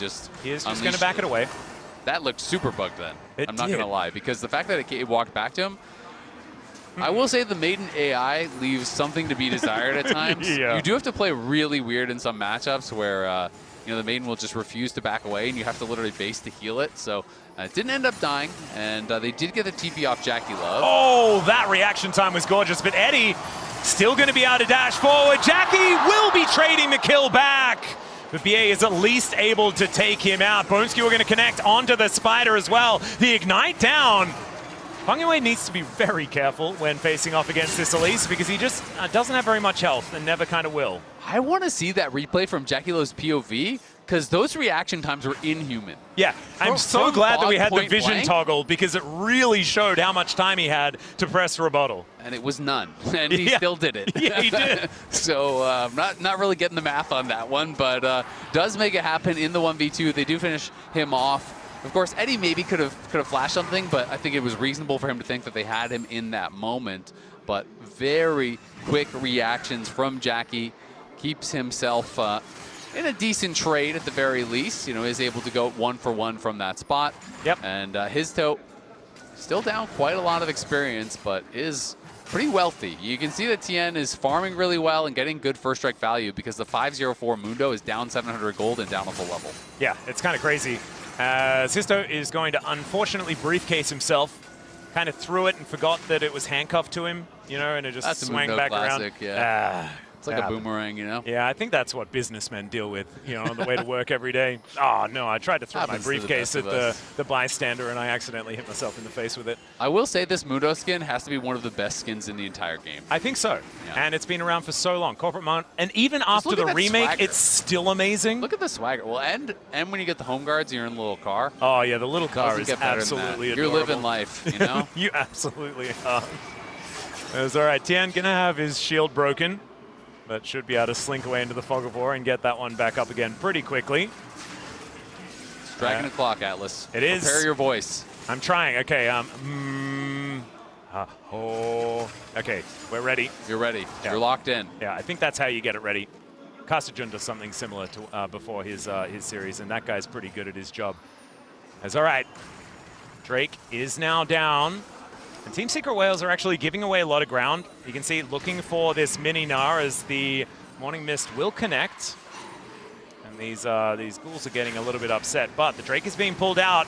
Histo is moving over here. Let's see whether he can win this smite fight, as this could even out the Drakes for Top Esports. Now we have a fight on the opposite side. Pun is going to get pulled back and executed. They're going to try and burst this one down. They do manage to claim the dragon, but they have to sacrifice their Yorick to do it. Yeah, Pun taking a very aggressive angle. He knew that's way on because he had seen him with an R-bar fully charged in bot. You have to expect that he's on that side. He thought he was tanky enough that he could just walk right through, but he did not go Sterix. He went Trojan second. Now he's trying to get a bit more armor, but honestly, because they get the dragon, that is totally worth it. Yeah, you die. They take inner turret mid as well. It's actually quite a good trade. Yeah, it's really, really good. He is falling behind in experience because he has been grouping quite a lot, where Daejeon has been just constantly playing these side lanes. We've seen him do this a number of times. You know, I think back to his Jace game earlier in the tournament where he did fall down, but was able to, you know, kind of just stay in the sides, get gold back, and Pun, you know, becoming a little bit less relevant in that 1v1, but still in a good spot. How quickly can they kill this Mundo? That's the question. Or can they kill him at all? He's just running after Tien. Fungyue is going to stop him in his tracks, but it's a flash briefcase from Histo trying to turn this one around the cocoon. Doesn't quite land, but now Jackie's in an awkward spot. He has to flash. Eddie now moves over. Supreme display of talent is not named right, as Shueyan is hopping over the wall to try and get to safety. Yeah, he immediately TPs in, flashes out there. That is 3 critical flashes down for TES, but it is a couple flashes spent here on the side of TSW. Mundo flashed as well as BA. And that was a very, very close fight. Histo liked his odds in that 1v3, and he was really correct. Oh, yeah. Able to turn that one around, just chases him down, and with his whole team piling in, TES knew they had to get out of there. And now you've got the Infinity Edge done for Eddie as well. That rapid fire cannon should be coming in pretty shortly. These fights are actually going to change. The way they're going to look is going to be different because it's going to be around Eddie just hitting whatever's in front of him, and it's not really going to take very long for him to kill whoever's there. Oh, he's got the IE, so skipping the rapid fire. Yeah, I thought that was an odd one, but is going to be doing a fair bit of damage. Yeah, he definitely will be doing a ton of damage.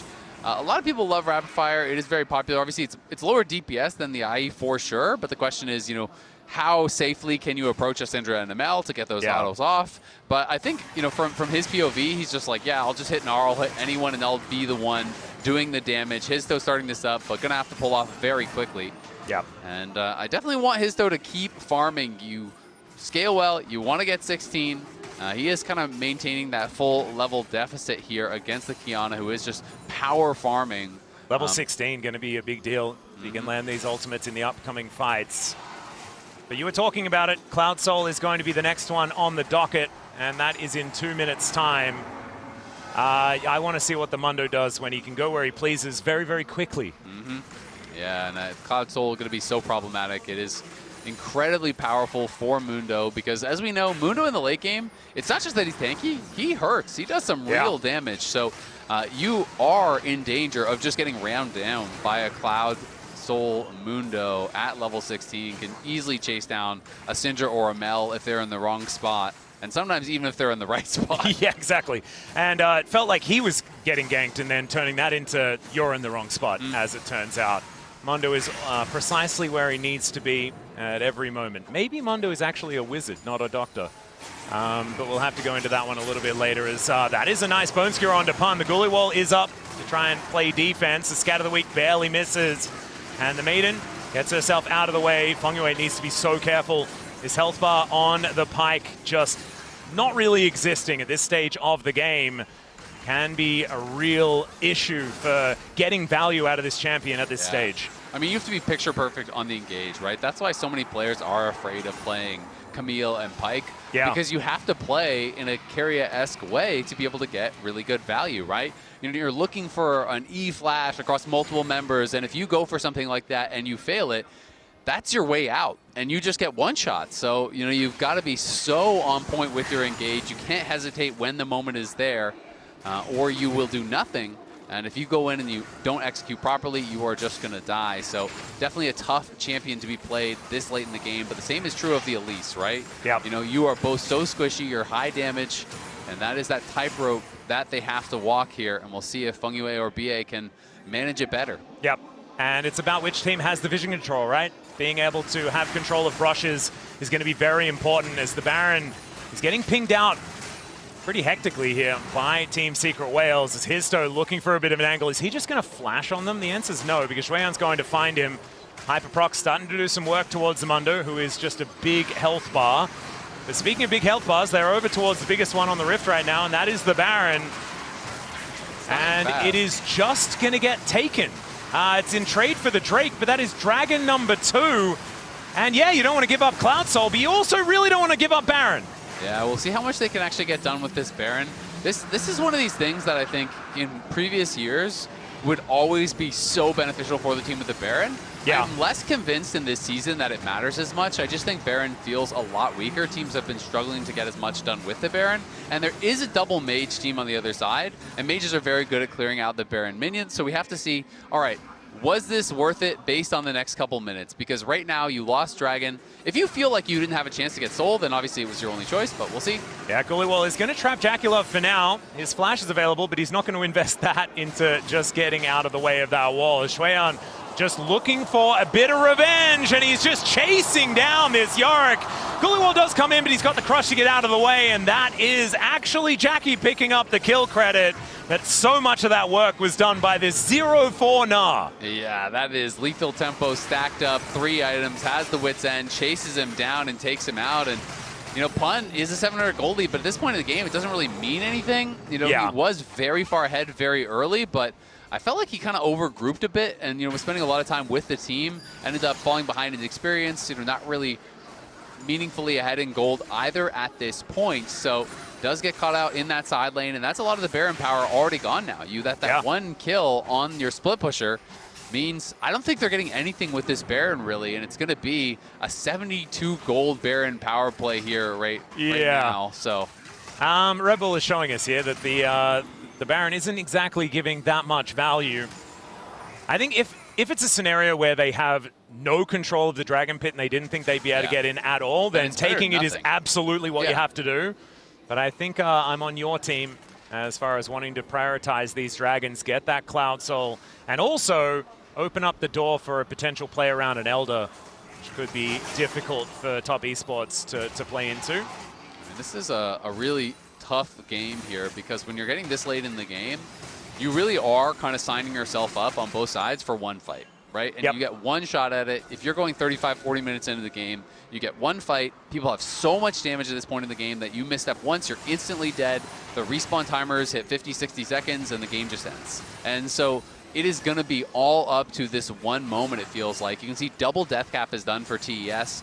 They are going to instantly kill someone if they miss position. But the same can be true on the other side. You go too far forward, you might just get chased down. Oh, Pun could be in trouble, but Histo did manage to cancel the back as Tien taking so much. The Ghoul's chasing him down there as well, but Top Esports not going to lose anyone, but also not able to get that pick in that moment either. As BA... The whole team is coming. Yeah, they really do want to kill Shueyan. And that's going to get stopped, isn't it? Yeah, it is. The Cocoon. Oh, just barely going to miss. And by miss, I mean he just barely gets out before it was definitely going to hit him.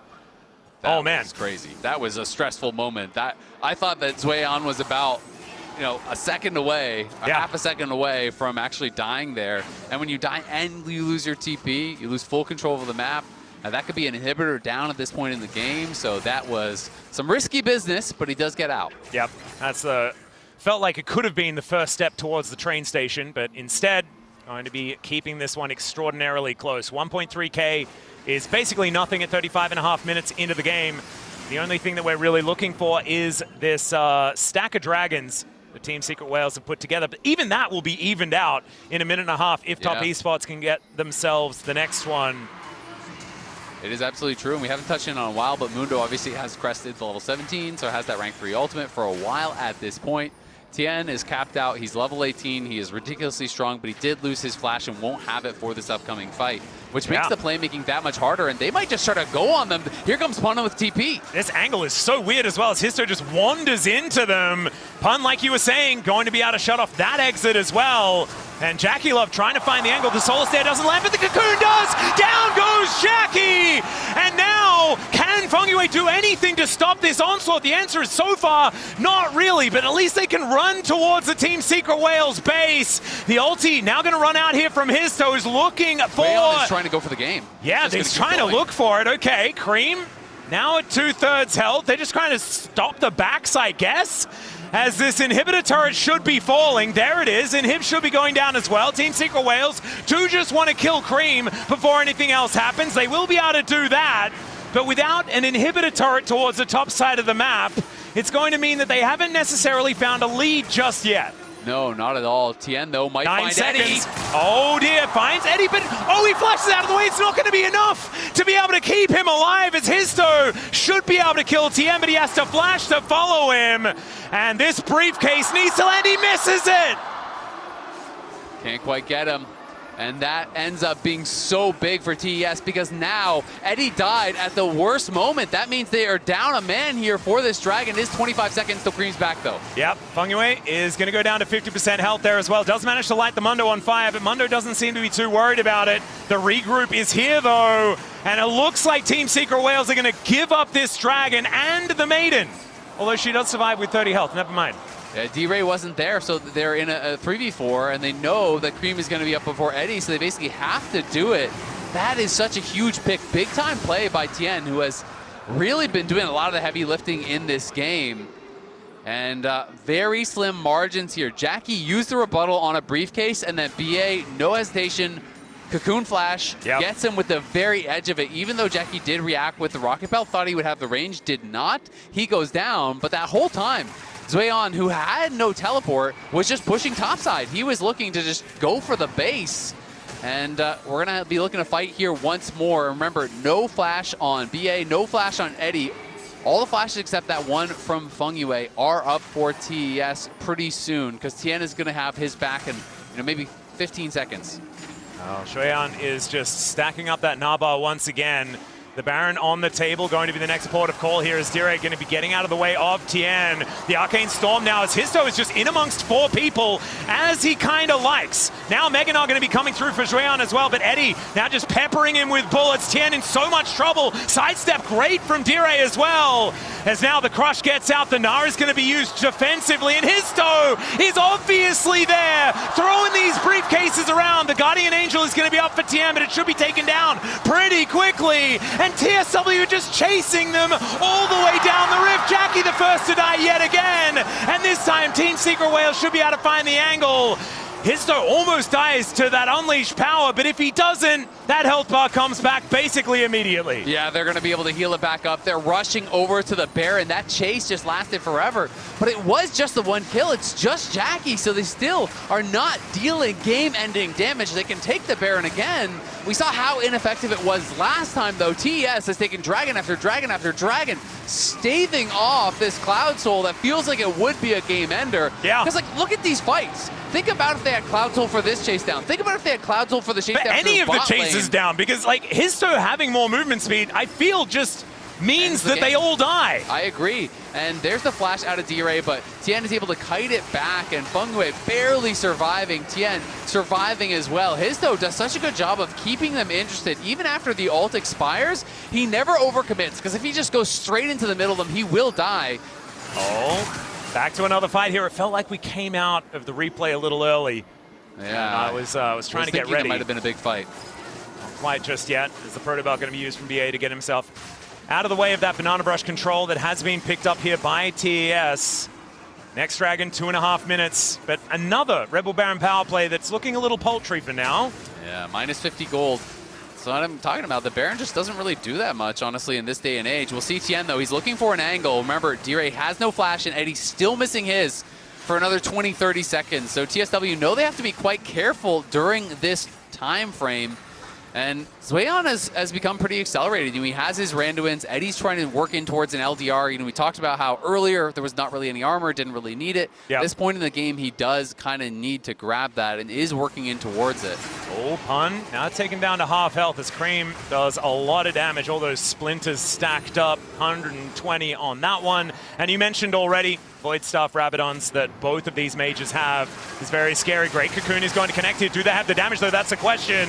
As they get BA up into the sky, and it's absolutely a yes as Eddie gets that headshot, but Daejeon goes in, and there is the stun. Pun makes his way forward. Jackie the next target. Supreme display of talent. Mundo just laughs that off as Tien is going to get put down to that GA surely in a few moments. D-Ray's going to do it. Jackie tries to get the ulti, and now Top Esports, I think this is their final moments at MSI for 2026. A team no stranger to disappoint, but Team Secret Whales, what an incredible performance. managing to come back after a tough loss against Humble Life Esports, our first 4-game series here at MSI. And it's them moving forward. For the first time in history, a Vietnamese team has beaten the LPL in a best-of-5. It is the Secret Whales that do it. It didn't even take them the full 5, as Eddie, right when his flash comes back up, is able to survive the engage, outplay the fight, and the entire team runs them down. They are elated, and rightfully so. What a performance.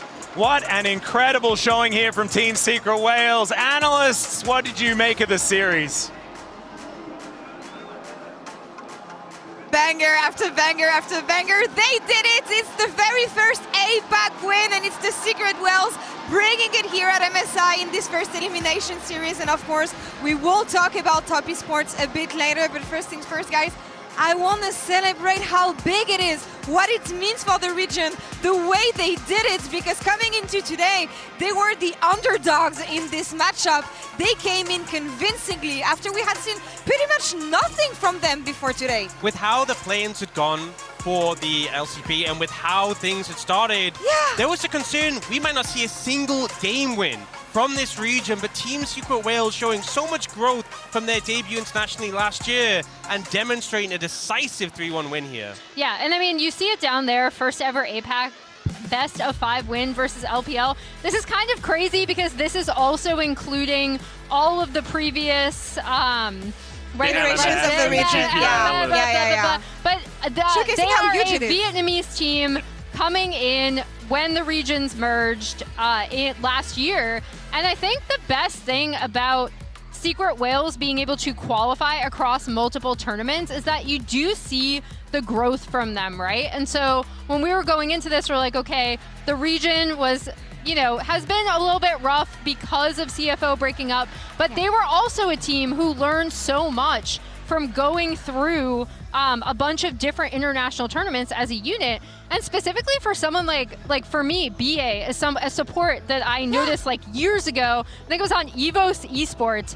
For him to then come out, pull the Elise, he's 6-2 on it going into this matchup. This pushes him to about an 80% win rate on it career, which is just like, I mean, it's crazy. Like, it's so rewarding, even for me, who was rooting for Top Esports. It's so rewarding to see this win for this Secret Whales team. Yeah, I'm beyond excited.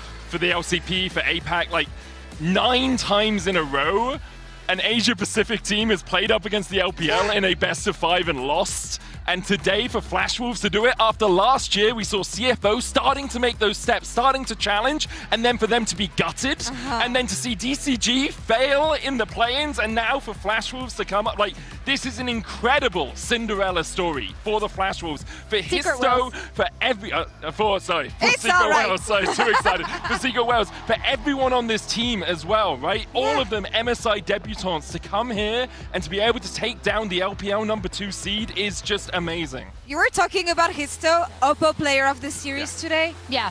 Deserved. Yeah. Statement series from him, honestly, massively deserved. I feel like we started off, we had that Lee Sin game where he was just completely dominating, taking over. The pairing with D-Ray was phenomenal. But it felt like every single game they won this series was having a super strong performance, rounding it out with that Mundo and that passage of play around the top side of the map where he was just slowly moving up, landing the cleavers, never overstepping too much to the point that they could focus him down. The pressure he put onto Top Esports was phenomenal. Yeah, and I know everyone's going to look at Pun, right? And we also kind of were flirting with the idea of giving it to him because I think the team plays so well around his picks. But here today, we saw from Histo how this team works domestically, right? And how well they perform with his direction coming out from the jungle. This is the run of play that's was just kind of insane. It started way earlier too, but yeah, his ability just to face that Top Esports in this final game. But I think that's your point is so important there, Emily. Like, Histo is the linchpin around everyone else revolves around him. We saw D-Ray in Game 1 have a great Rise performance with Histo there to carry. We saw a great set performance, but Histo was there again. We saw BA have a great Nautilus performance, but it's Histo that they're all playing around. And that's what I think really makes Team Secret Whales such a great team, especially when you consider this guy is 18 and has been playing professionally for 2 years. Yeah. Yeah. On the other side of things, I'm so mad, okay? I'm not even sad at this point. I'm mad because it's like, it feels kind of personal. Again, I love the fact that you came in ready. Yeah. And you had this. Yeah. Just in case it goes wrong. This is from the last time we were on a TES desk. Yeah, yeah, and you know, I've saved it for this moment. You know what? Let's hear it from the winners from now as we're gonna head to the stage for the Verizon post-game interview with Pan. 팀 시크릿 웨일즈가 LPL의 탑 e스포츠를 3대1로 잡아내는 대이변을 만들어냈는데요. 승리한 팀 시크릿 웨일즈의 푼 선수 만나보겠습니다. 큰 박수 부탁드립니다. Everyone, let's give it up for Pan! 승리 정말 축하드립니다. 가장 먼저 승리 소감 부탁드립니다. Congratulations on the win today. How do you feel right now? Chúc mừng Bull với chiến thắng vừa rồi. Hiện tại em đang cảm thấy như thế nào? Sau chiến thắng vừa rồi thì em cảm thấy kiểu mọi thứ nó hơi bùng nổ á. Tại vì lúc đầu tụi em cũng không nghĩ là tụi em sẽ thắng test với tỷ số là 3-1 như vậy. Thì em thấy khá là vui và kiểu hạnh phúc. I feel on top of the world right now. We never expected to win top esports in a 3-1 like this. 지금 정말 세상을 다 가진 것 같다고 하는데요. 이렇게 탑 e스포츠를 3대1로 꺾을 거라는 예상을 못했기 때문에 매우 기쁘다고 합니다.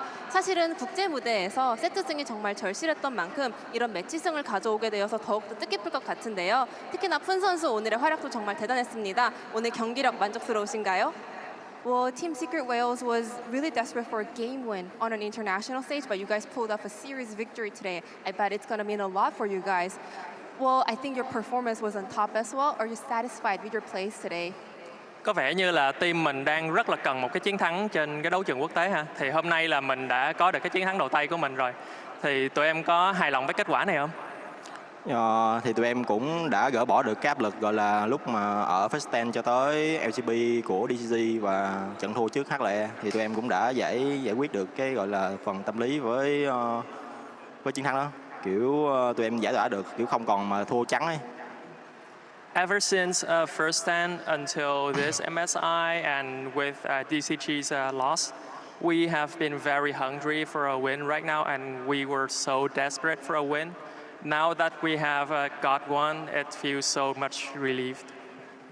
저번 퍼스트 스탠드부터 시작하여 이번 MSI까지 계속해서 세트승을 가져오지 못했고 연패를 달렸기 때문에 정말 승리가 절실했는데 이렇게 1승을 따낸 만큼 너무너무 큰 안도감을 느끼고 있다고 합니다. 특히나 푼 선수는 본인만의 유니크한 챔프폭을 많이 보여주고 계십니다. 지난 경기 비록 패배했지만 볼리베어로도 정말 인상 깊은 활약을 보여주셨고 오늘도 세트 올라프 등으로 정말 나만의 색깔을 보여주고 계신데요. 이번 MSI에서 어떤 모습을 보여주고 싶으신가요?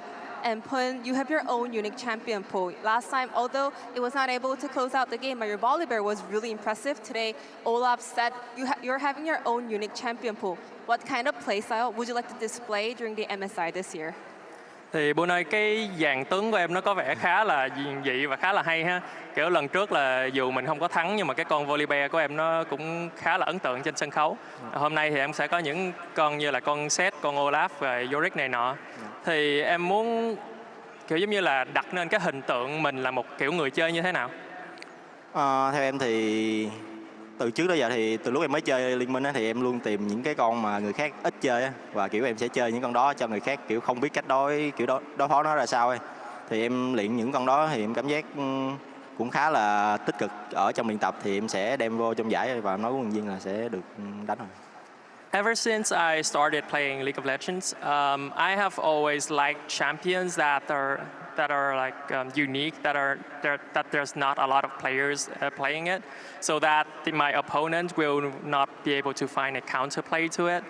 I have been practicing these champions a lot lately, and as long as my coach give it a go, then I'll be allowed to play it. 롤을 처음 시작할 때부터 사실은 많은 사람들이 픽하지 않는 그런 독특한 픽을 하는 것을 좋아했다고 합니다. 그래야 상대방이 대처법도 모르고 카운터 플레이도 없기 때문에 그런 픽을 즐겨했다고 하는데요. 최근 들어서도 이런 특이 픽들을 많이 연습을 했고 이번 MSI 기간 동안에도 코치진 분들이 허락만 해주신다면 계속해서 꺼내줄 생각이 있다고 합니다. 앞으로가 더욱더 기대되는 푼 선수입니다. 남은 MSI 각오 한마디 부탁드립니다. Then what is your mindset heading on to the rest of the MSI? Vậy cái tâm thế của em khi chơi những trận còn lại trong kỳ MSI này sẽ là gì?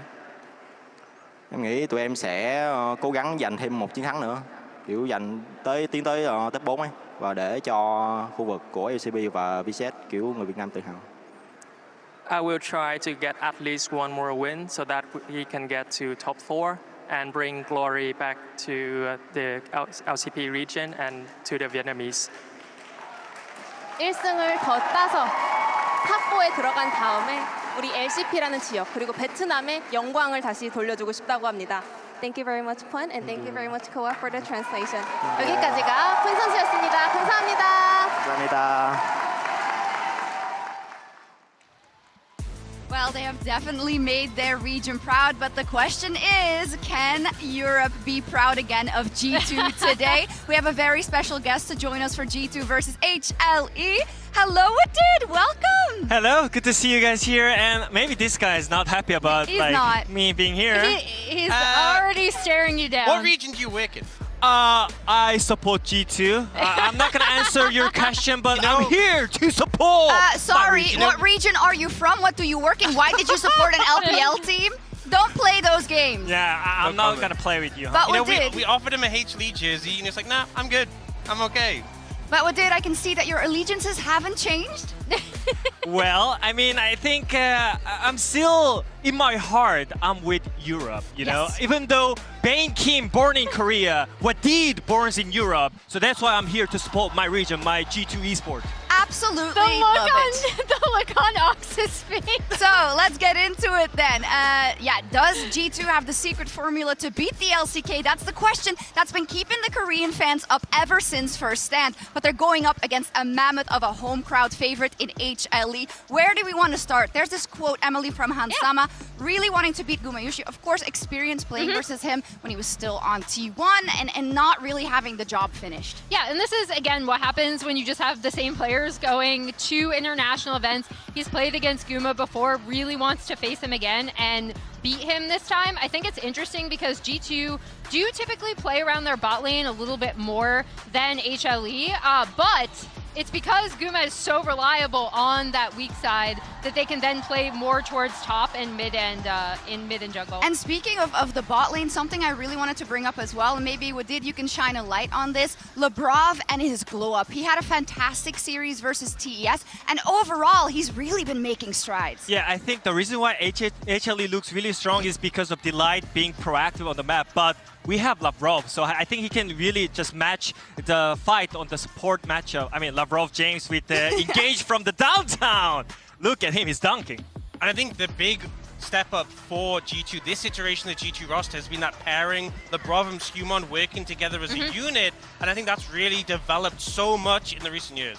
It's true, and that's maybe a focal point because we know that they've played against some of these players before. They played against TES as well last year, so Skumon got the honor of playing versus Kanavi. And I think, Emily, that's one of the matchups we'll be looking at to really see if there is market improvement coming out of the G2 jungler. Yeah, absolutely, because the last time they faced, Kanavi definitely got the better of Skumon. It was just that game 2 where Skumon brought out the Mundo, and then they were able to play around bot lane pressure, transfer it up to top side. But in all of the other games, as you can see, Kanavi really set the pace really hard, not only in the early game, but in these fights. And even though it's not top esports this time for Kanavi, it's still a team that is very much driven by him and HLE. He's been the driving force. There were some struggles at the start of the year where he was super aggressive, the team wasn't on the same page, but now everyone is in lockstep with him and following his charge. I mean, my biggest concern for G2 and HLE today is that I think it really turns out the draft is the most important thing right now. I think you can see it from the last series as well. Even though TS was favorite, I think TSW had such a great theme in terms of the matchup, and I think it's really important to have a favorite matchup in the jungle, especially when Skumon is one of the jungler who wants to play aggressive on the enemy jungler as well. Yes, now of course we mentioned first stand and we have to mention it again, Ox. There it was a fantastic result for G2, but I'm gonna be completely honest with you. I'm a realistic Andy, okay? I realize that this is a completely different ball game. HLE are very, very strong, but there is of course that doubt, right? Has it been keeping you awake? A little bit. I think HLE are also a very vibes-based team. You know, we've had swings of form last year in particular after they lost at the road to MSI and didn't make it last year. They went on a slump for a while, and I don't think it would take much for G2 to come in with a smart approach as they did at First Stand. If they have a draft strategy and plan, and they just throw HLE off their game, that's what I'm concerned about. Because I think if both teams play at their best, HLE are so hard to beat. Yeah, that's where I really agree with Wadid in terms of it's so draft dependent as well, and how much prep each of these teams have done against each other, especially when it comes to how well jungle support are working together, because we mentioned Labrov. Delight with engaged supports coming back into the meta has been absolutely massive for HLE, kind of running through the back half of the road to MSI. Yes, let's take a look at the MasterCard fan predictions of the day and see who edged it out. Of course, for Europe, let's see who's been up to vote in time and if the LCK fans are standing firmly behind HLE. It's very, very close. Perhaps that does also reflect a little bit our expectations or our hopium going into this match, but I want to hear everyone's predictions. We're going to take a look. Emily, you want to kick us off? Yeah, so Europe is going to be mad at me, but I said 3-1 HLE. I do think, for me, it is about jungle support, how well they work together. I think HLE play, especially around their top side, so well. Guma is so reliable in that weak side position, and I've loved the way that they have continued to glow up. I think the current meta is great for them. I feel like they were already the strongest team in the LCK, and we saw a meta shift to favor them more. Playing through the solo lanes, Guma as that weak side king. I think that they have this, but G2 can't be disrespected. Still expect them to get a game. Wadid, it's you and me. Yeah, I mean, in this kind of short-term international tournament, I think it's adaptation is the key for the team. And I think G2 didn't really figure out what's good in the tier list, but I trust in them. They already did such a great series against the TES, and now it's against LCK team, which is our favorite matchup. You already see it in the first stand as well, by the way. So I think I'm pretty confident in my team. I'm going to say the same. I mean, listen, who would I be if I didn't have any hope? As long as there is delusion, there is hope. I gotta believe in them. Talk to me through a couple of key matchups. We talked about the jungle already. What is mid going to look like? I think Zeka's been in great form. Perhaps we know what he can do on an international stage, but Zeka has been riding so hard with Kanavi. Those two have been such a strong duo together this year and really the defining features of this roster. We need winning matchup on the mid lane, especially when Cavs can push the mid lane and move first on the side waves. That's where G2 is gonna win easily. So I think I think you should stop Zeka from the mid lane. That's the key whenever you play against HLE. We absolutely do, but who would we be if we didn't believe in our mid lane GOAT? It's time to get into G2 versus HLE. I absolutely love the fire at the end of that desk, the confidence in Caps, the angles at which G2 can dominate, and as long as we don't look at the transitive property at all, there's a lot of optimism to go around. Yeah, Dracos, we just had a big upset there with Team Secret Whales taking out Top Esports, and G2, they were able to reverse sweep Top Esports, but HLE got that 3-0 over Team Secret Whales, and so you're going to want to ignore those transitive properties when you're looking at this matchup. And talk about some of the things that the desk did touch on. I like that they bring up, the style of HLE and the pace that they set. Absolutely. Because among all Tier 1 teams in Split 2, they're the second highest combined kills per minute average in their games, and they set a very quick pace based off of Kanavi, of course. And as Ox was talking about, the rest of the team on board with Kanavi's style of play now, and they look so good doing it. You have Guma on the bot side playing these self-sufficient carries and allowing so much aggressive map movement. And I will say, as an EU pundit, I much would have preferred G2 could have played Split 1 HLE. Lost in the sauce, not sure how to implement HLE. HLE, who has figured out how to implement Kanavi, who has adapted to his playstyle, is a terrifying thing to deal with. And on the side of G2, look, they clutched it out. They found the reverse sweep. It is a fantastic look, but those first two games were reminded of how one-sided top side of the map was, how one-sided some of those 1v1s between Broken Blade and Svejan were. Now, going up against Zeus, this is a tough nut to crack. Surviving topside is going to be a tricky problem. Top lane is definitely a large jump in difficulty here in opponents for Broken Blade. That is for sure. facing Zeus up there, and we'll see about the pick ban. Of course, banning his Jace is mandatory versus Zeus. I will say though, it's kind of interesting. You were talking about, oh, if they could have played him in Split 1. G2 actually did quite well against LCK teams in Split 1. At first stand. You're right. First stand, you know, taking down Gen.G as well as BFX very convincingly as well. So that the angle for the hope is there, Draco. 100%. The seed for optimism has been sown. Reverse sweep yesterday. Now coming into today, how well can you perform against HLE? Right off the bat, Kanavi on the Vi. General wheelhouse for Kanavi, we do see an occasional spicy pick, but he's pretty bread and butter on the skirmishing junglers that are meta staples, meta standards. It's the way he plays them and how aggressive he is with his picks that often makes the big difference for this HLE lineup. As G2, they're debating, maybe we just see the Seraphine Ashe here, something on the bot side that might force HLE to play a little bit more around the bot side as well, which in turn would free up some of the top lane pressure. Delight, of course, we know we can play the ranged champions, but when this guy gets to play engage, when he is freed from that bot lane 2v2, he is a menace on the map. And I can kind of already connect the dots here. When you're showing Vi early on, you're showing that you are going to go for dive, and Xin is really good into Vi because you can force fights early, and Xin is also really good with Ashe Seraphine, so yeah, they're immediately jumping to complete that combination. They don't have to lock the Ashe immediately, so they're going to go for the Xin part of it instead.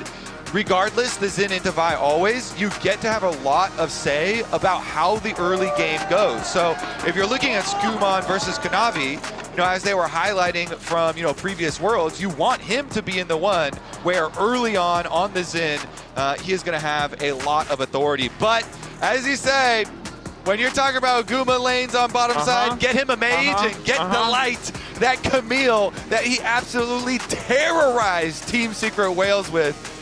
Okay. And draft number 1, HLE playing perfectly into that comfort zone. Guma, we expect there to be not so much 2v2 focus. We expect it to be roaming to the top side, letting Guma be that stable source of damage in the bottom lane. Can still play for the 2v2, but they don't have to. They're dropping the Ashe all the way, Draco, so they don't even need that pairing. They're going to go for the Rise instead. They value that even more. Interesting. Obviously sets Caps up for success. You heard what D talk about on the desk, right? Give him a strong angle in mid lane. Rise in a vacuum, a strong champion, but now it could be backed up by 2 additional bans to ensure that Zeka isn't feeling super comfortable in that mid lane 1v1, and that's why we're seeing the Cassio taken away. It is very interesting because like Seraphine can, you know, we've seen it get paired with like Ezreal and stuff like that as well, but usually when the Ashe is taken away, and they can try and combat some of that poke damage. Let's see though. Cass and Anivia is another, you know, good answer into Rise that is very common. Anivia, Talia, these are the sorts of things that are kind of floating around. So those are the other kind of protection bands that you're looking at. And the reason they do drop the Ashe, of course, like you're highlighting, is you get 2 protection bands for your Rise priority.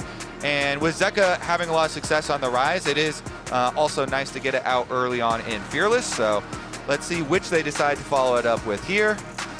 I mean, I do like banning an Anivia so that they don't take it, and then you also could have Anivia later on for G2 because it's been quite good for them, but they really want to take down some of the Zeus possibilities of landing a Rumble Equalizer on top of Camille, Ziggs, Vi, Engage. Yes, that does sound like a combo you would like to break. It does sound like a combo. Kobe, can I ask a question? Yes, sir. Why did they ban Rel with Seraphine locked in? Is there, are we cooking? Is this a bot lane carry, Seraphine? Is there, this feels like it's telling us either, oops, we accidentally banned a support, and or there might be some cooking happening in scrims. You can flex Rise to top lane for sure, and then you could theoretically put the Seraphine mid. That's what I would assume. I'm just putting it out there. I don't expect a definitive answer, but I'm just wondering, what was that Rel ban for? Perhaps a little bit of flexibility on where the Seraphine goes. You can't even say, oh, maybe they were trying to bring back jungle Rel because they have been already as well. No, right? I think the most likely is the possibility of the flex with Rise and then moving Seraphine up there. And so it does look like that is going to be the case, Dracos. That is their read. They saw it coming. there for HLE. And I think we can say almost with 100% confidence at this point that these two teams have scrimmed each other, because that is some information you have not seen. Or it's just Seraphine AP carry bottom, and you keep her bottom. I like that too. Yeah, you keep the Seraphine bottom with the kill lane. And Rel is a really good partner, but so is Nautilus. So I think actually I'm gonna go with the Seraphine bottom into the Ziggs. That's my final of the potential options. I like that That's one, my Kobe. final I like answer. that you've locked that one in. Until we see some weird mid matchup or something, if they really wanted to extra flex. But that little bit of flexibility anticipated by HLE. Okay. Well, the gauntlet, well, you can hear Daejeon going crazy, and it's because the gauntlet has been thrown down. I'm sorry, Zeus coming out with the Ambessa, blind picking it. Zeka bringing this out. Warwick. And the Broken Blade Warwick. And if you're feeling good right now, it's because you forgot MSI last year. Because the last time we saw us on the international stage, it was a disaster up against CB LoL.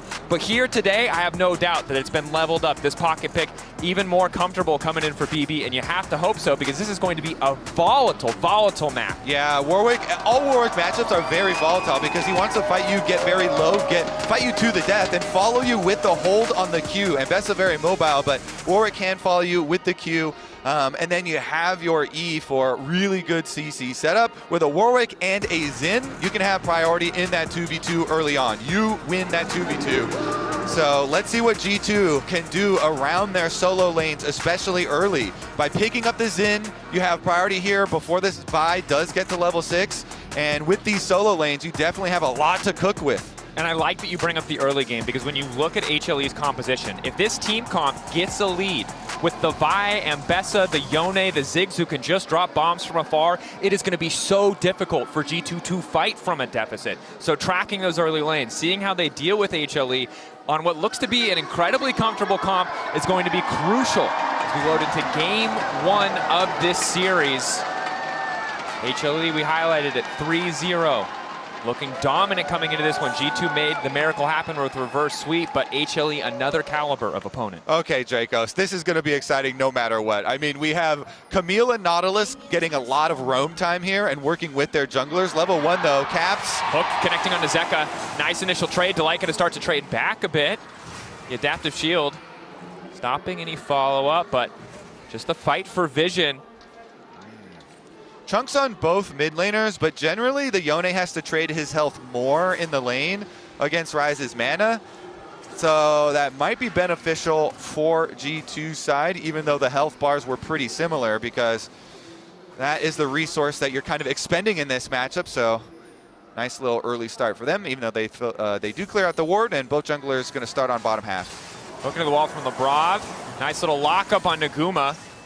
Sama following up there as well, as Delight does his best to trade back with the Halo Blades, but you saw a little bit of the kill potential setup even at level 1, right? Every single cooldown rotation, Nautilus hook, into the immediate follow-up damage from Han Sama. The supports definitely are a highlight too from their previous series. Lebrov was on fire in the late stages versus TES. Delight obviously had a massive Camille game an entire series, and they continue to land these hooks and get these trades. Nice combos from Hans and Lebrov. They've got to push on the minion wave, so they guarantee their priority, and they get a lot of harassment down while they're doing it. Question will be how much of those minions can Guma clean up while they're getting harassed at the tower? And the other question is Vi going to do the 3-camp gank bottom? Still low, but has the Q perhaps. Barrier. That's not good. Broken Blade. Is perfectly outspacing the Q here. Flash exchanged for the barrier here. Interesting on the cooldowns, because barrier is shorter cooldown, but that is the lifeline for the Warwick. Bot lane, root in, get the immediate exhaust of Gumushi, but they don't quite have the follow-up damage. For now, he'll get to side. You see on the side of your screen, this is why there's some optimism, because not only are they forcing flashes, but this year 6-0 against the LCK. That's all at first stand. Seraphine AP carry is looking like a really good answer. It's looking good. I'm starting to think that some of that first stand optimism is coming through, but this is the other side of the coin, Kobe, is that they're not playing against your mama's LCK team. They're playing against HLE, and HLE, well, they know how to scrap. Broken Blade and Zayu scrapping for sure up here.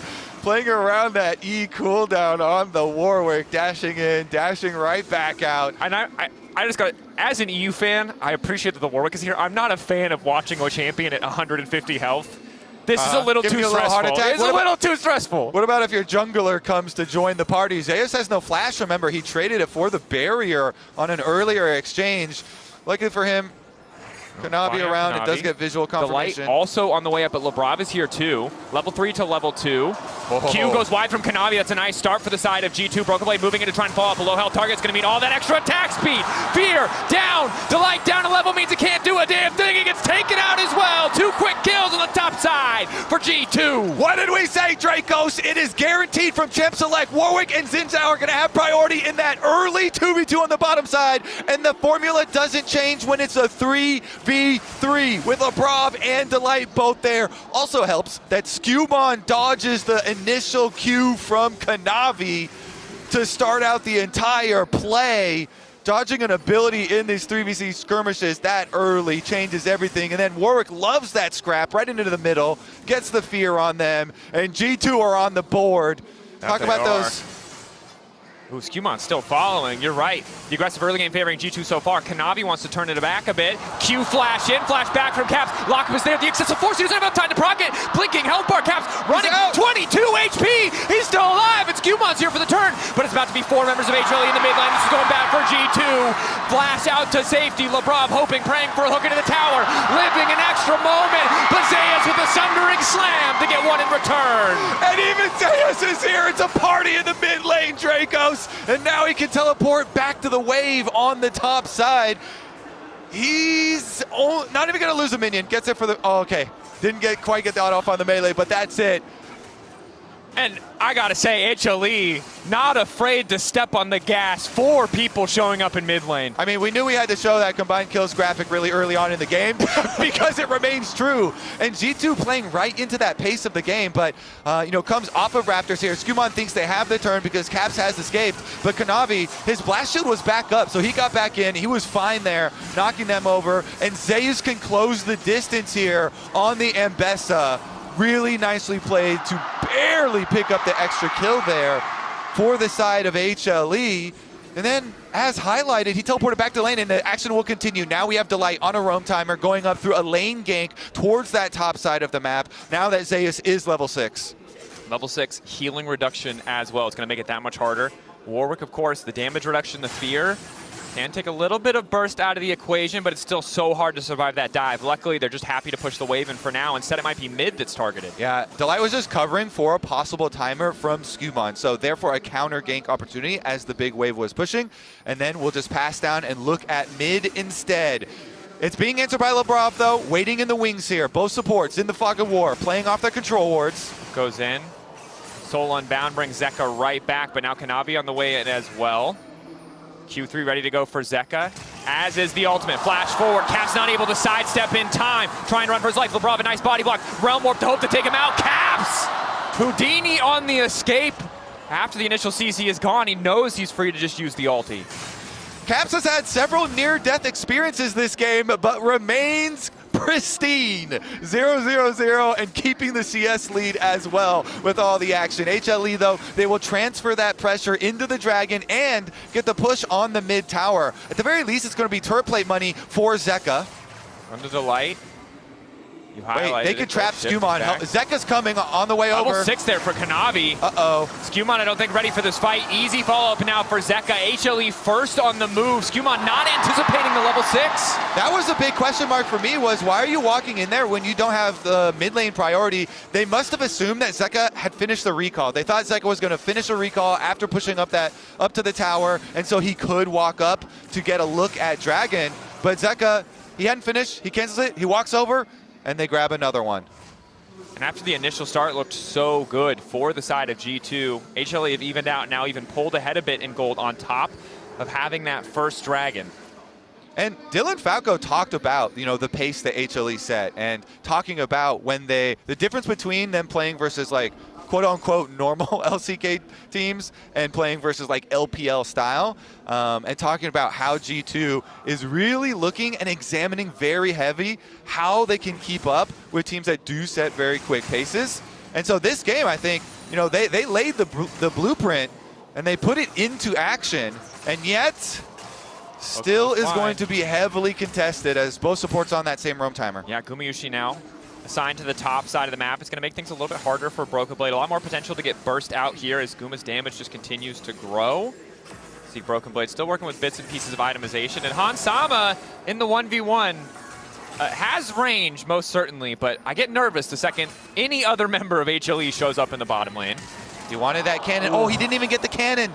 Hans tried to get that cannon with the snipe. He doesn't get it, and he ends up having to flash. Flash gone. Pings out.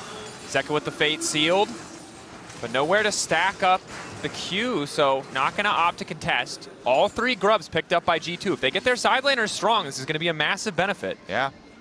And Warwick is a monster in these early skirmishes, especially with his barrier back up.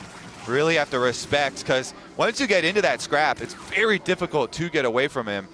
The hold on the Q, here we go. Navi here too, Jaws of the Beast coming out, a bit of damage mitigation, but that Ignite does so much work. Ulti coming in from Gumayusi, but barrier there for Broken Blade to block. Now it's Delight in trouble, exhausted. Hansama looking if he can follow up, but the ulti goes completely awry as the re-engage is there from Kanavi. Cease and desist. No more cheesing in the top lane. HLE ready this time around. HLE live here. They bring the teleport. They outplay the ultimates. Nice spacing from them to win the skirmish on the top side again. And it's just so difficult when you fall low and that Ignite is on you. Broken Blade just cannot enter the fight, and the second Hansama does not connect that ulti. That's just all of the damage gone. It's not the support Seraphine. Landing those abilities is really everything in those short fights. Yeah, they definitely could see this one coming. Nice positioning all around. Broken Blade. Again, Zeus has done a very good job to kite out the range on the E from Broken Blade. He makes him use it, dashes right back out, and Ambessa just gets more and more scary as the game goes on, especially since he was able to grab that kill from mid lane, kind of accelerating his build, allowing him to buy. Wait a second. Maybe setting up a trap here. Lebrov dropping the vision down to Light. Chips in the night. He's passing by as Kanavi continues to clear. Staying slightly ahead of Skewmon, but both junglers with the Sundered Sky completed. However, as much as I'd like to be optimistic about Warwick's ability to come back at low HP, and it's certainly very powerful, it is a little unnerving that he's constantly below 50%. That's why very few people, play this champion top. You have to get comfortable in that low health. You have to be comfortable in the excitement, in the nervousness, Dracos. It takes a while, Yeah, It's not a natural state for humans. All right, yeah. I'm not comfortable is what I'll say. I'm glad Broken Blade seems to be. So now he's got a Kraken Slayer. You have to be okay with death. Yeah. Well, no death thus far. Although Lebrov just standing on top of the blast cone here, trying to take Kanavi out, but a quick vault breaker away. I love it. Drop all the wards over it, and then, never mind, they just walk out and walk off it anyway. He's still fine. He still has, Q. As at this point, there was a glimmer of G2 early game looking dominant here, but HLE just responded much better, although now Delight the one in trouble. Realm Warp through, looks like Delight will just be sacrificed. You can see Zeka immediately pulling off that play. Recognize there's no way for Delight to escape, so they just concede the kill onto the support. Honestly, best possible place to put that money too, right into Caps. The Rise here has so much potential in this game with the roaming power. As Kobe, stop. You're caster cursing. You're caster cursing. I know I did the one to TN, but come on. You had a really powerful one. HLE don't need it. And I agree with you, but that trade was why you have to get a little bit scared when one, Zeka is playing the Yone, and two, when Yone is ever ahead by any margin. We gotta put our powers to the test. I mean, we've had quite a few full 5-game series. HLE though, they're gonna keep on stacking, and it's looking very good. Aside from the very first skirmish on top side, they have been able to thrive in this pace. So both Dragons and the gold lead, also resulting in more jungle camps being stolen away here. Kanavi continues to lead the charge into the G2 jungle. Yeah, 100% kill participation, 2, 1, and 2 on the Vi. Kanavi looking like a demon. Had the one fumble on the topside play, right? The vault breaker going wide. Did not miss a beat, though. Did not suddenly play back. Did not play any less aggressive. Yeah. Immediately just continued looking for those plays as Lebrov supporting Broken Blade to get some more gold in his back pocket. Caps here as well, maybe hoping they can bait a play. 4 members of G2 overloading the top side of the map. Yeah, I mean, they're just going to send... That's the ulti going in for Zeus. Lebrov now looking for a lockup in the meantime, taking out Delight. Zeus waiting under the tower, ulti in, perfectly timed charm, but the Fate sealed to get away. Good reaction from Zeka to buffer. Ulti from Gumayusi connecting just on the frenzy. There's too much damage. HLE, solo laner's doing a lot of work, but Zeus maybe over-eager. Broken Blade with a blinking health bar. But supposedly that's his comfort zone. Hansama, I don't think so, though. Yeah, it's not a Seraphine comfort zone. The flash Q, ulti in onto Hansama. Kanavi now looking for a bit more follow-up. Zeka needs to stack for the Q3. A few more seconds before he's forced to snap back on the Soul Unbound. And HLE in the extended fight still able to find an edge. They find that edge and they use it to cut down G2. More kills, more gold into the pockets of HLE.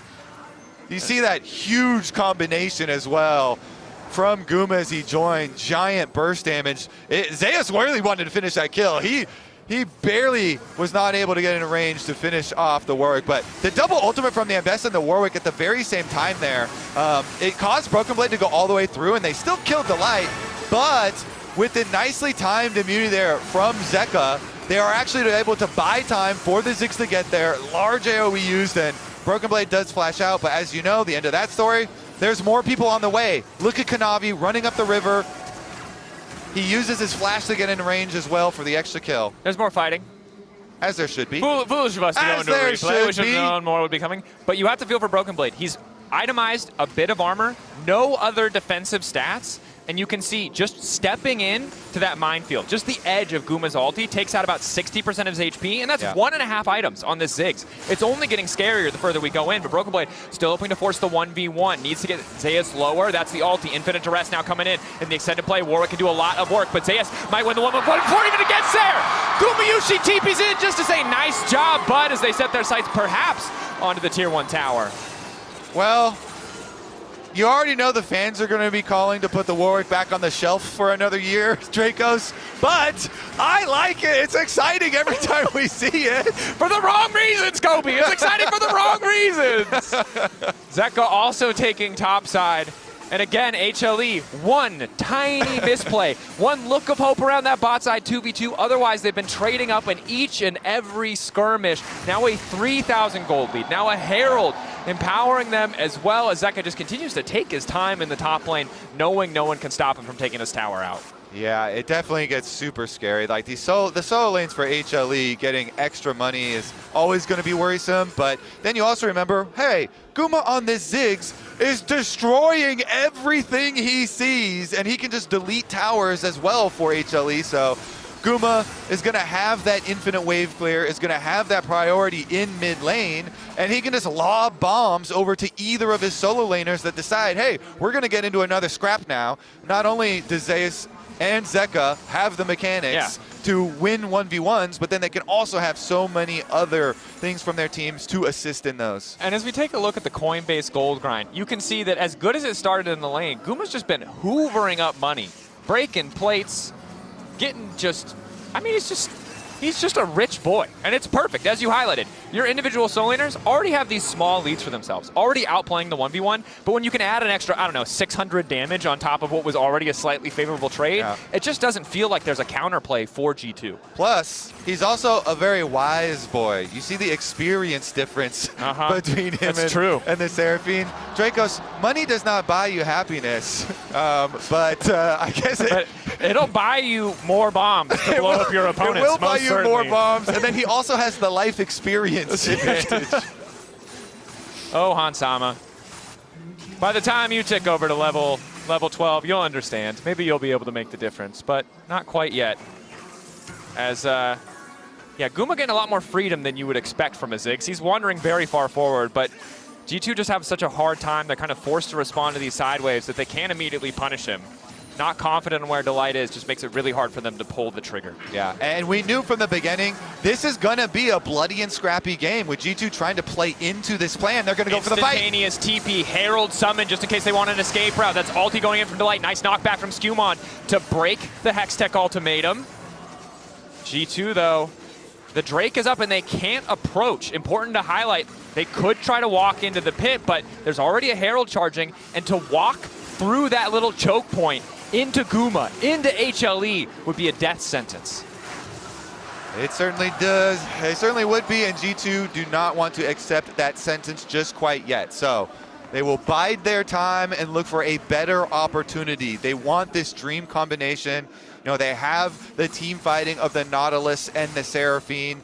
And hopefully for their case, you know, with the Rylai's done, that can help out with the CC. They really want to be able to control the melee carries that are on HLE. The problem is, they're just going to come from all different angles, you know, and the guaranteed engages from Delight and Kanavi are going to be really difficult to deal with. So the setup is there. Wait, they're on the attack. Delight, locked up. Hookshot wall dive, not connecting. Able to find a bit more damage here. As the response from Guma is to take half those health bars. Immediate TP coming in from Zeka, but he's exhausted. Follow-up CC now going to Kanavi, rise to the fight.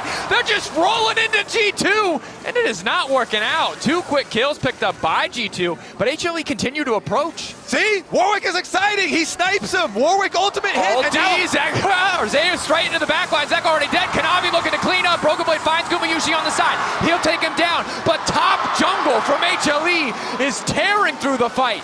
Skewmond, blinking health bar. Broken Blade, a little bit extra sustain coming in. The Eternal Hunger, stacking him up, but a little bit more burst from Zeus should just finish the job. He's too far behind to pull ahead in the 2v1. Zeus able to clean up. He makes the big play after big play after big play. Zeus on a fed Ambessa, Dracos. Nightmares for everyone. All right, let's take a look at it though, because G2, they make the call. Look at Broken Blade up in the top left. He snipes the Camille while they're making a simultaneous play mid, trying to get Guma, and barely the Seraphine ultimate did not connect off of the combination with Labrov. Regardless, G2 with the proactive approach. Meanwhile, topside 1v1. We're not going to finish the replay today, Kobe. That's not allowed. What's weird is this is below HLE's average CKPM. This is a slow game for them, and it feels like they're just fighting all the time. G2 trying to get what vision they can around the pit. Nice blast cone interrupt there on the Vault Breaker.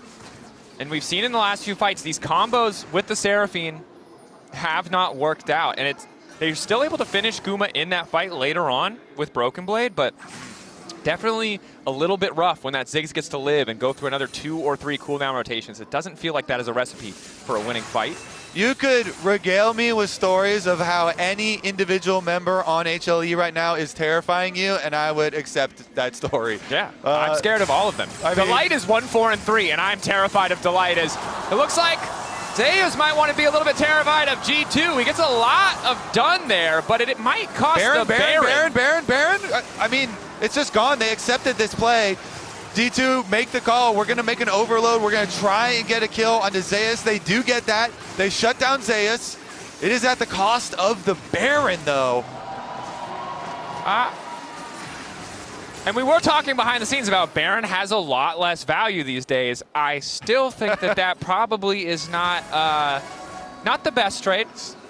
So if you think you're already just not going to get any good trades anyway, and your bar for trades is like, I'm going to lose out on whatever trade I make, then you're like, you know what?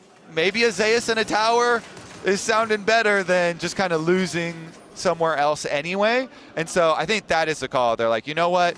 We're not going to be capable of fighting evenly, so we're going to have to take a losing trade on the other side and then weather the storm of the Baron. The only problem is that you already have a timeline set for you. It's 1 minute on Mountain Soul, Dracos. That is incredibly powerful for all-ins. These teams that are looking for all-ins, if you have that big extra shield here.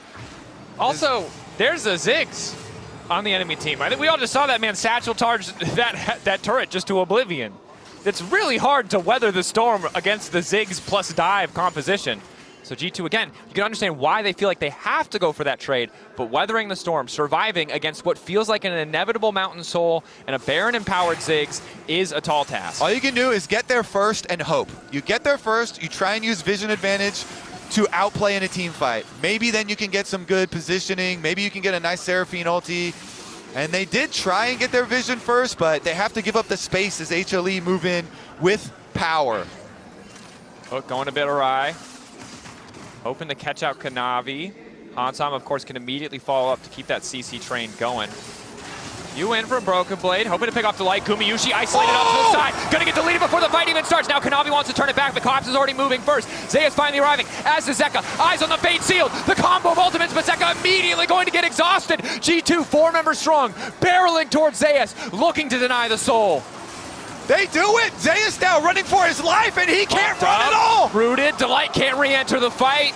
The only option left for HLE is to have Zeka push mid. It's scrappy, it's messy, but it's G2 who take the exchange. They have to fight their way out. That's the only option for G2, so they send it on mid lane. They go for the bottom lane of HLE. Broken Blade simultaneously engages on Delight. Wow, look at Lebrov with the flash, with the hook, with the ulti, 100% to 0. It's James over the wall, and then G2 finish up the team fight here. HLE, they try and pull it back. They make you second guess. They're like, is Zeus really gonna blend all of us up? Not this time around. Not this time. The fear, the root, the instantaneous CC. G2 with the man advantage, finding yet another kill onto Zeus. And now that trade deal from earlier, looking a hell of a lot better, Kobe, for the side of G2. The goal difference shrinked to 2,000. The biggest thorn in their side is going to be the inevitable Dragon contest required. And of course, the fact that Zeka is really scary. Also, look at how much gold they got off of that. You know, you slingshot in this game now with lots of shutdowns and extra kills. So not only did you accomplish the #1 priority, which is of course deny Dragon Soul, but also getting yourselves into fighting shape now that you also have the team fight power of this Seraphine. That could be the difference in some of these scraps. Getting kills really helps even out some of the experience disadvantages as well. It's going to be big in the fights to come, especially if they can keep being the ones to pull the trigger. You see how good the dive is from HLE, but if they fall behind in the fight, they don't get to choose their priority targets. They don't get to stack everything perfectly. And most importantly, when Guma's out of the equation, so much of the follow-up damage just isn't there. Yeah. Everybody thinks they have a plan until they get punched in the face, so you got to punch first. And you know, Lebrov and Broken Blade have been the ones punching first. Yeah, that is the moral of the story. If you think they might fight you, just hit them. Hit them right in the face, hit them fast. Well, that's Delight's plan. Unfortunately, it doesn't look like he's going to get the stun. Zeka, immediate lockup from Lebrov, denying him on the side. Zeka. Looks good. QSS out. G2, quick pick on to Delight, really punishing these haphazard moves from the Camille. I mean, I want 5 of these, Dracos. This is my kind of league. Let's fight. Let's get through one, Kobe. Let's not, one at a time. They're going to go for a dive here, baby. Look at this. Circling around both sides. Brav on the side, hoping to lock up Guma. Winds become lightning. Does connect, but the satchel charge is still up and available. Lebrov zoning them away. Does get called out by Zeus. Excellent ulti on the public execution. Support's down on both sides, but it's 3 seconds until Delight is back up and active on the map. Kanavi debating, can he force the ulti? Caps goes golden with the Zhonya's, buys a second. Instantaneous follow-up is there, and the encore, not enough for Hansama. Instead, it's an encore for HLE. They want more kills, more violence, more action. This time, they're the ones punching first, and luckily for G2, they've got enough distance that they're going to be able to walk this one off. The problem is G2 punched the wall. If you hit a turret with your fist, that's going to hurt. Did say they were going to go for the dive, didn't say it was going to be good.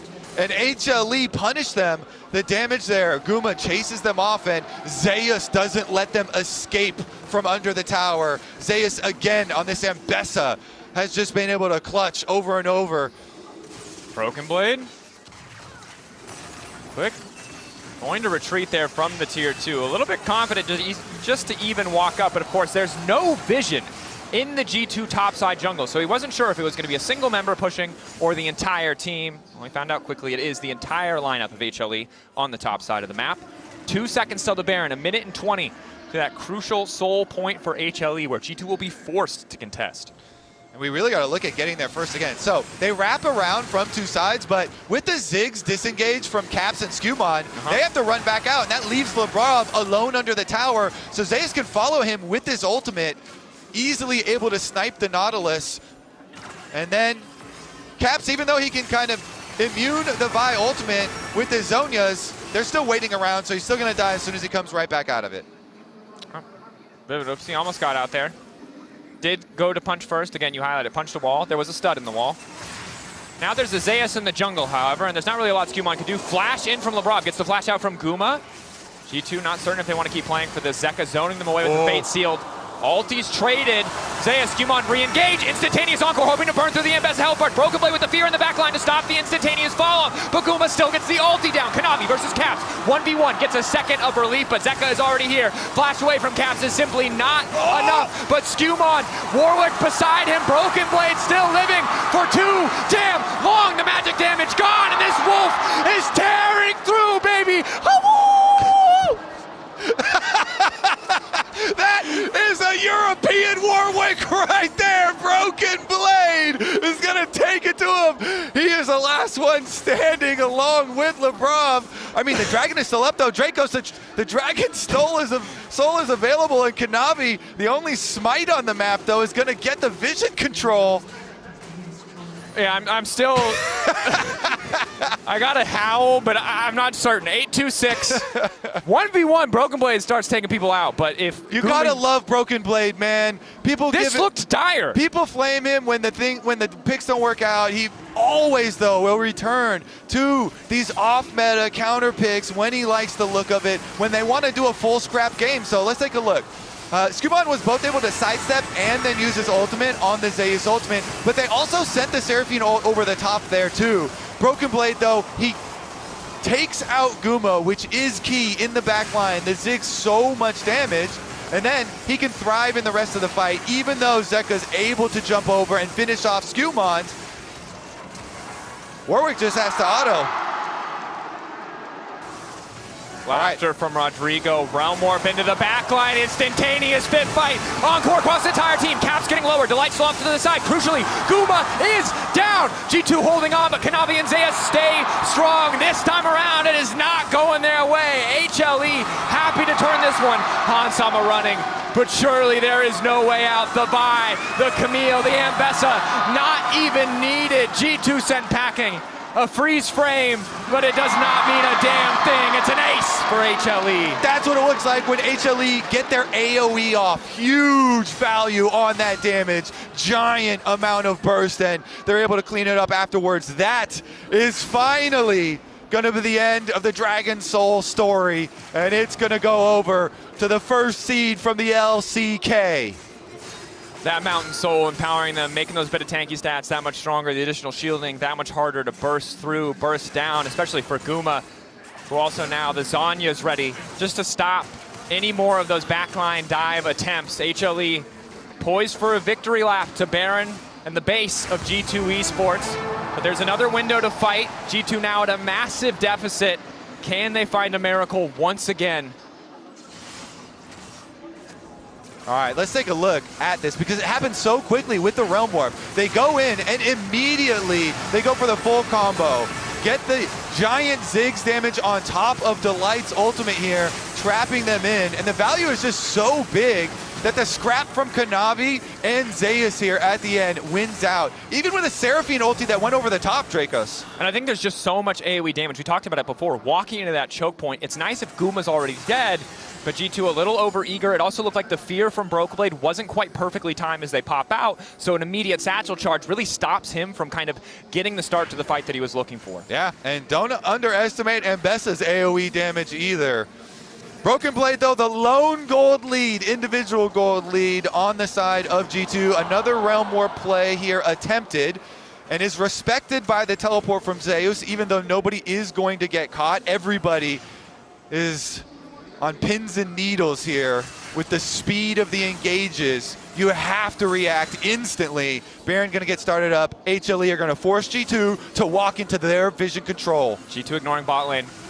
If they lose this fight, Guma TP's bot and the game is over. It's all on this. 8K, objective getting lower. Skumon ready to go over the wall, but they cannot walk through the minefield to force the 5v5. 50% HP on so many members, and there's not even a fight breaking out yet. Zeka over the wall, locking up Skumon. Zeus to follow. Down goes the jungler. Turn back, though. On to Delight, hoping to get something else. Gumayushi is dead. G2 fighting into enemy territory on HLE. Multi-man lockup. Hansama and Caps have to make the difference, but the divers are too damn strong. Zeus once again gets the double. Zeka to finish it. HLE closing it out with confidence. They knew they had the upper hand. They forced the Baron. They forced G2 to walk to them. And now HLE are going to walk into their base. HLE, a confident victory lap. G2 got scrappy. They found some fights. They brought it back.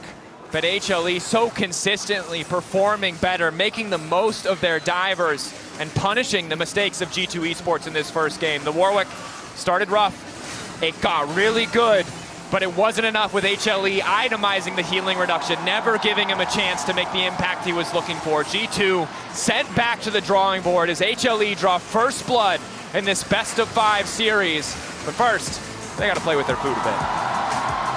I respect it. G2 trying to play into that HLE pace and trying to keep tough for a little while, but HLE remain undefeated here at MSI. Analysts, take it away.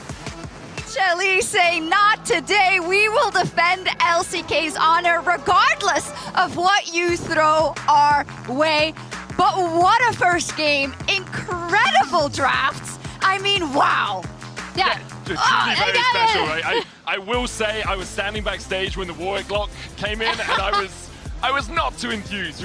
We've seen this Warwick from Broken Blade before, and it can be a bit of a struggle, but he did actually have a really good performance on it overall. Hanwha Life were just better. Their draft enabled them to do so much good stuff, especially with their ability to push out lanes and then be moving to a fight before it starts. So often we'd see G2 initiate, and then Hanwha Life would have the numbers advantage quicker than G2 expected. Interesting you say that, because we have a really good fight to show that. And it's important to note how comfortable these players are with this composition, right? So as soon as Zeka is going to be able to come in and land this Fate Seal, draw G2 back. They already know that Guma is coming up for the extra damage, and they also know that Kanavi is on the way, right? So with Guma able to fire from the backline and BB so low health, Kanavi is able to chase up here, and it's such a great, like, drawing of them in, also just relying on Zeka, on one of his signature picks, on the Yone, to be able to clean up the rest of this fight, and then they were able to take over that top half of the map and get this man into a great position. He had a stalwart performance, and Ox, when it comes to HLE and the way they deal with these things, with maybe weird team comps or situations that they need to figure out on the fly for team fights, are they usually good at that? They're usually pretty good at that, and I think you could see that from Zeus' play in lane. Even though Warwick's not a top laner he's played against at all in the LCK, it was something that he was respecting. Even when we saw Broken Blade low HP, he knows the passive is there. And when it came to team fights, his performance was just what we've come to expect. Completely this big main character threat they had to deal with. Zeka as well on the Yone, just pulling off some crazy stuff that we've kind of come to see from him many times before. And we were scared when the Yone got locked in, let's be honest, right? Oh, yeah. It's Hanwha Life. I was scared when every champion was locked in. Right? Like, there was nothing in that draft where I was like, oh, that guy's actually bad at that pick. Hanwha Life, just widely seen, like, they have such a good champion pool generally, and then their understanding of their limits. Like, Gumayushi's Ziggs, I think, is overlooked to a degree. I know you're the Ziggs connoisseur, but the fact that Gumayushi so often is put on a slightly setback role on this team because the other four are so aggressive in how they want to play. His ability to farm up in that lane, you saw him coming into fights, half an item, a full item ahead of Hansama just because he had been farming so well and getting those plates in the bot side. Yeah, and I think so often we saw fights starting where G2 were trying to hunt down Gumayushi on this Ziggs, and just the satchel usage to create that space and allow him to get his full combo off was so good from him. It absolutely was, and that quote for Hansama, I really want to play him again. You locked in Seraphine, like stealing Vitality's homework. But how do we look at this as we know it is a best of 5, right? What is your feeling here? I wouldn't, I say sell out G2 because they did a reverse sweep a few days ago and this doesn't really phase them. But what do you think about throwing a draft like this in the mix in the first game? Well, I think it can catch them off guard. It obviously wasn't successful, but it was still competitive. It still kept it close. And a lot of the picks that HLE used up are now unavailable, right? Guma Ziggs, Delight on this Camille, Zeka on this Yone. This is a lot of very high budget picks for HLE, whereas G2, okay, they lost Hansama, Seraphine. I don't think they're so concerned about that. Yeah, and I also think like it's going to be really interesting to see the evolution continuing from the bot lane, because I feel like both of these teams are incredibly creative. They're willing to play things that, like, I don't even know what's going on in scrims, but I've heard some absolutely demonic things. We saw from yesterday's series how you can pull out these mages in the bot lane. Even though the Seraphine did not work here, I think the thought process is really interesting, and I know one of the things I will always credit G2 for is being able to adapt mid-series. I think they're incredibly intelligent, and I think they have players who are willing to play slightly off-meta stuff that they are comfortable with. Well, we also saw that when the Seraphine was picked and the Ashe wasn't, HLE didn't ban the Ashe. They banned Rel. Yeah. Seems like this has been a more prominent thing, and they were kind of ready for it. Yes. I will say Hansama on bot APCs is not always where I want him to be. He's serviceable on them, but I'd much prefer to see him on an AD carry. I think that's where he really shines. Is that a problem in this meta? I think in this meta it is a little bit of a problem. I trust Hansama to learn it. I think he is a very good bot lane player, but when I see him really shine, it is on things that can carry from that physical damage perspective. Yeah, I agree. But Ox, you can rest easy. You're not getting 3-0 today. Let's go! It's the first LCK win versus the LEC in months. In months. Oh, wait, T1 beat KC. Yeah, T1 Oh, yeah, they versus did. G2. No, I forgot about that. Versus Yeah, I forgot about that. Here's G2 Nexus that the LCK is taking this year. This year, It's yeah. true. It's true. Obviously, a little bit of a G2 perspective from us here on the desk. But Emily, how does HLE win game 2? I mean, I think they're super comfortable, right? I think even though we talked about how some of their power picks are off the table, they, like, when you say, okay, I don't necessarily want to see Hansama on Mage's bot, I think that's perfect for someone like Guma, and I think they then lock in really strong picks for their solo laners. It's interesting to see that G2 are continuing to pick counter pick. Again, we saw this in the first series. Maybe they have something else, a little bit of a surprise in pocket, but I think HLE are very comfortable right now. Yeah, the question is, do they have to throw that out? Could they play him in a normal setup and win? Do they believe in that? I don't know. The second game will tell. Let's see if G2 fights back or if HLE gets to match point first. Already dead. Kanavi looking to clean up. Broken Blade finds Gumayushi on the side. He'll take him down, but top jungle from HLE is tearing through the fight. Yeah. I like it. Look on Vi. Yeah, I'll help Vi. I'm coming. Just in. Can you hold? I'm best hold as well. We're winning this, guys, okay? We're winning this. Yeah, have confidence. I like it. Flash away from Caps is simply not enough, but Skewmon, Warwick beside him, Broken Blade still living for 2 damn long. The magic damage gone, and this wolf is tearing through, baby.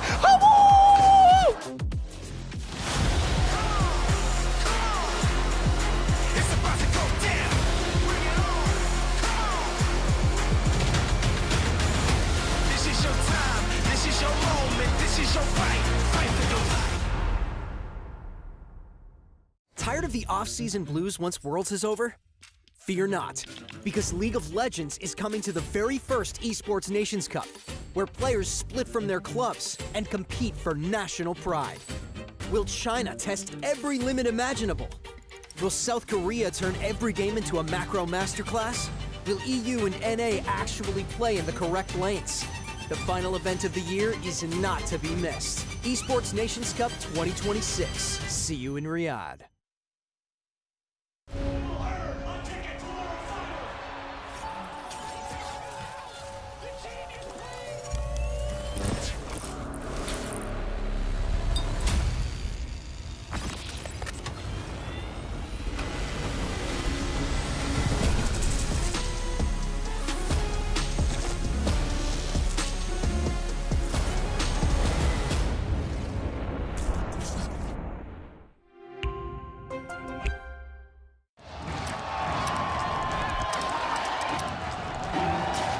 Red Bull gives you wings.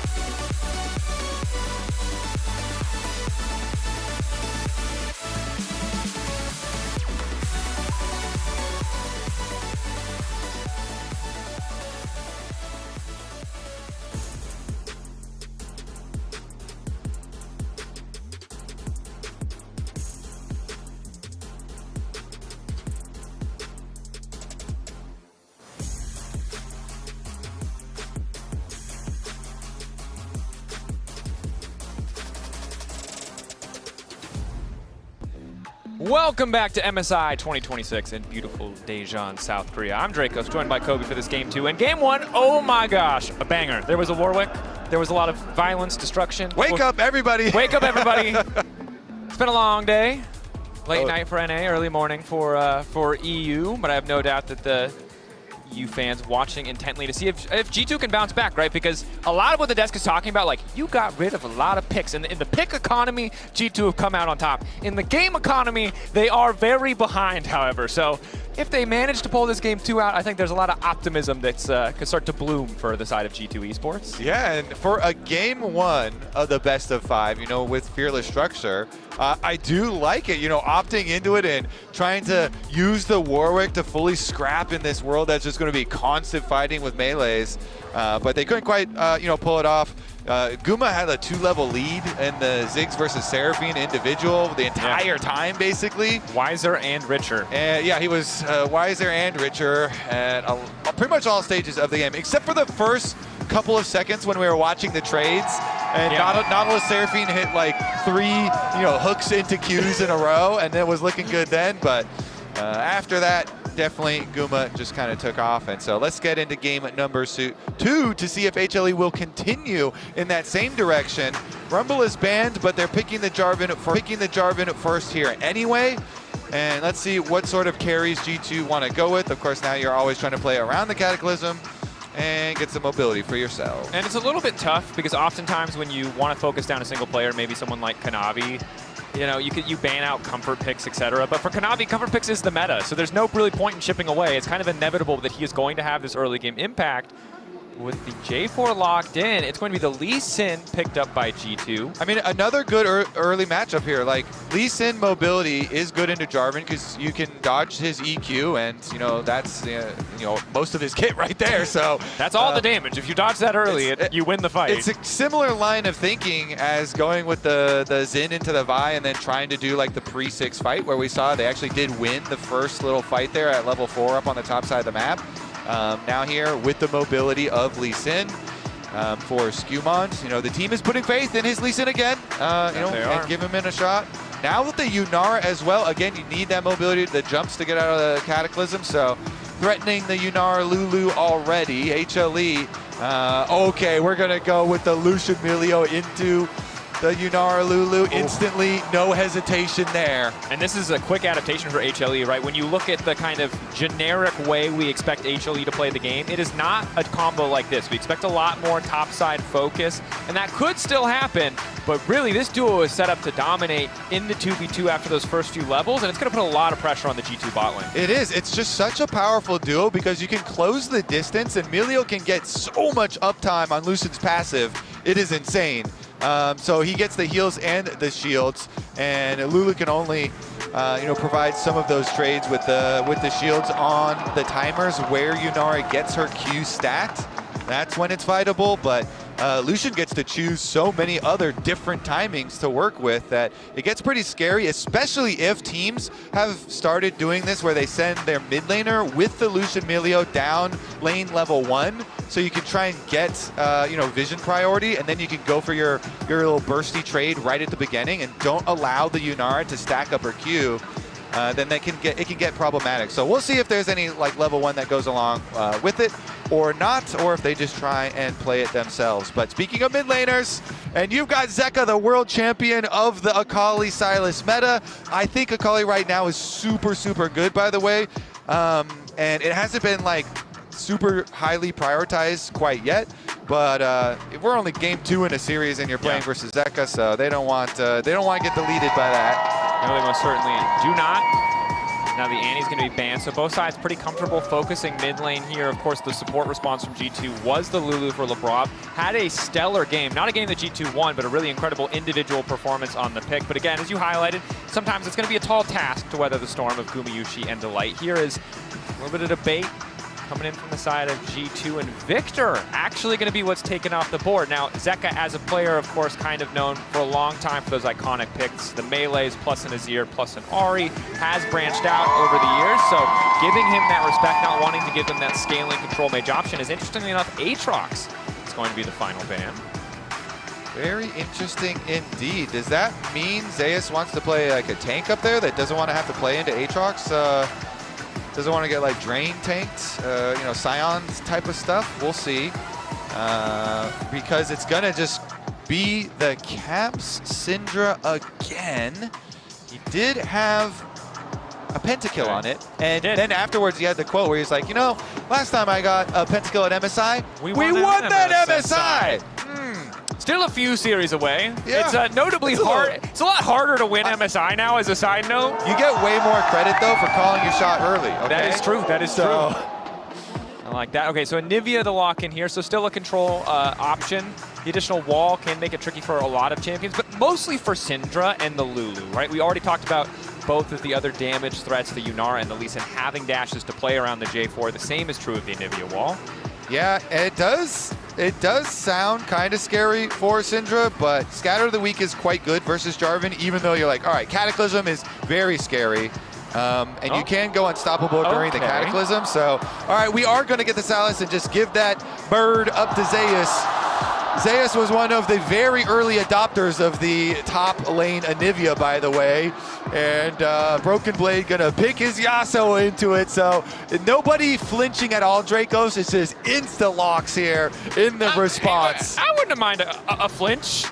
This is a very volatile composition once again, but G2 I respect. We did it as well. We did the Yasuo into the Anivia in the mid lane. Sure. And so the theory is kind of the same in top lane, just a longer lane to try and take advantage of. And since both of them have junglers that can get up there pretty early, you know, it is going to force these junglers to choose. Are we going to go towards top lane volatile matchup, or are we going to try and mess around with dealing with Lucian Milio early on, or are we going to let that Lucian Milio just go to town?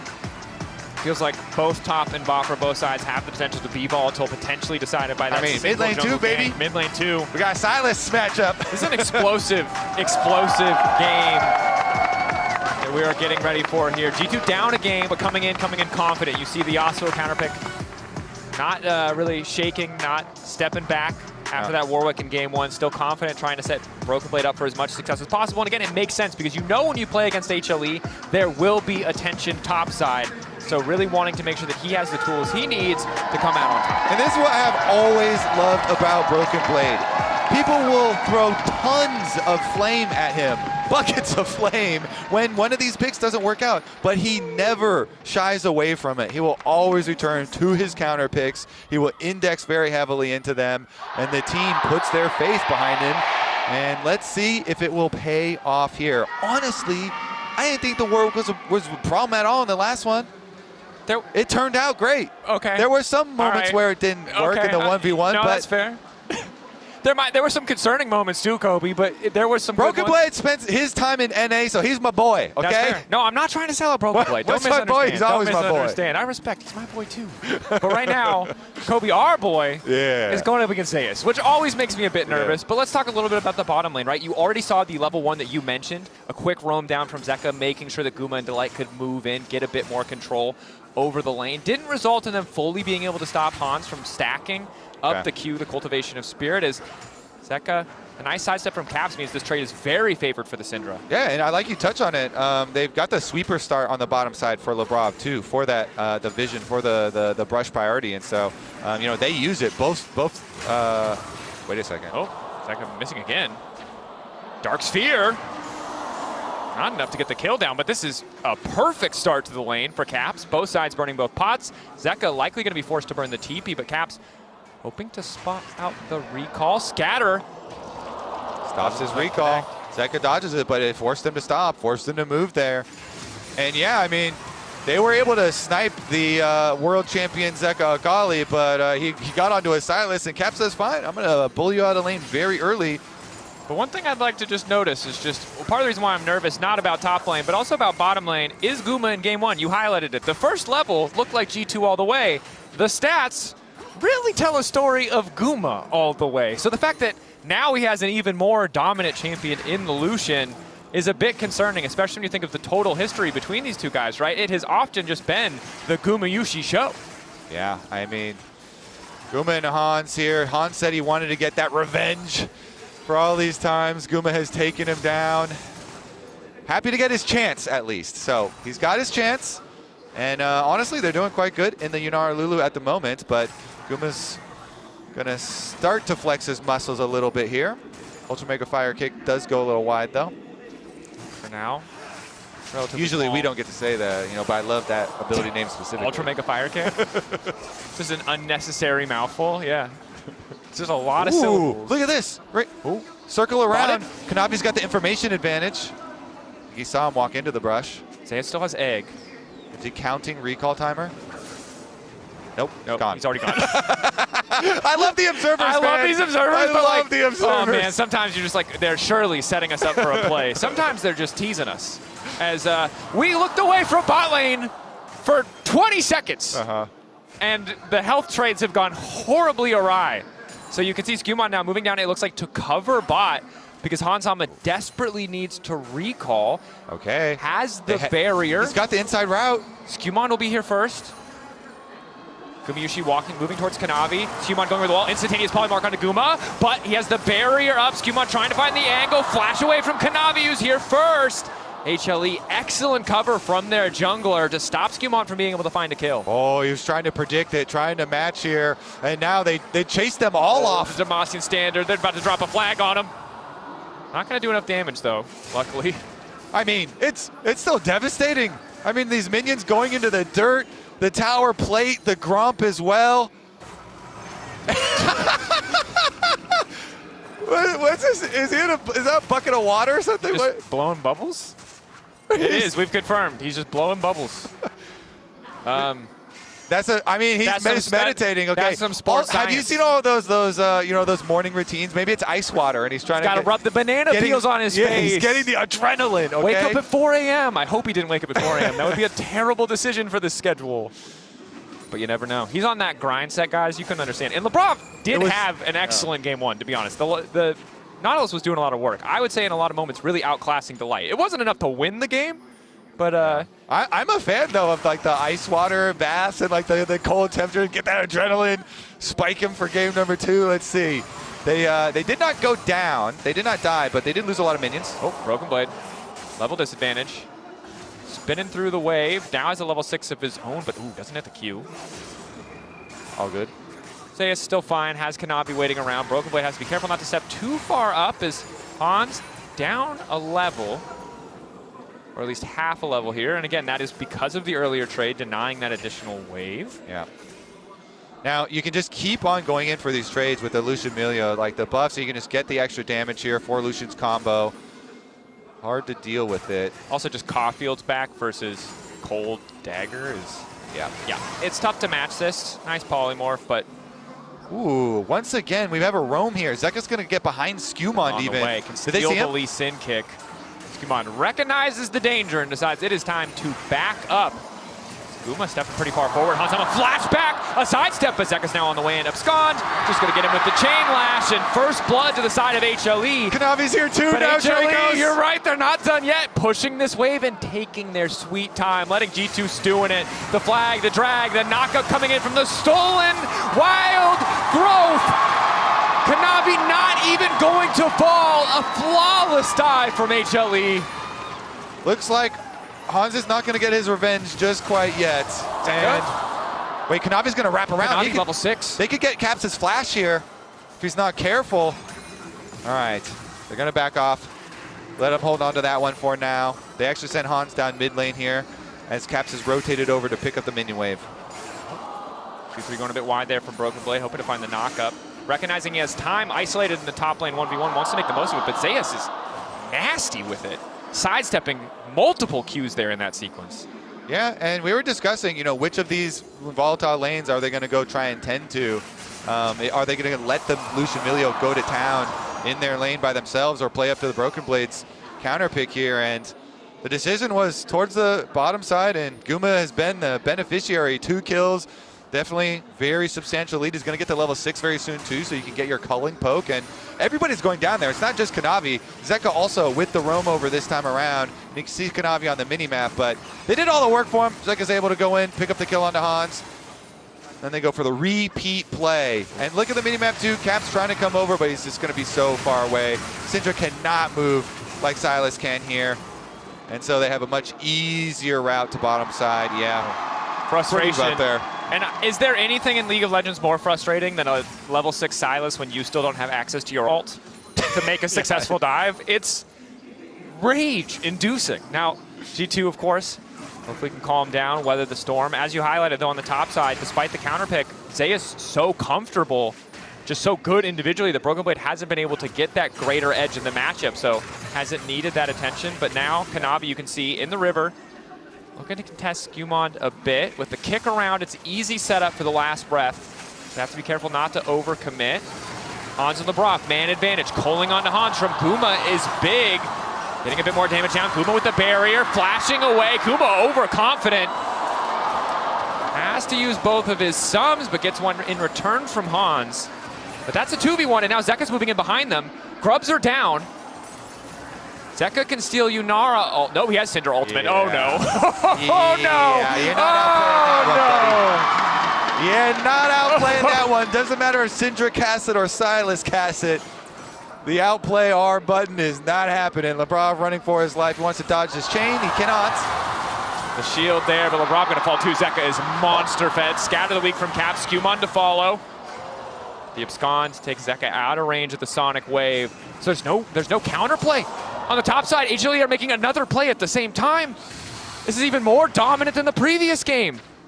Yeah, I mean, they got numbers advantage because Guma there took the 2v1 to the very edge there. He fights the 2v1 to the very edge, buying the time for Zeka to get there. Teleports down, closes the trap onto Hans then, taking him down again. Let's see, can they do much here towards the mid lane? Because Caps have been farming during this time, but you know, Zeka's roams have been felt bottom lane, but Caps does have the CS lead to speak because of it.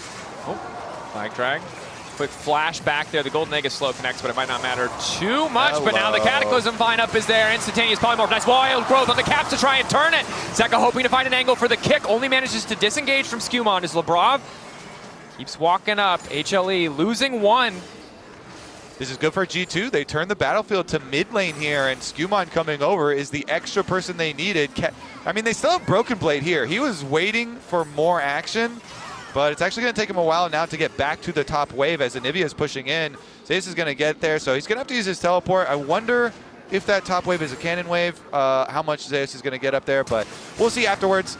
They get the flash, and then Kanavi's like, all right, well, if it's 2v2, we can handle this because Delight is on the way, but Skewmon was also coming over, and Skewmon with the flash gets inside there for the kick as well.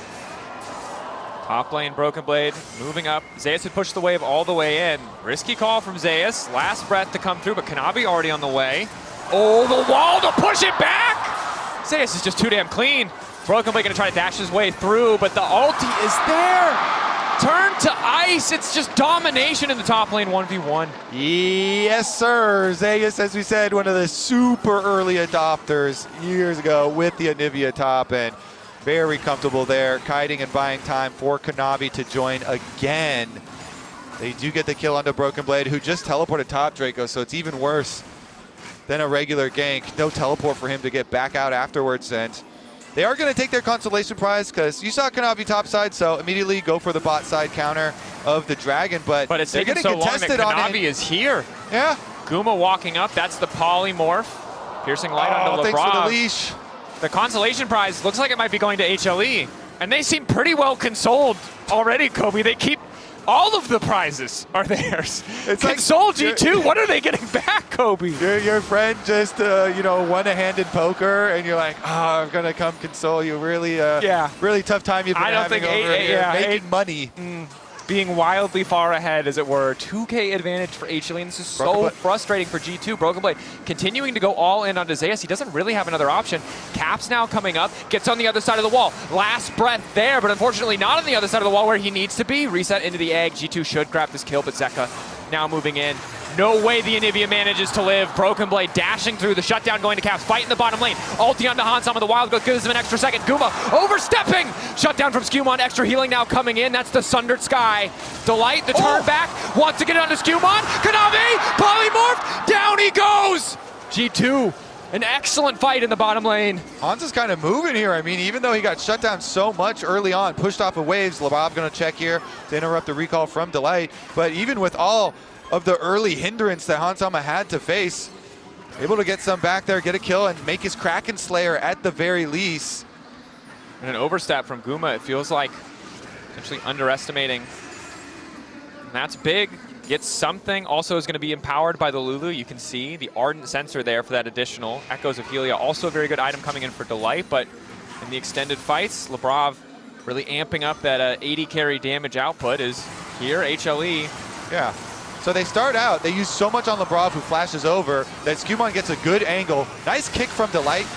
He did interrupt the early arrival of Skumon, but they still pull it out here. Lebrov uses the ult onto Hansama. They're able to dash forward during the Cataclysm. Skumon still can't get out, so he goes down, but they do get an extra one there, and Hans getting money is critical to catch back up into this game so they can have some threat behind their Yunara Lulu for later. And that was incredibly close. It looks like Hans's dash just barely took him out of the Cataclysm damage, allowing him to find that kill. Is now the 2v2. No longer in bot lane, instead in mid. Skumon nearby. Navi not too far off either, and in the respective solo lanes. Broken Blade recalling. We'll see when he goes for on the early items. Wit's End often the go-to against magic damage, especially when you're forced to, or when you go Berserker's Greave. It's a nice early spike, but you know, not having Mercs is, it's always a tough discussion with Yasuo just because of how good Berserkers are. It's often just worth giving up that tenacity, but does mean you're forced into sometimes not ideal items. Be like the wind and dodge everything, man. Don't get hit. It's a big circle, my guy. The Also, Glacial Storm, big circle. Also, Lebrov probably going to get a Mikhail's this game. We'll see. They got Navi running in. Skumon, the shielding enough. Keep him relatively healthy. Control Ward denying a bit of the vision there. Flag and drag, flash out from Hansama. Polymorph now, kick back onto Kanavi. He's going to flash out as well. Guma marked up by the Sonic Wave. No resonating strike, and Zeka starting to come over the wall. Crucially, if Scott Abduct does not connect, but it might not matter. Wild Growth stolen away still by Kanavi as a double kill comes through for Guma. G2 were not ready for this fight. The knockup doesn't land on the cast with the red buff, just keeping him in range. Lower and lower goes Kanavi, the Dark Sphere to finish the kill. Solo laners of G2 in the 2v3, hoping to make the difference. Flash out from Broken Blade, though. Leaves his mid laner to die. There's no other choice. He cannot save him. They give the double buffs and the kill to Zeka here on the Silas. They can keep on pushing as well, both mid and bottom. Zeus doing work that entire time as Broken Blade used his teleport to go cut off that play and try and get Caps and Avenue to escape, but even with that, unable to do so. Flash down from him as well. Oh. Zeus just canceling recall after recall after recall, knowing that no one on G2 is in a good position to threaten him here, and now having his entire team back him up as he basically just solo kills Hans. Woo, that was brutal right there, Zeus. My goodness, keeps the pressure up on the tower, sits Hans down again, and Guma says, I'll take over from here. And it's just so hard when you're G2. You lost the Ambessa, the meta stuff. Now you're losing to the more niche stuff. In game 2, the top lane matchup just seems like a puzzle that G2 have not had an answer for yet, and the problem that was once Broken Blade is very quickly turning into everybody's problem. As G2, the gold lead, still okay, as now we see Last Breath in the bottom lane. Zeka going for the 1v1 of Skond Abduct will give him access for the Last Breath, but Zeus is here once again to save the day, and just, what the heck? Just deleted. one taps. Electrocuted. He's still going. Anivia is a mobile champion in this man's hands. Lebrov also forced to flash out. Zeus is kind of good. League of Legends. Yeah, brother. This guy deserves to win Worlds, I think, maybe. Some would say. I like to. You know, he's calling down the lightning, even when he's playing the Frost character. He's got the electrocute. Able to get that synergy as they drive this Herald right on in. Man's got every element ready to go. Kanavi. Zeka. Okay. The 1v1 versus Caps. And that, I think, is at least one of the straws currently breaking this particular camel's back. Caps, the sole member of the team with that individual gold lead, but now it's 4-0-4 scoreline for Zeka. The avenues of attack, the angles of opportunity for G2 just disappearing. Just so you know, they buffed Silas on this patch. Yep, extra healing. And there it is. There's some of that extra healing. Yeah, this is nice. He's able to run Caps all the way down. No escaping after the arrival. Let's take a look. Okay, so HLE back on track with the Dragons, but really it's all about the kills and the gold lead. I mean, they've taken so many towers, it's really easy to get consecutive picks here against G2. Syndra does not belong in side lanes. You are a low mobility, fragile mage. You are gonna have a very big issue, as we just saw, trying to survive up there. And Zeka's gonna go straight back. Look at the mini-map though, G2 now are kind of hovering that side. Every time you're trying to pick up a side lane wave, okay, we'll hover this Syndra, but HLE can do that too. And that Coinbase gold grind just showing us that despite a 40 CS discrepancy, kills can more than make up for the differences. LeBron has simply stepped too far forward. Didn't really burn much of anything to make that happen. Caps now in no man's land, a decent scatter as Skumon manages to kick Gumayushi out of the equation, but now Caps is in enemy territory and may once again just be sacrificed. Kanavi puts him in the Thunderdome. The extra healing, and Caps just doesn't do enough damage to finish the kill. Breath of life there, and a culling to close as once again kills just being donated to Kuma. Nice from Delight there. Keeps Kanavi up while they finish up their business in the top lane. And honestly, HLE don't look like they're dropping a game anytime soon at this tournament with how they're playing. Broken Blade in a brush though. What can they do? Kuma. Q auto, another Q, dash through. If he gets the knock-up, he can probably finish the kill. Flash away from Guma, given that respect. But Zeka's just solo killing Lebrov. And now Broken Blade is dead. Oh gosh, yep, last breath, aptly named. That's the last breath he's gonna get. It's HLE obliterating G2. There's not a lot else to say. It's 16-5. It's a 7,000 gold lead. We're 20 minutes in. Skumon try to get one back. No. Zeus, just give him a crumb, please. Have mercy. Oh no, Caps is next. Oh no, Kobe. I'm sorry, bro. Hey, he already got a pentakill on the champ. This is going slightly less good this time around. With and look, I'm ever not so slightly. I'm not here to start hitting with the cope. The cope at this point is you go game 3, you believe in G2 to go back to the drawing board, maybe try a different approach. Hey, we've got a replay for you to relive that. Yeah, buddy. thank you. Zeka here on Silas. It just feels so good to see him back on this champ. Takes down Lebrov there. He was able to hit both chains for the first round and then the second round too. Lebrov not able to dodge anything there, and you saw the whole thing the first time around? They're so good. Yeah. And I knew it when I watched the LCK VODs, but it feels different when they're playing against your representative, I will say. It hits a lot harder as Zeka just doesn't stop. Hits hard. Oh, he takes the Yasuo and he's doing better with it! Broken Blade's dead, Lebrov running. Skumon also has to get the hell out of there. Zeka turns back! He's got Scout, he's got a weak. They are desperate to finish off Zeka. They have so many members. Surely they can kill this mid laner, but Kuma's off to the side. They're being herded, knocked back into their own jungle as HLE just make a montage on the first seed of the LEC. Zeus didn't even arrive yet. Finally, the bird is here, but it's another double kill to Zeka. HLE looking to get some revenge for Gen G and BFX at first stand. And they're going to get it, Dracos. They are getting it all right. That's 20 pages in Zeka's book. And yeah, this one feeling like a short story, Kobe. LCK took that first stand personally. That they did. I don't know. I liked it more when BFX and Gen G were out. HLE terrifying. Skumon preying on a 50-50. He's dead.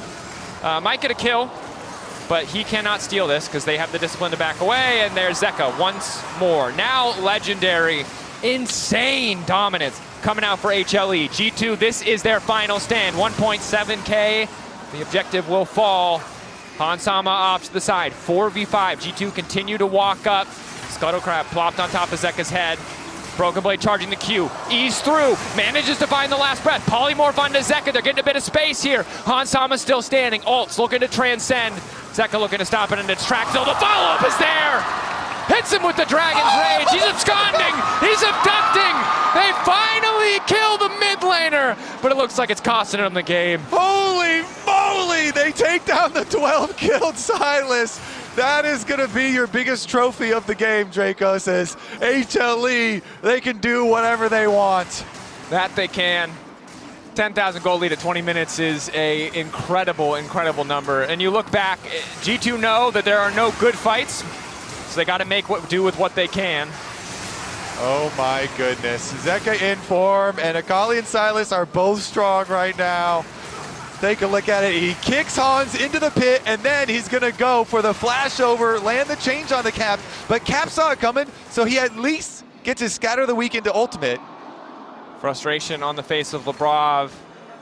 It hurts to go down like this, right? We're having fun with it because there's not a lot left to be said, but this is still a high-pressure series. Hey, me and you were there. They pulled off a reverse sweep not too long ago. In fact, and game 1 and game 2 versus Top were diabolical. Yeah. Top has now exited the tournament already, but what do we say about the transitive property, Kobe? Let's not go any deeper into that one. It's not over till it's over. I didn't hear no bell. They may have tried to ring it, it's unclear, but HLE are not letting them get close to that particular bell. But again, you have a game 3, you have a chance to bounce back. The mental fortitude going to be necessary from the side of G2 Esports. As Skumon looking to follow up on Kanavi. Good chunk to kick things off. The wild growth stolen. And once again, just fantastic setup. Kanavi still living. Broken Blade knocked up. That's the EQ flash to ensure they have the lockup there. Breath of life. No one is dropping down. Caps' own base is no longer safe. I mean, that was like art. That was beautiful engage. That's fantastic. Caps versus Egg. He's gonna lose before the timer pull. He can't do it. The egg can't wins. kill the egg. The egg won. Zeus is just Zeus TPing to a random teleport ward. for the chase. He knows. HLE even more dominant than game 1. Give no hope. Give no quarter. To the side of G2. They move on to match point. They're looking to clean sweep the series and remain undefeated at MSI. All right, analyst Des. Tell us how G2 are going to pull off this reverse sweep.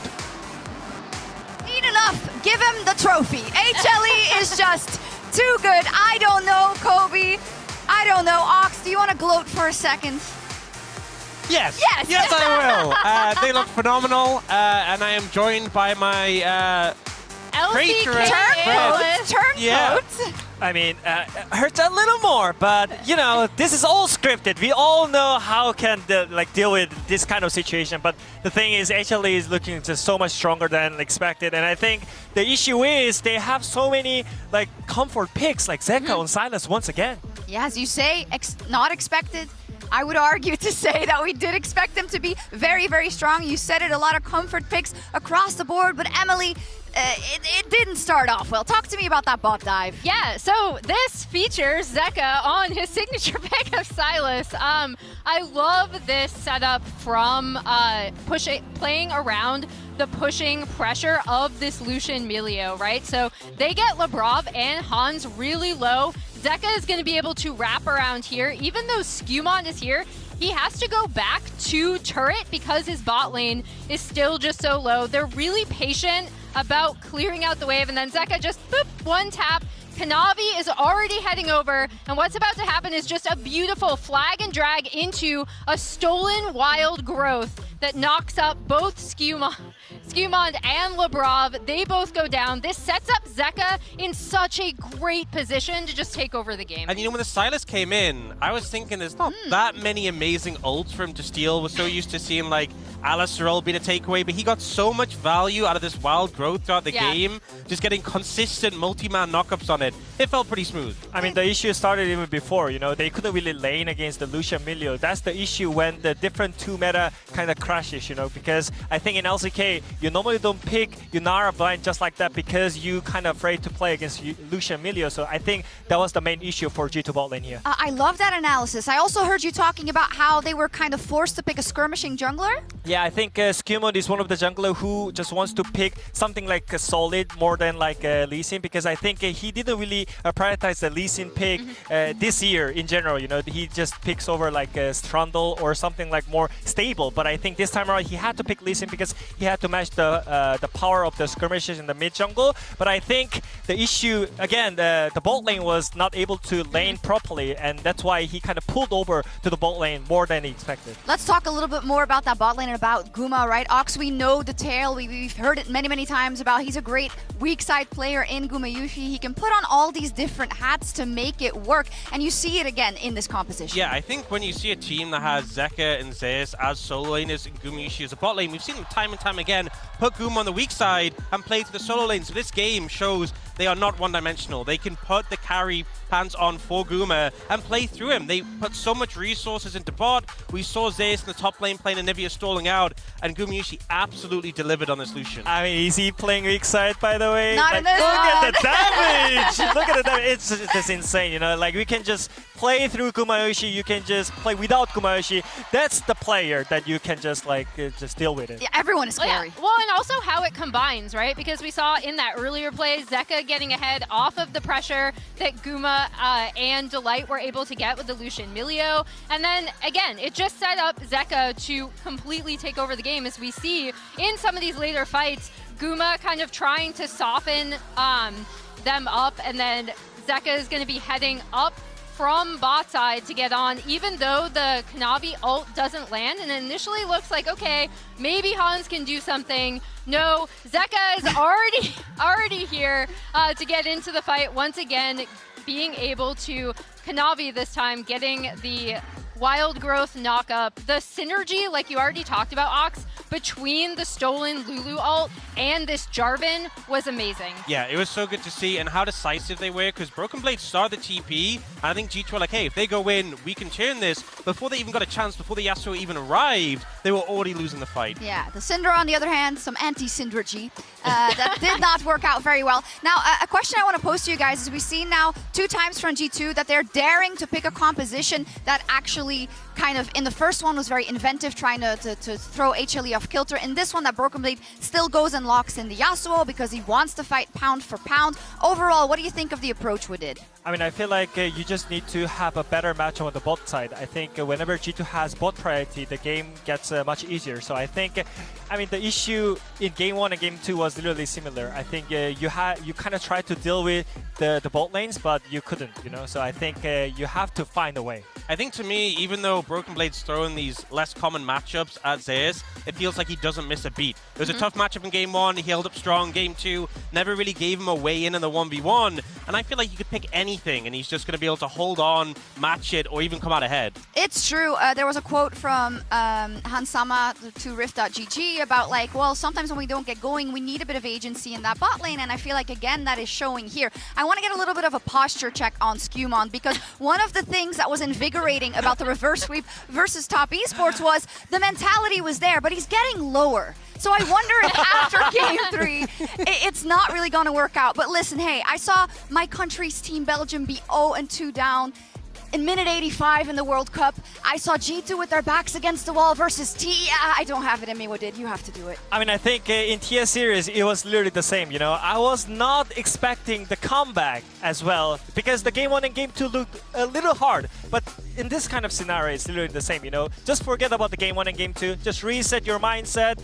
Their comfort pick is gone, so just think about what you can play better on your hands here. Well, that's the thing, is that years ago, a lot of people had criticisms of Zeka. Even when Fearless started last year, he struggled, and he was like, well, he's good on melee champions, maybe a control major too. This year, his pool has been so much wider. Things like Victor, Cassiopeia had great games with him. He's brought out the classics already. He still has so much ready left in the pool. He absolutely does. It is a big ask that we demand of you, G2, to not have us be embarrassed today. But on the other hand, is it really that when HLE is playing to championship form? Let's see if they close the door and get the win in this next one. Please. Still into one. I think I leave. Good job, good job. You might look to fight you on. I can fight. Oh wait, I can shield, maybe shield. Yeah, no flash down, no flash down. They're out. Oh yeah, TP. No flash down, no flash down. Still into one. Yeah, top. Alright, G2 continue to walk up. Scuttlecrab plopped on top of Zeka's head. Broken Blade charging the Q. Ease through. Manages to find the last breath. Polymorph onto Zeka. They're getting a bit of space here. Hansama still standing. Ult's looking to transcend. Zeka looking to stop it, and it's tracked. So the follow-up is there. Hits him with the Dragon's Rage. He's absconding. He's abducting. They finally kill the mid laner.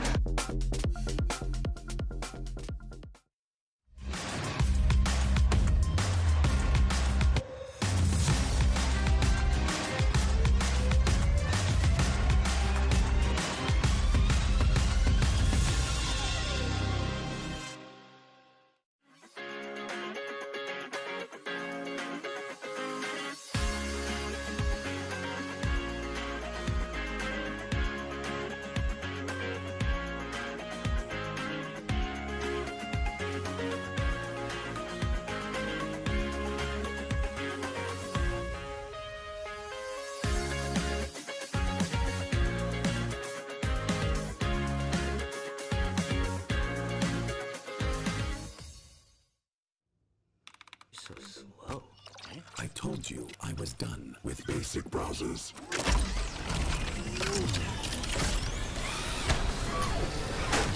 Your setup wants Opera GX, and you're holding it back.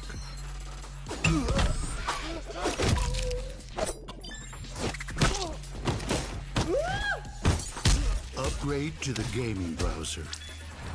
Download Opera GX.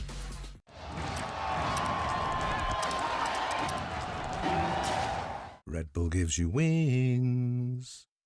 With my new phone company, Menace Mobile, our pricing structure will be so confusing, it can only be described as evil. That isn't evil. It's just typical phone company stuff. Besides, people just switch to Verizon. With their new Simplicity plan, there's just one plan and one price. What now? And it's only $30 for a single line. $30! So you're all choosing Verizon. Traitors! Introducing the Simplicity plan, $30 for a single line. Can you hear me now?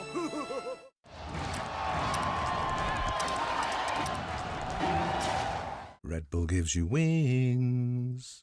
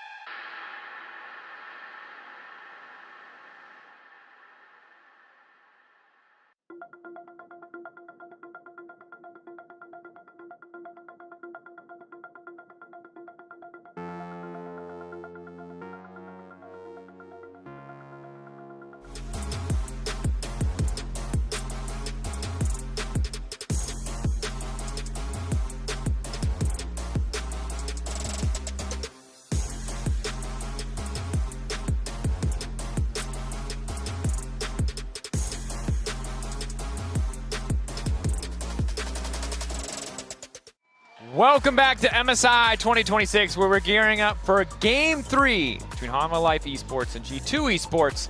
And thus far, it has been Hanwha all the way. But you know what they say about Game 3s? They're just a stepping stone to Game number 4, Draco. That's true. And you know what I've always thought to myself? I've thought that Scuttle Crab looks delicious. Don't you think, Kanavi? Hey, Kanavi, play Wukong. Go for a Scuttle Crab. I think that would be a great call. Analytically. Last time, when G2 needed you most, you invoked the dark magics.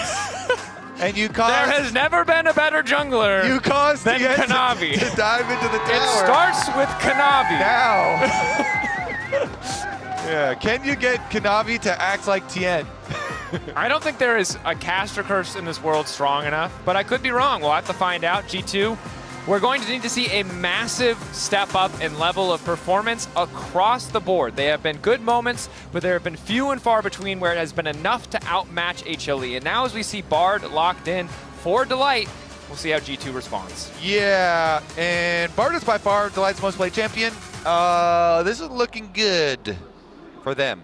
Ezreal, Karma, though, locked in preemptively. You're kind of expecting like a Caitlyn Bard combination to come out here for HLE, but we'll see if they want to throw any wrinkles. I have been pleasantly surprised with a lot of the flexibility that we have seen thus far in this fairly short series, but there's no reason for them to flex anything else.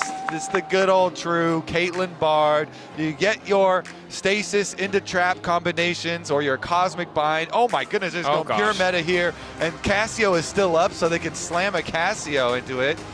I mean, they are facing the Ezreal Karma poke, so maybe they don't want to do it early. They just hover first instead, and they're not going to jump on that one, in fact, and go with the Nefiri instead, so...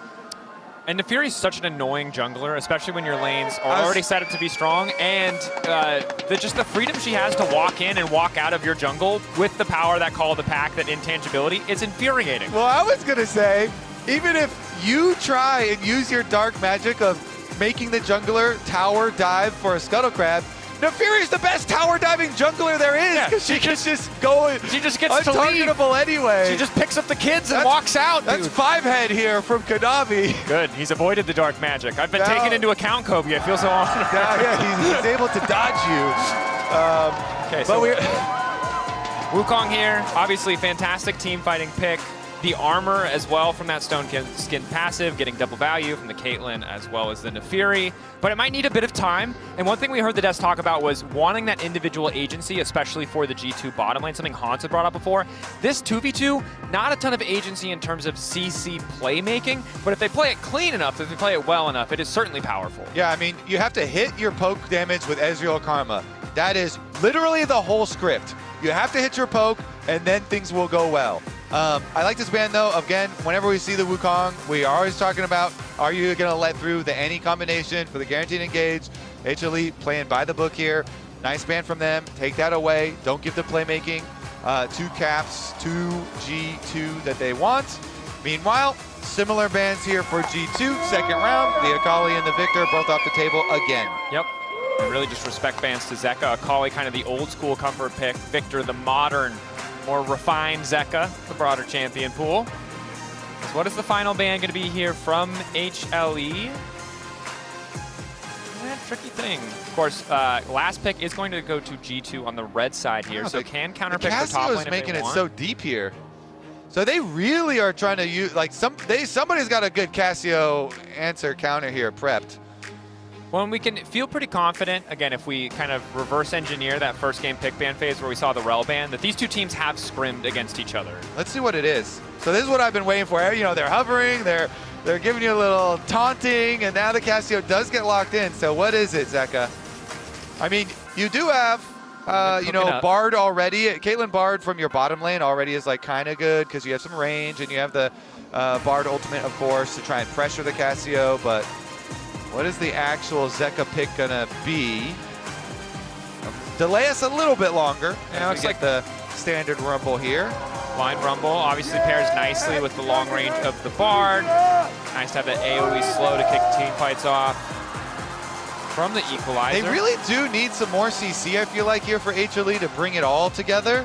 There it is. So we're going to do this again. People were very critical when Caps did this. People were very, very critical. It did not look good. Because Cream hit all of his Noxious Blasts, and they also critically were roaming mid with jungle and support right behind him. So we're going to get that Twisted Fate top answer again into the Rumble. People also have been critical when this does not work out, and the on-hit Twisted Fate does not work out. That could be magnet for flame as well. But I have to say, the LeBlanc, if you can play it with pressure here, and again, jungle and support determine so much of mid lane matchups nowadays that we're going to have to incorporate it. It's not just the 1v1, it is the 3v3 mid. That it is. G2 can weather the storm in the early game, which is easier said than done. Maybe the gold card on LeBlanc in later points, but you can see what happens if HLE get ahead. The poke from this LeBlanc, the Nefiri follow-up. And again, it's so much about how you can play around it, because the LeBlanc needs more to be able to play off of her threat. If you're going in and you have your support hovering behind you as the Cassio, it gives you the confidence. You can stand your ground, you hit your Noxious Blast, you Twin Fang, you punish them on the way out, you throw your Miasma, and so she can't escape. But if your LeBlanc has the early visitors on her side, you can set up the ganks. You go in, you land the chain, you make sure you're going to get the setup for the people ganking for you as well. You try and turn this matchup, try and leverage it. It is dangerous, it is volatile, so let's see. And here we go. This is what we were talking about in the previous game. Send your mid laner down bottom to try and get the priority here, and it remains true with the Caitlyn Bard lane. Going to need this too, so Zeka does come down for that level 1. They sweep. They use it as bait. Delight going to wrap around. Here it comes. Has all this extra movement speed as well as the level 1. The passive on top of the Q. Whiffs the Q. Nice sidestep from Lebrov. Hansama winning the trade with Guma as well.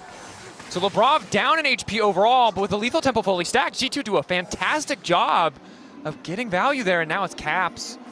This is a bit bold. Yo, Lebrov has moves, man. That was going to be scary. I was wondering, too, if Zeka was going to early flash, but he didn't want to use his summoner spell for bottom lane. Oh, exhaust going down, though. As good as that initial trade was, Hans taking a big chunk there. But yeah, because Zeka does not want to use his flash, the early flash with his chain. And then Lebrov is able to sidestep there on Delight, so it does not get the Cosmic Binding into the wall. They do escape, and honestly, they were fine afterwards. So Zeka having to walk back to lane now. Another Noxious Blast does land from Caps. Good start for him. Some poke landing here in the bottom lane, but some of these Mystic Shots also going wide means Delight and Guma having a decent time matching here. Okay, on the level 2 spike. Trading very heavily again. Dude, volatility bottom lane. Top lane is the only lane where I think no one will die. I think every other lane, I don't even know if a jungler needs to get involved. Now that you've said that, Mr. No, Cash recurs when it's good for my region, not when it's good for HLE. They don't need any more help. Hey, what do you mean? BB could be the one getting the kill. That's true. Wait, bottom line, we have both junglers. Skewmon going in on the Kanavi. Flash out stun on the Hansama. Guma potentially in trouble. Call the pack already burned by Kanavi. He's forced to back away. Man, good read from Skewmon there. Honestly, he matches it for the 3 camp clear, matches it on bottom side. And then to their benefit again, G2 holding strong in the beginning stages despite HLE trying to do the mid laner through bot level 1, trying to do the 3 camp gank. Good reads, good responses so far from G2. Yep. A stable early game thus far. It is 2 minutes in, but we're a little traumatized from the last 2 games. We're just kind of ready for anyone to go down at any moment. Sometimes you get beat so hard in the previous game, it sticks with you a little. It does. It carries over. Normally we get to talk about it positively. Like we're coming off a game where you're so fed, you go in the next game and you overestimate, but not the case this time around as Skewmon spots out Kanavi.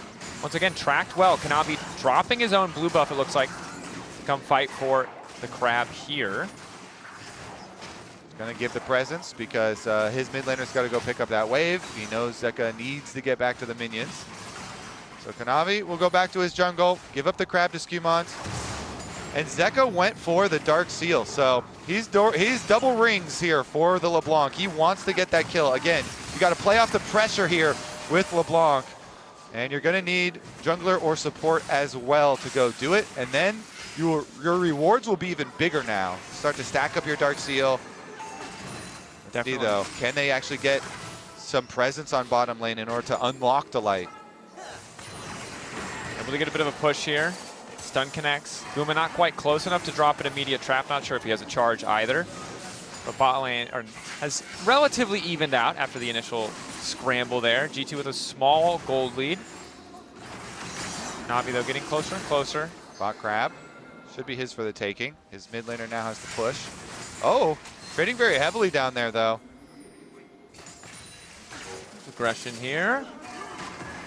Really want to stop this wave from going in as Hansama shifts forward. Flash. Not ideal, but that's a blink and health bar on Delight. The follow-up just isn't there.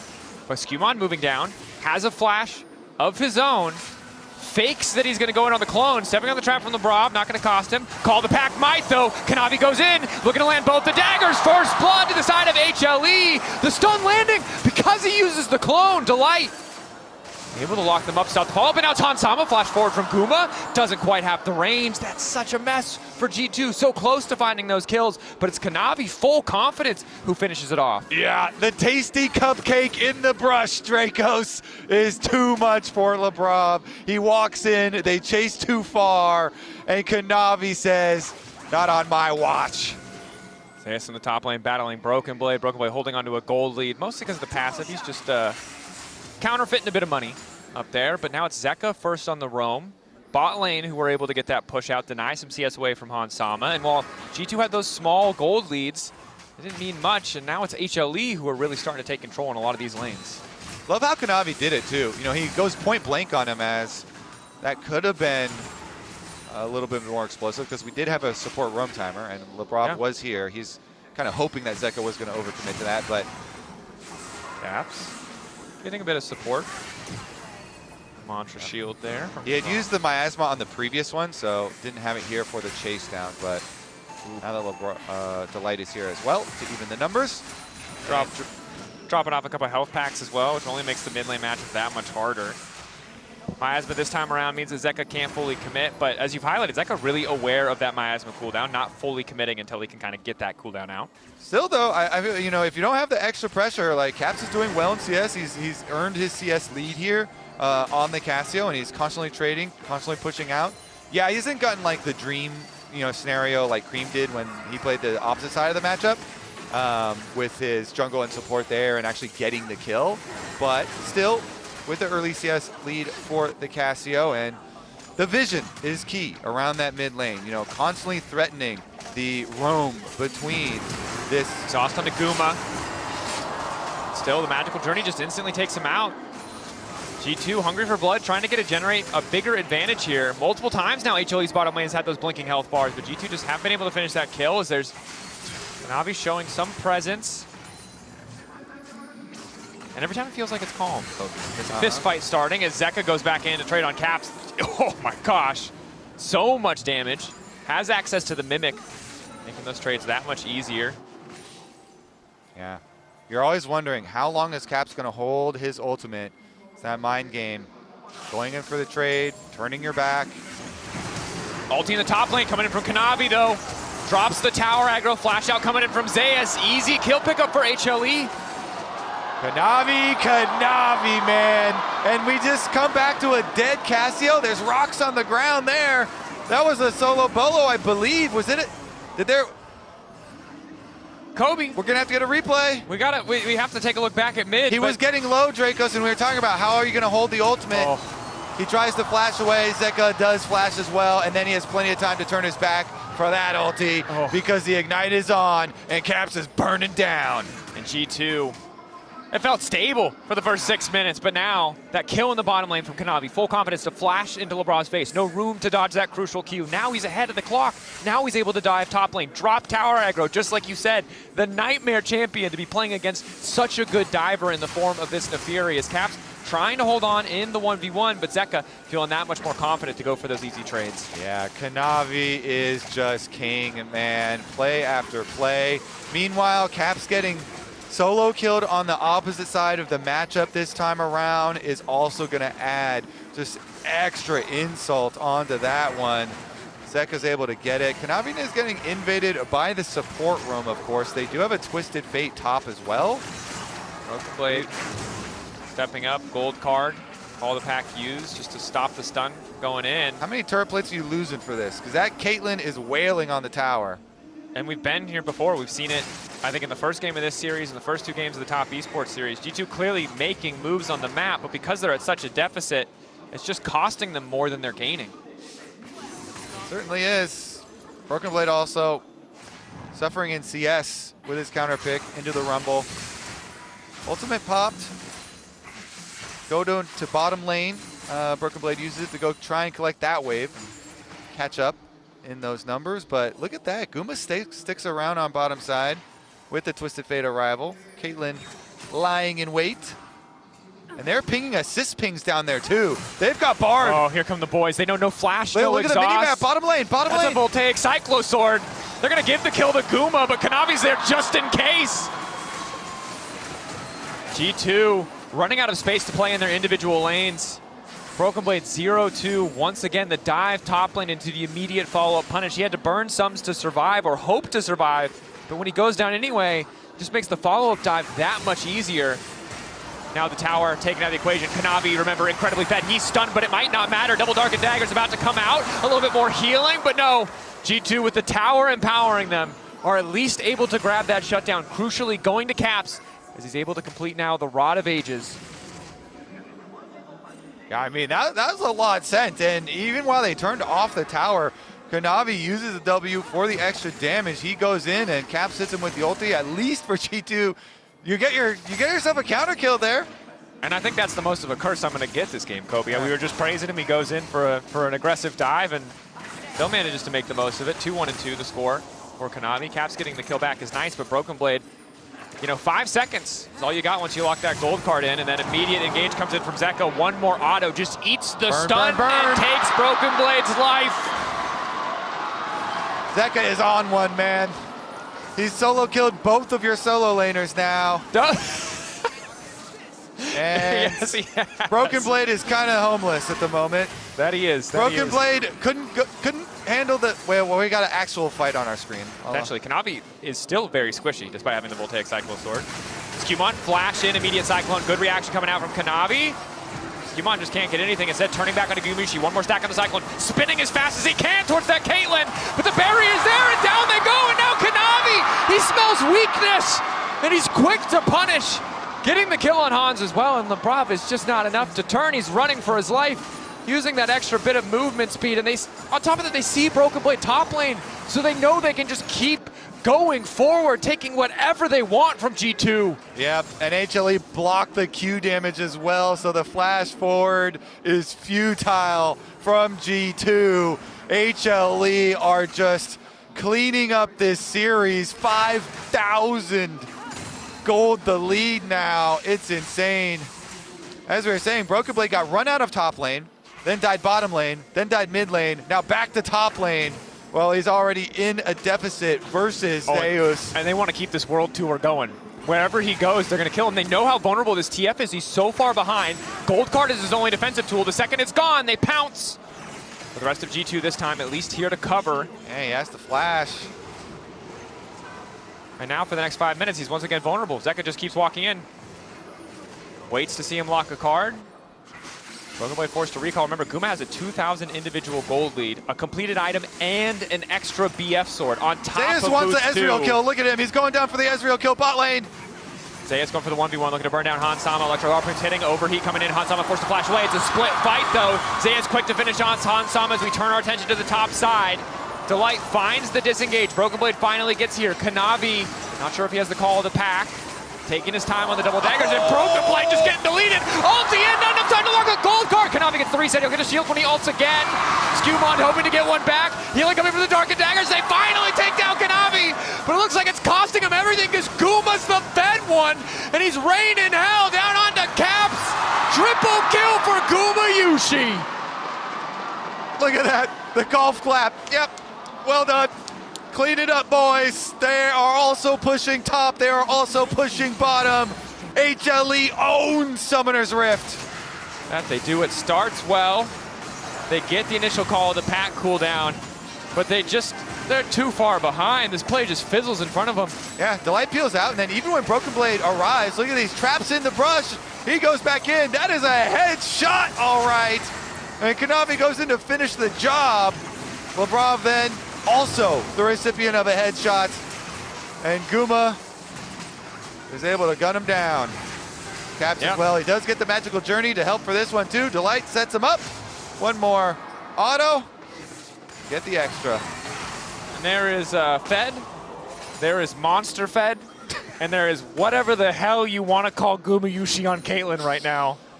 Well, he doesn't have his Infinity Edge completed yet, but Hansama doesn't have anything completed yet. Yes, yes. He's got the IKEA special here, just parts. Oh, there we go. I got it. He got the instructions, put it together. Trinity Force done.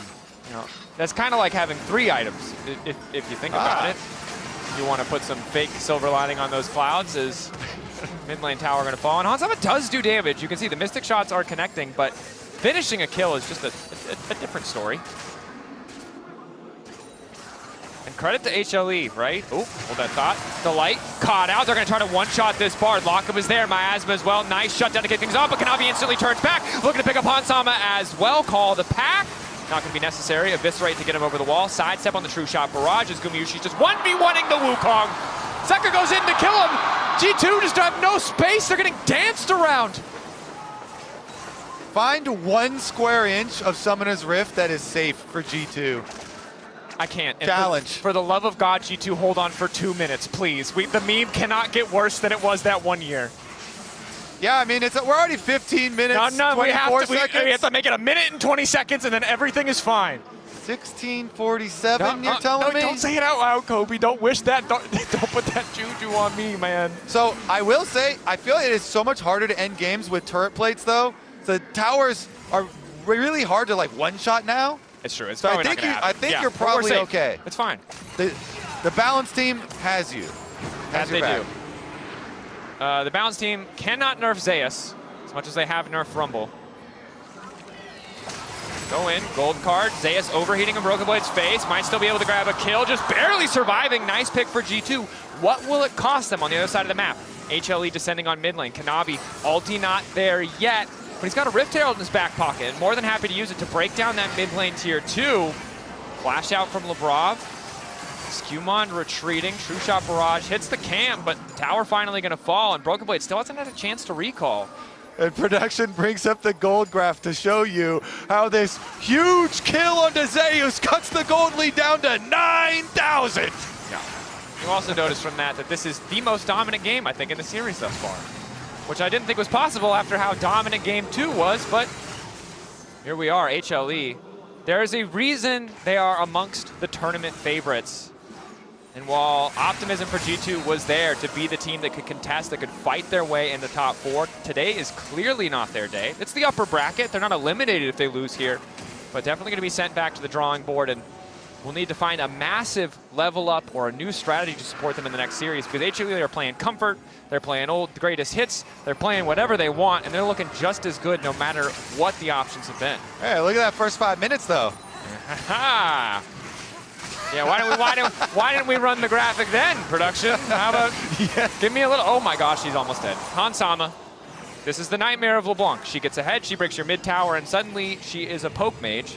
And if she doesn't W back, she's an assassin, and that's really the only distinction. Yeah, the thing is, they actually do have a point-and-click gold card, but it's not easy to time, right? So technically, it's point-and-click, but first you have to pick the card, you know, you gotta lock it in. Go through some steps, and also the one holding it is very poor and not able to purchase a rapid-fire cannon. That he is.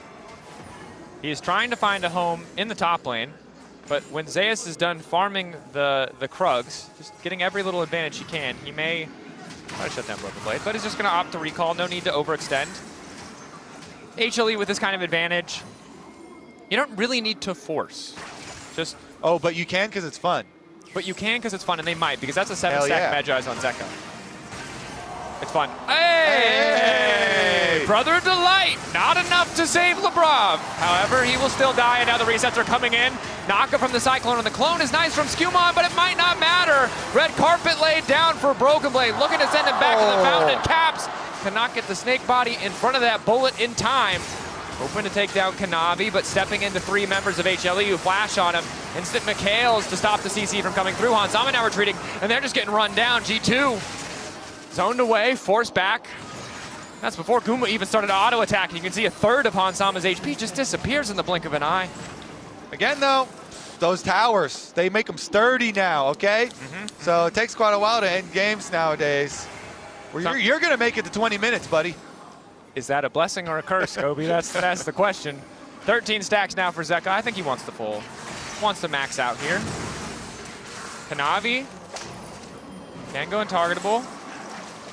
Waiting. He's just outranging. He gets to live. He auto to Scryer's Bloom while he was running. That was terrible, but given how hard of a day it has been, I'm not going to die on that hill. You know what? Good. He gets that one. All good. So, it's times like these where you say, hey, let's set a goal on killing a single individual. Ideally, you know, you'd love to kill Guma to get the giant bounty. Well, never mind, we're under Caps attack. is the goal. Caps is the individual for HLE. Lockup is there, he's about to fall. LeBron getting lower and lower. Broken Blade is finally here, but it's a red card. He's hoping we can play football rules. He can get him kicked off the Rift, but he absolutely cannot. They've exhausted Kanavi. LeBron just barely able to kind of step up and tank that one. The Caitlyn damage is continuing to get higher and higher. Yeah, the Guma autos on Broken Blade were brutal there. I'm just saying we swapped the football rules. He hit you with the red card. Please leave the Rift. We're swapping now. Genius. Please leave. We've swapped the refs. Please tell him. Hey, okay. Fight victory though. Every comeback starts with a single step. Kobe. And it could be the red buff steal or secure. It's because it was on your side and it was technically supposed to be yours. Kobe, please. And guys, let's be clear here. I'm an EU rep. I love this G2 team, but you just can't dance around this. There is no storyline. There is nothing we can say that will make this any less one-sided. Nice engage coming in for HLE. Bit of a stop juke coming out. No, they just already killed him. It wasn't a stop juke. That's my bad. I like it. Yeah, it's because the camera panned down, right? Yep. I was like, ooh, he got him. He got him with the stop juke. No, he's just already dead. Oh my gosh, Gumayushi. So, how far, I mean, okay, you already talked about HLE and BLG are the big two tournament favorites. HLE, they're currently still undefeated at the tournament, and they have just steamrolled over this tournament thus far. Of course, we'll definitely have to wait and see how it progresses, but Baron's going to go down as is. Another trap about to go down. Chain CC. Mikhail's there. Caps running. Zeka chasing. Distortion in. A little bit more damage as Caps does what he can to fire back. The gold lead continues to grow. The Red Bull Baron power play. Already big and only going to get bigger. 13,000 gold advantage. Also remember, this is not an elimination series. Yes. So I do want to go back to earlier in the tournament because there was discussion online when Team Liquid got smashed by T1. And Team Liquid released a video, during the game where Spawn was talking to his team after game 2, and he was trying to keep their mental stable and their trust in their teammates. Sometimes, Western teams are going to get smashed by an LCK team, especially, one as good as this. And it is important for the length of a tournament to continue to trust your team and not let it break you, okay? 100%. This is not an elimination series. You still have tournament left to play. Although, you probably don't have much of this series left to play. No, probably not. Ulti onto Hansama starting to walk away. Ace in the whole body block by Skewmon. Broken Blade has a gold card this time. Yellow, hoping to take him out of this particular play. Oh, the Coinbase gold grind. Yes, thank you. Wanted to review. Shout out to Coinbase, obviously. Much love to our sponsors, but poorly timed. We know we're getting just completely, absolutely Goomba stomped. Cap sidestep the ulti. Q flash in goes in from Delight. Skewmon's going to spin amongst 3 people, but he's just serving himself up on a silver platter. Round up into gold. Yep, and it is. HLE continuing their dominance. Not going to risk anything on this closeout. They want to stay in this game as Kanavi's going to survive that true shot barrage. There's insult, there's injury, and there's the addition of whatever the heck this is Broken Blade is also going in. Oh, Zayas goes man. through. Oh. Too good. They roast him up. Now they're going to go for more. Okay, not done. Zeka still living. Goes back. Shut down on a little block. That's the 1 kill. Another huge kill for G2 to cut the lead down to 14,000. That's my region. That's my region. Anyway, Kobe, I want to go back to your point because I think it is a valid one, and I don't want to make too light of this, but there's not, I also don't want to treat this as the most serious thing because G2, they're pretty donezo. I think we've seen before teams when they lose a series, the tournament is over for them. They might play more games, but you never get to see that team in that peak form again. Some people will argue that that's what happened to top esports. And I hope for the sake of G2 that this is not the end of their tournament. This is not the end of them playing at their best level. even if we don't get to see that best level here, because obviously they're down 14,000 gold. The tower's taken out of the equation. HLE caused behind it out. Daejeon on a rampage. Caps hoping to get another kill. Yushi running. Welcome with a gold card. Can we get one more kill? Oh my God! My God! HLE That is not a undefeated peacemaker. in the first series. It's not a peacemaker. That's a kill maker right there. That is a surface-to-air missile strapped to Gumyushi's hands. He has taken people out. Okay, Hansama gets one back. A little bit of panacea for the pain that HLE have caused. HLE remain undefeated, waiting to see if it'll be BLG or Lion facing them at the top of the table. Who will be the first to take a single game off of HLE? Not G2, not today. G2, not today. Hearts out to them again, hoping for that recovery. They are not out of this tournament yet, but there was a gap this series. It was a massive gap between the teams, and HLE reminding us how incredibly dominant they can be. Let's send it over to the analyst desk now to talk a little bit more about that series. As we see HLE take a bow, and they've absolutely deserved it. 6-0 so far. You speak of a gap, I speak of a Mariana Trench. It was absolutely huge. I think this was one of the biggest reality checks I've seen for a team in a very, very long time. HLE had to defend LCK's honor with it. They had to beat G2, and they did it in style. Yeah, even though I'm such a big 3-0 predictor, I couldn't really predict G2 to win 3-0 today, and it turns out HLE having a 3-0 against G2. Again, I think we didn't have a clear plan by ourselves, and that means a lot. Even though we kind of knew that HLE is a better form, I kind of wanted to see from G2 having their theme, having their team color, but this time around, like, it was none of them. Yes, we'll get a little bit more time to talk about the G2 side of things in a bit, but Ox first, let's sing the praises of HLE. Where would you like to start? I want to look at Zeka because he had a phenomenal game on the LeBlanc. This is a pick we have not seen for him for a pretty long time. And he was just taking over, playing into the Cassiopeia of Caps, having great success there. And finding multiple solo kills in the game, this angle onto Caps, following to keep the chains on him with the flash. This is actually the first time that Zeka has played LeBlanc in almost 2 years since LCK 2024 summer, and it shows the evolution of this player.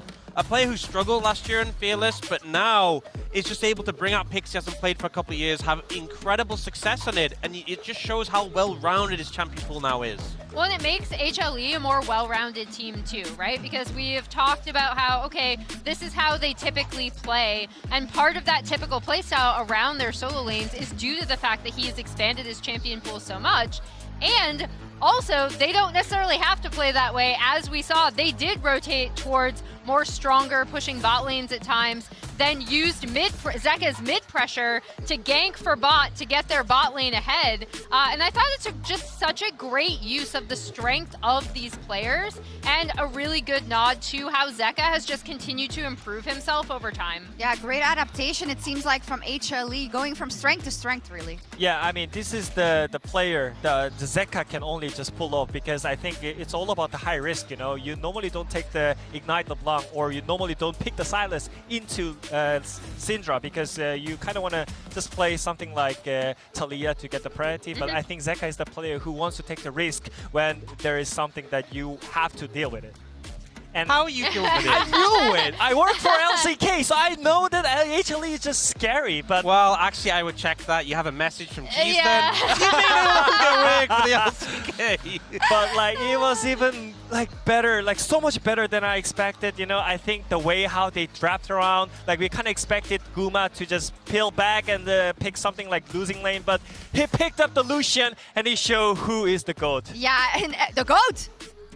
There he goes. He called him the GOAT. We have it on tape. I had to. Yes, I love what you said about Zeka also, and I think Zeka as a player story for me is one of the most insane stories in all of LoL Esports. Unfortunately for him, there's all these mid laners with these crazy stories. But, you know, out of nowhere, really, puts up a great performance at Worlds 2022, right? He wins that World Championship. He's kind of MIA for a while. He comes back, he has his moments, but never really those highs. Now, Ox, what can you say about this trajectory that he's currently on? I mean, he's in great form. The team is so good at playing around him. And I think, considering when he had that great run of Worlds, it was so much around the meta of the time, being great for him, great for DRX, picks like the Akali and the Sylas, and now he feels so much more complete as a player, and you can see the growth that he's gone through, and the team just able to rely on him constantly. We've seen sort of the players from that DRX roster. The bot lane is obviously both currently not playing. The top side, top and jungle, having some struggles recently, but Zeka is the one still prominently at the forefront of the LCK. Yeah, and I remember back in the LPL, he was really struggling as well with his champion pool. Found his footing when he returned to the LCK, won that Worlds, and then continued to evolve. It just it continues to make this team so dangerous, right? Because we talked about the fact that they, you know, kind of had to adjust this adjustment period with Kanavi and his aggressiveness into going through Road to MSI, improving even more with the Mage bot and also the engaged supports coming out for Delight. So I just think it adds so many, there are just so many facets to what this team can do in draft and how they can play. Yes, with that, we are ready for to join the interview on stage. You've been on stage with Kanavi for the Verizon postgame interview with Ji-sun. MSI 2025 브레이크 스테이지 상위권 2라운드 첫 번째 매치 하나생명 e스포츠가 3대 0으로 승리하면서 3라운드로 향합니다. 카나비 선수와 인터뷰 나눠보겠습니다. 승리 축하드립니다. 감사합니다.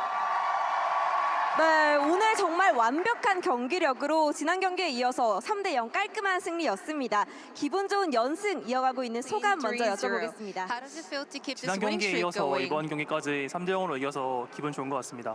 좋습니다. 오늘 상대였던 G2가 지난 퍼스트 스탠드에서 LCK 상대로 6대 0 스코어를 만들어냈기 때문에 경계되는 부분들도 있었을 것 같은데요. 어떤 점을 중점적으로 준비하셨을까요?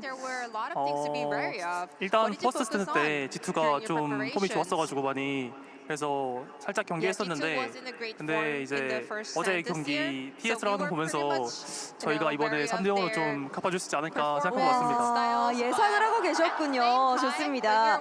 G2의 깜짝 픽은 오늘도 등장했습니다. 하지만 하나생명은 그 대처법을 모두 알고 있는 듯 했는데요. 모두 예상이 되신 걸까요? 세라핀 원딜 같은 경우에는 가끔 다른 팀도 써가지고 대처 잘했던 것 같고 또 워익은 저희가 운이 좋게 연습 경기 때 또 만나봤어가지고 그래서 또 좋은 대처한 것 같습니다. 와, 좋은 연습 경기가 있었던 것 같습니다. 그리고 MSI에서 G2의 정글러 스큐먼드 선수를 맞붙고 싶다고 했었던 카나비 선수인데요. 직접 오늘 상대해보니까 어떠셨는지 궁금합니다. 오늘 일단 라이너들이 너무 잘해가지고 딱히 정글 싸움에서 뭔가 본 걸 없는 것 같고 Honestly, today it was all about the laners. You know, they were doing an amazing job. So it was not really much of a jungle matchup. I was looking forward to Scumon's pocket picks, but we were not able to see it today, so it was a little bit of a bummer. Now you will be facing the winner of Lion versus BOG. Yesterday, Viper said he would come meet Hana Life Esports. Do you think things would go the way Viper wants? 그래도 뭔가 보여준 모습 보면은 BLG가 Based on the performance so far, I do think that BLG would make it, but Lion is also a very strong team, so it's really hard to predict. 이제 하나생명 e스포츠는 한 번 더 이기면 결승전으로 향하게 One 됩니다. more win, Hana Life Esports will be heading to the finals. What is your mindset going into the upcoming match? 다음 경기도 So we are keeping a 3-0 win streak. Currently, I hope we can pick another 3-0 victory up in the next match. 카나비 선수와 인터뷰 나눠봤습니다. 여러분 큰 박수 부탁드립니다. Thank you very much, Kanavi. And please give it up one more time for Kanavi, everyone. Thank you very much. Let's see if it's 3-0s across the board into that grand final. But did we lose Ji-sun there for a second? We heard something about Warwick and about Seraphine? Yeah, so Kanavi mentioned about he already practiced against Seraphine as well, because some teams are also playing the bot lane Seraphine. And luckily he said he had time to play against Warwick as well. So I think some teams are also cooking. But yeah, I gotta like spotlight the Kanavi there once again, because I feel like in the beginning of the split, they were struggling to find out being on the same page as a jungle support. But right now, Knavi and Delight are just waiting for each other and looking for the right moment to go in. And I think even though it hurts, it's kind of amazing to see how they kind of play on the same page. Yes, I mean, we all have our allegiances, but when you see League of Legends that is that good, you can't help but take a bow and really enjoy it, right, Emily? It's really fascinating to see how, as what it says, from the beginning of the year till now, which evolution we're seeing out of HLE. Yeah, it's been great because it's basically Knavi taking what made him so successful in LPL for so long, bringing it to this team. I still remember my favorite moment was still the Aatrox jungle where he's just diving. He's just diving into the base. That was not successful, by the way. But now that the team is all on the same page, again, they just have so many facets in draft, so many ways that they can play, despite the fact that I do think they have a default style. And you mentioned jungle support. I actually think that's something that all of the remaining teams have in common or have to look at, right? Especially the favorite teams. We're talking about favorites coming in. Jungle support working together to control the map is so important right now. I think as well, we saw Peanut and Delight together across multiple teams, playing together for a long time. And losing Peanut for HLE was obviously a pretty heavy blow. Took time to adjust, but I feel like we've gotten to the point where they are so in sync together, not just the jungle support, but the team as a whole. Yeah, they got lemons, they made lemonade. They absolutely did. Let's take a look at the updated bracket, because that does mean that HLE will be playing the winner of BLG and Lion, which obviously will be Emily. I mean... What do you mean? I think BLG are winning this, guys. Sorry. Let's see. But yeah, sorry, NA. Yeah, but I think when we look at that possible future matchup, right now I'm kind of wanting to say that HLE will beat whoever it is they face there and make to the final with it. What do you think? Oh, well, I mean, I think, again, every single team has different meta, kind of tier list. So I really want to see how they think when they're playing against the LPL team. But also, I mean, even Emily said BLG is going to win, but don't forget the Lion. You know what happened today. Yeah, I mean, look, if Lion actually pulled off, I will be amazed. I will be very happy When for their Thieves NA. did it? Yeah, sure. Yeah. Based on their current performance that we've seen at this tournament, it is a very steep hill to climb. Also, if you look in the lower bracket now, Team Secret Wales obviously had that phenomenal performance earlier today. So that matchup, Lion against BLG, obviously I think BLG favored, but if you fall in the lower bracket, there's a threat waiting there. Yes, there's no easy matches. That's what MSI is all about. But since G2 is not yet out, we do want to hear from the side of G2 as well. And Laura's standing by with Perks in the Verizon post-game interview to talk about today's loss. Perks, thank you for joining me after this game. First off, congratulations on the official announcement, now that you're actually part of the team. First time that I interviewed you as a coach, actually, so what happens? From backstage, from listening to the boys, from watching this series, it was pretty rough to watch, but I expect that it was even worse for you. I mean, it was a pretty depressing watch, not gonna lie. Game one was... I think we kind of lost control of game one. After the game started so well in the first 3 minutes, we should be able to push the lead, 1k goal lead in 3 minutes. We should be able to push it to 5k goal lead and to win the game. But we were not on the same page, and we just did 2 plays. We did 3 plays in a row. We did 2 different things, and we didn't really include our jungler into those plays as well. So the game just snowballed out of control, and thanks to Bibis Warwick, actually. Shout out to Bibis Warwick. Yeah. We made a lot of comeback plays, and the game was close. And the game was, we were fighting. But I'm afraid we just today mentally collapsed for the rest of the games. Okay. Which is a sad reality and something we have to accept. Yeah. What is your read on this? Because what really impressed me last time is the fact that even when you were down 0-2 against TS, you guys managed to bounce back in game 3, and this is when things started happening for the team. So how do you explain the shift today? The fact that you were not able to reciprocate that? I think it's also today against Hamalife, we were just challenged a lot more on lanes. Okay. I think individually Hamalife is just a stronger team than TES. And after the game one, after the collapse that we had in game one and not being really on the same page as a team, we did not come back mentally strong enough for the game two, even though in game two we were even state in game in 15 minutes. But then the game just collapsed and we literally were like tanking down the next 5 minutes. Yeah. But to be fair, our lanes were hard in that game. Our lanes were hard in game 3 as well. So I think it was a bit of a mix of harder opponents because against Tess, it was like we could play the games out, you know, every game was like fine. We did lose 2 games in a row, but it was never like we were completely out of control. This was just very hard to play. Yeah. To be honest, the game 2 and game 3 were just very hard to play. So we'll have to revisit our prep and our approach for the opponents that we have to make sure that we have stronger showing. A loss is a loss, but it's not the last one. You're going to have another chance to fight and come back. Potentially against T1 if you look at the potential opponents. So what are you as a coaching staff going to tell the team and your players to make sure that you bounce back mentally? What do you review after a game like this? What is the first thing you're going to tell them after this interview? Well, I'm going to make sure that we understand that we are the underdogs of this tournament. Yeah. We're not supposed to, you know, win them. We're not supposed to win.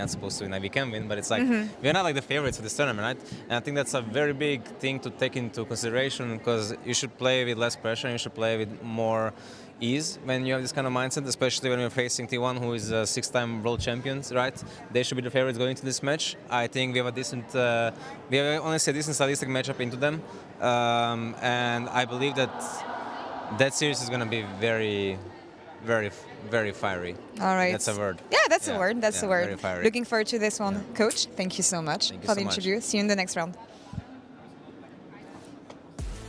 There from Perks, and if there's anyone who will be able to rally them, I remember a year we did that he was in a World Championship and he got to a semi-final. Oh, he yeah. beat an LPL team in a best of 5. Do you remember that? Yeah, I still remember when I played against RNG, yes.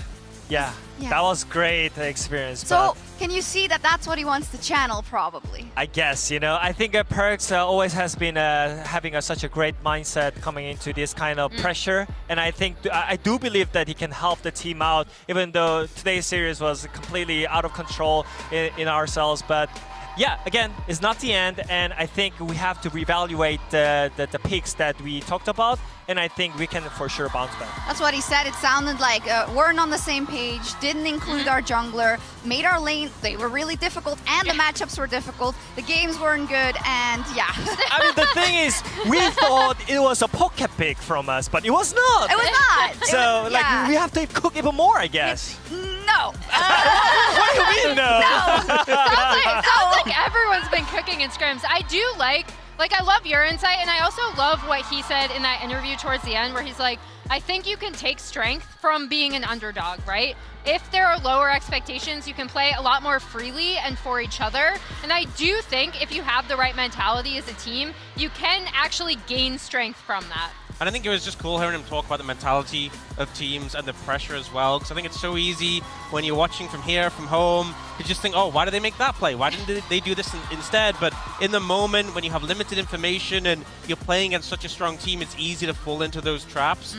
Obviously, the hope is that they can reset and show their best in the lower bracket. Yeah, it would be such a shame if they went the TES route, which is what we saw earlier today, and collapsed. But let's take a look at the schedule to see what we've got going on tomorrow. Lion will be taking on BLG, of course, and T1 will be taking on Furia. This could go one of two ways, Emily. Both of you. Yeah, sure. I am here all day tomorrow, so people can hear my predictions then. But I think this is going to be a really tough battle for both Lion and Furia against two of the tournament favorites here. There's just no other If they way don't to stop say them, HLE is the only tournament favorite. I'm concerned about the wildlife tomorrow. Oh yeah, it's the lions and the panther. Yeah. Always had a heart for nature. Needs some protection for them, I think. We'll see. We'll see. We did final notes. Thank you for joining us today on the desk. Yeah, it was great, and I think even though it was a tough loss from us, I feel like it's still going. You know, MSI is such a great tournament, and tomorrow we have an even banger series, so I think it's going to be a great day again as well. Some would say the best tournament. I love that you still say we. I feel you, man. But that's it for us. We'll be back tomorrow at 5 a.m. CEST and 8 p.m. PDT for T1 versus Furia and BLG versus Lion. Bye-bye. Thanks, everyone. Ladies and gentlemen, to MSI 2026, and we are here ready to see who is going to keep themselves alive here at MSI. Bia gets in there first. There's the knockoff. They take out the Jace Dawning Shadow to keep the team alive as Tien. Cataclysm on top of the center, but it's not going to do anything. He's just going to kill everyone around him. It's a double for Dire. Jakilov goes down for the triple. Can they give him the quadra? That's the question. Pun says an immediate teleport will get the Rumble in there. The walking barbecue to take down the hot dog. Histo falls first and the rest will follow suit. The faces are being broken and now Shelly gets involved. Histo gets into the backline, knocks up Cream. He gets over the wall though. It's Pun, pulls them in, gets the shield and tries to walk it off the haymaker to keep him alive. This set is absurd. Trying to get cocooned himself and is snared up there as well. Great chain CC. They take out the Elite Supreme Display of Talent onto only Dire, but it should be able to work out here. What an incredible performance. Managing to come back after a tough loss against Humble Life Esports. Our first 4-game series here at MSI. Flash away from Caps is simply not enough, but Skewmon, Warwick beside him, Broken Blade still living for too damn long. The magic damage gone, and this Wolf is tearing through, baby. Manages to find the last breath. Polymorph onto Zeka. They're getting a bit of space here. Hansama's still standing. Ult's looking to transcend. Zeka looking to stop it and distract. So the follow-up is there. Hits him with the Dragon's Rage. He's absconding. He's abducting. Just completely, absolutely Goomba stomped. Cap sidestep the ulti. Q flash in goes in from Delight. Skewmon's gonna spin amongst 3 people, but he's just serving himself up on a silver platter. HLE remain undefeated, waiting to see if it'll be BLG or Lion facing them.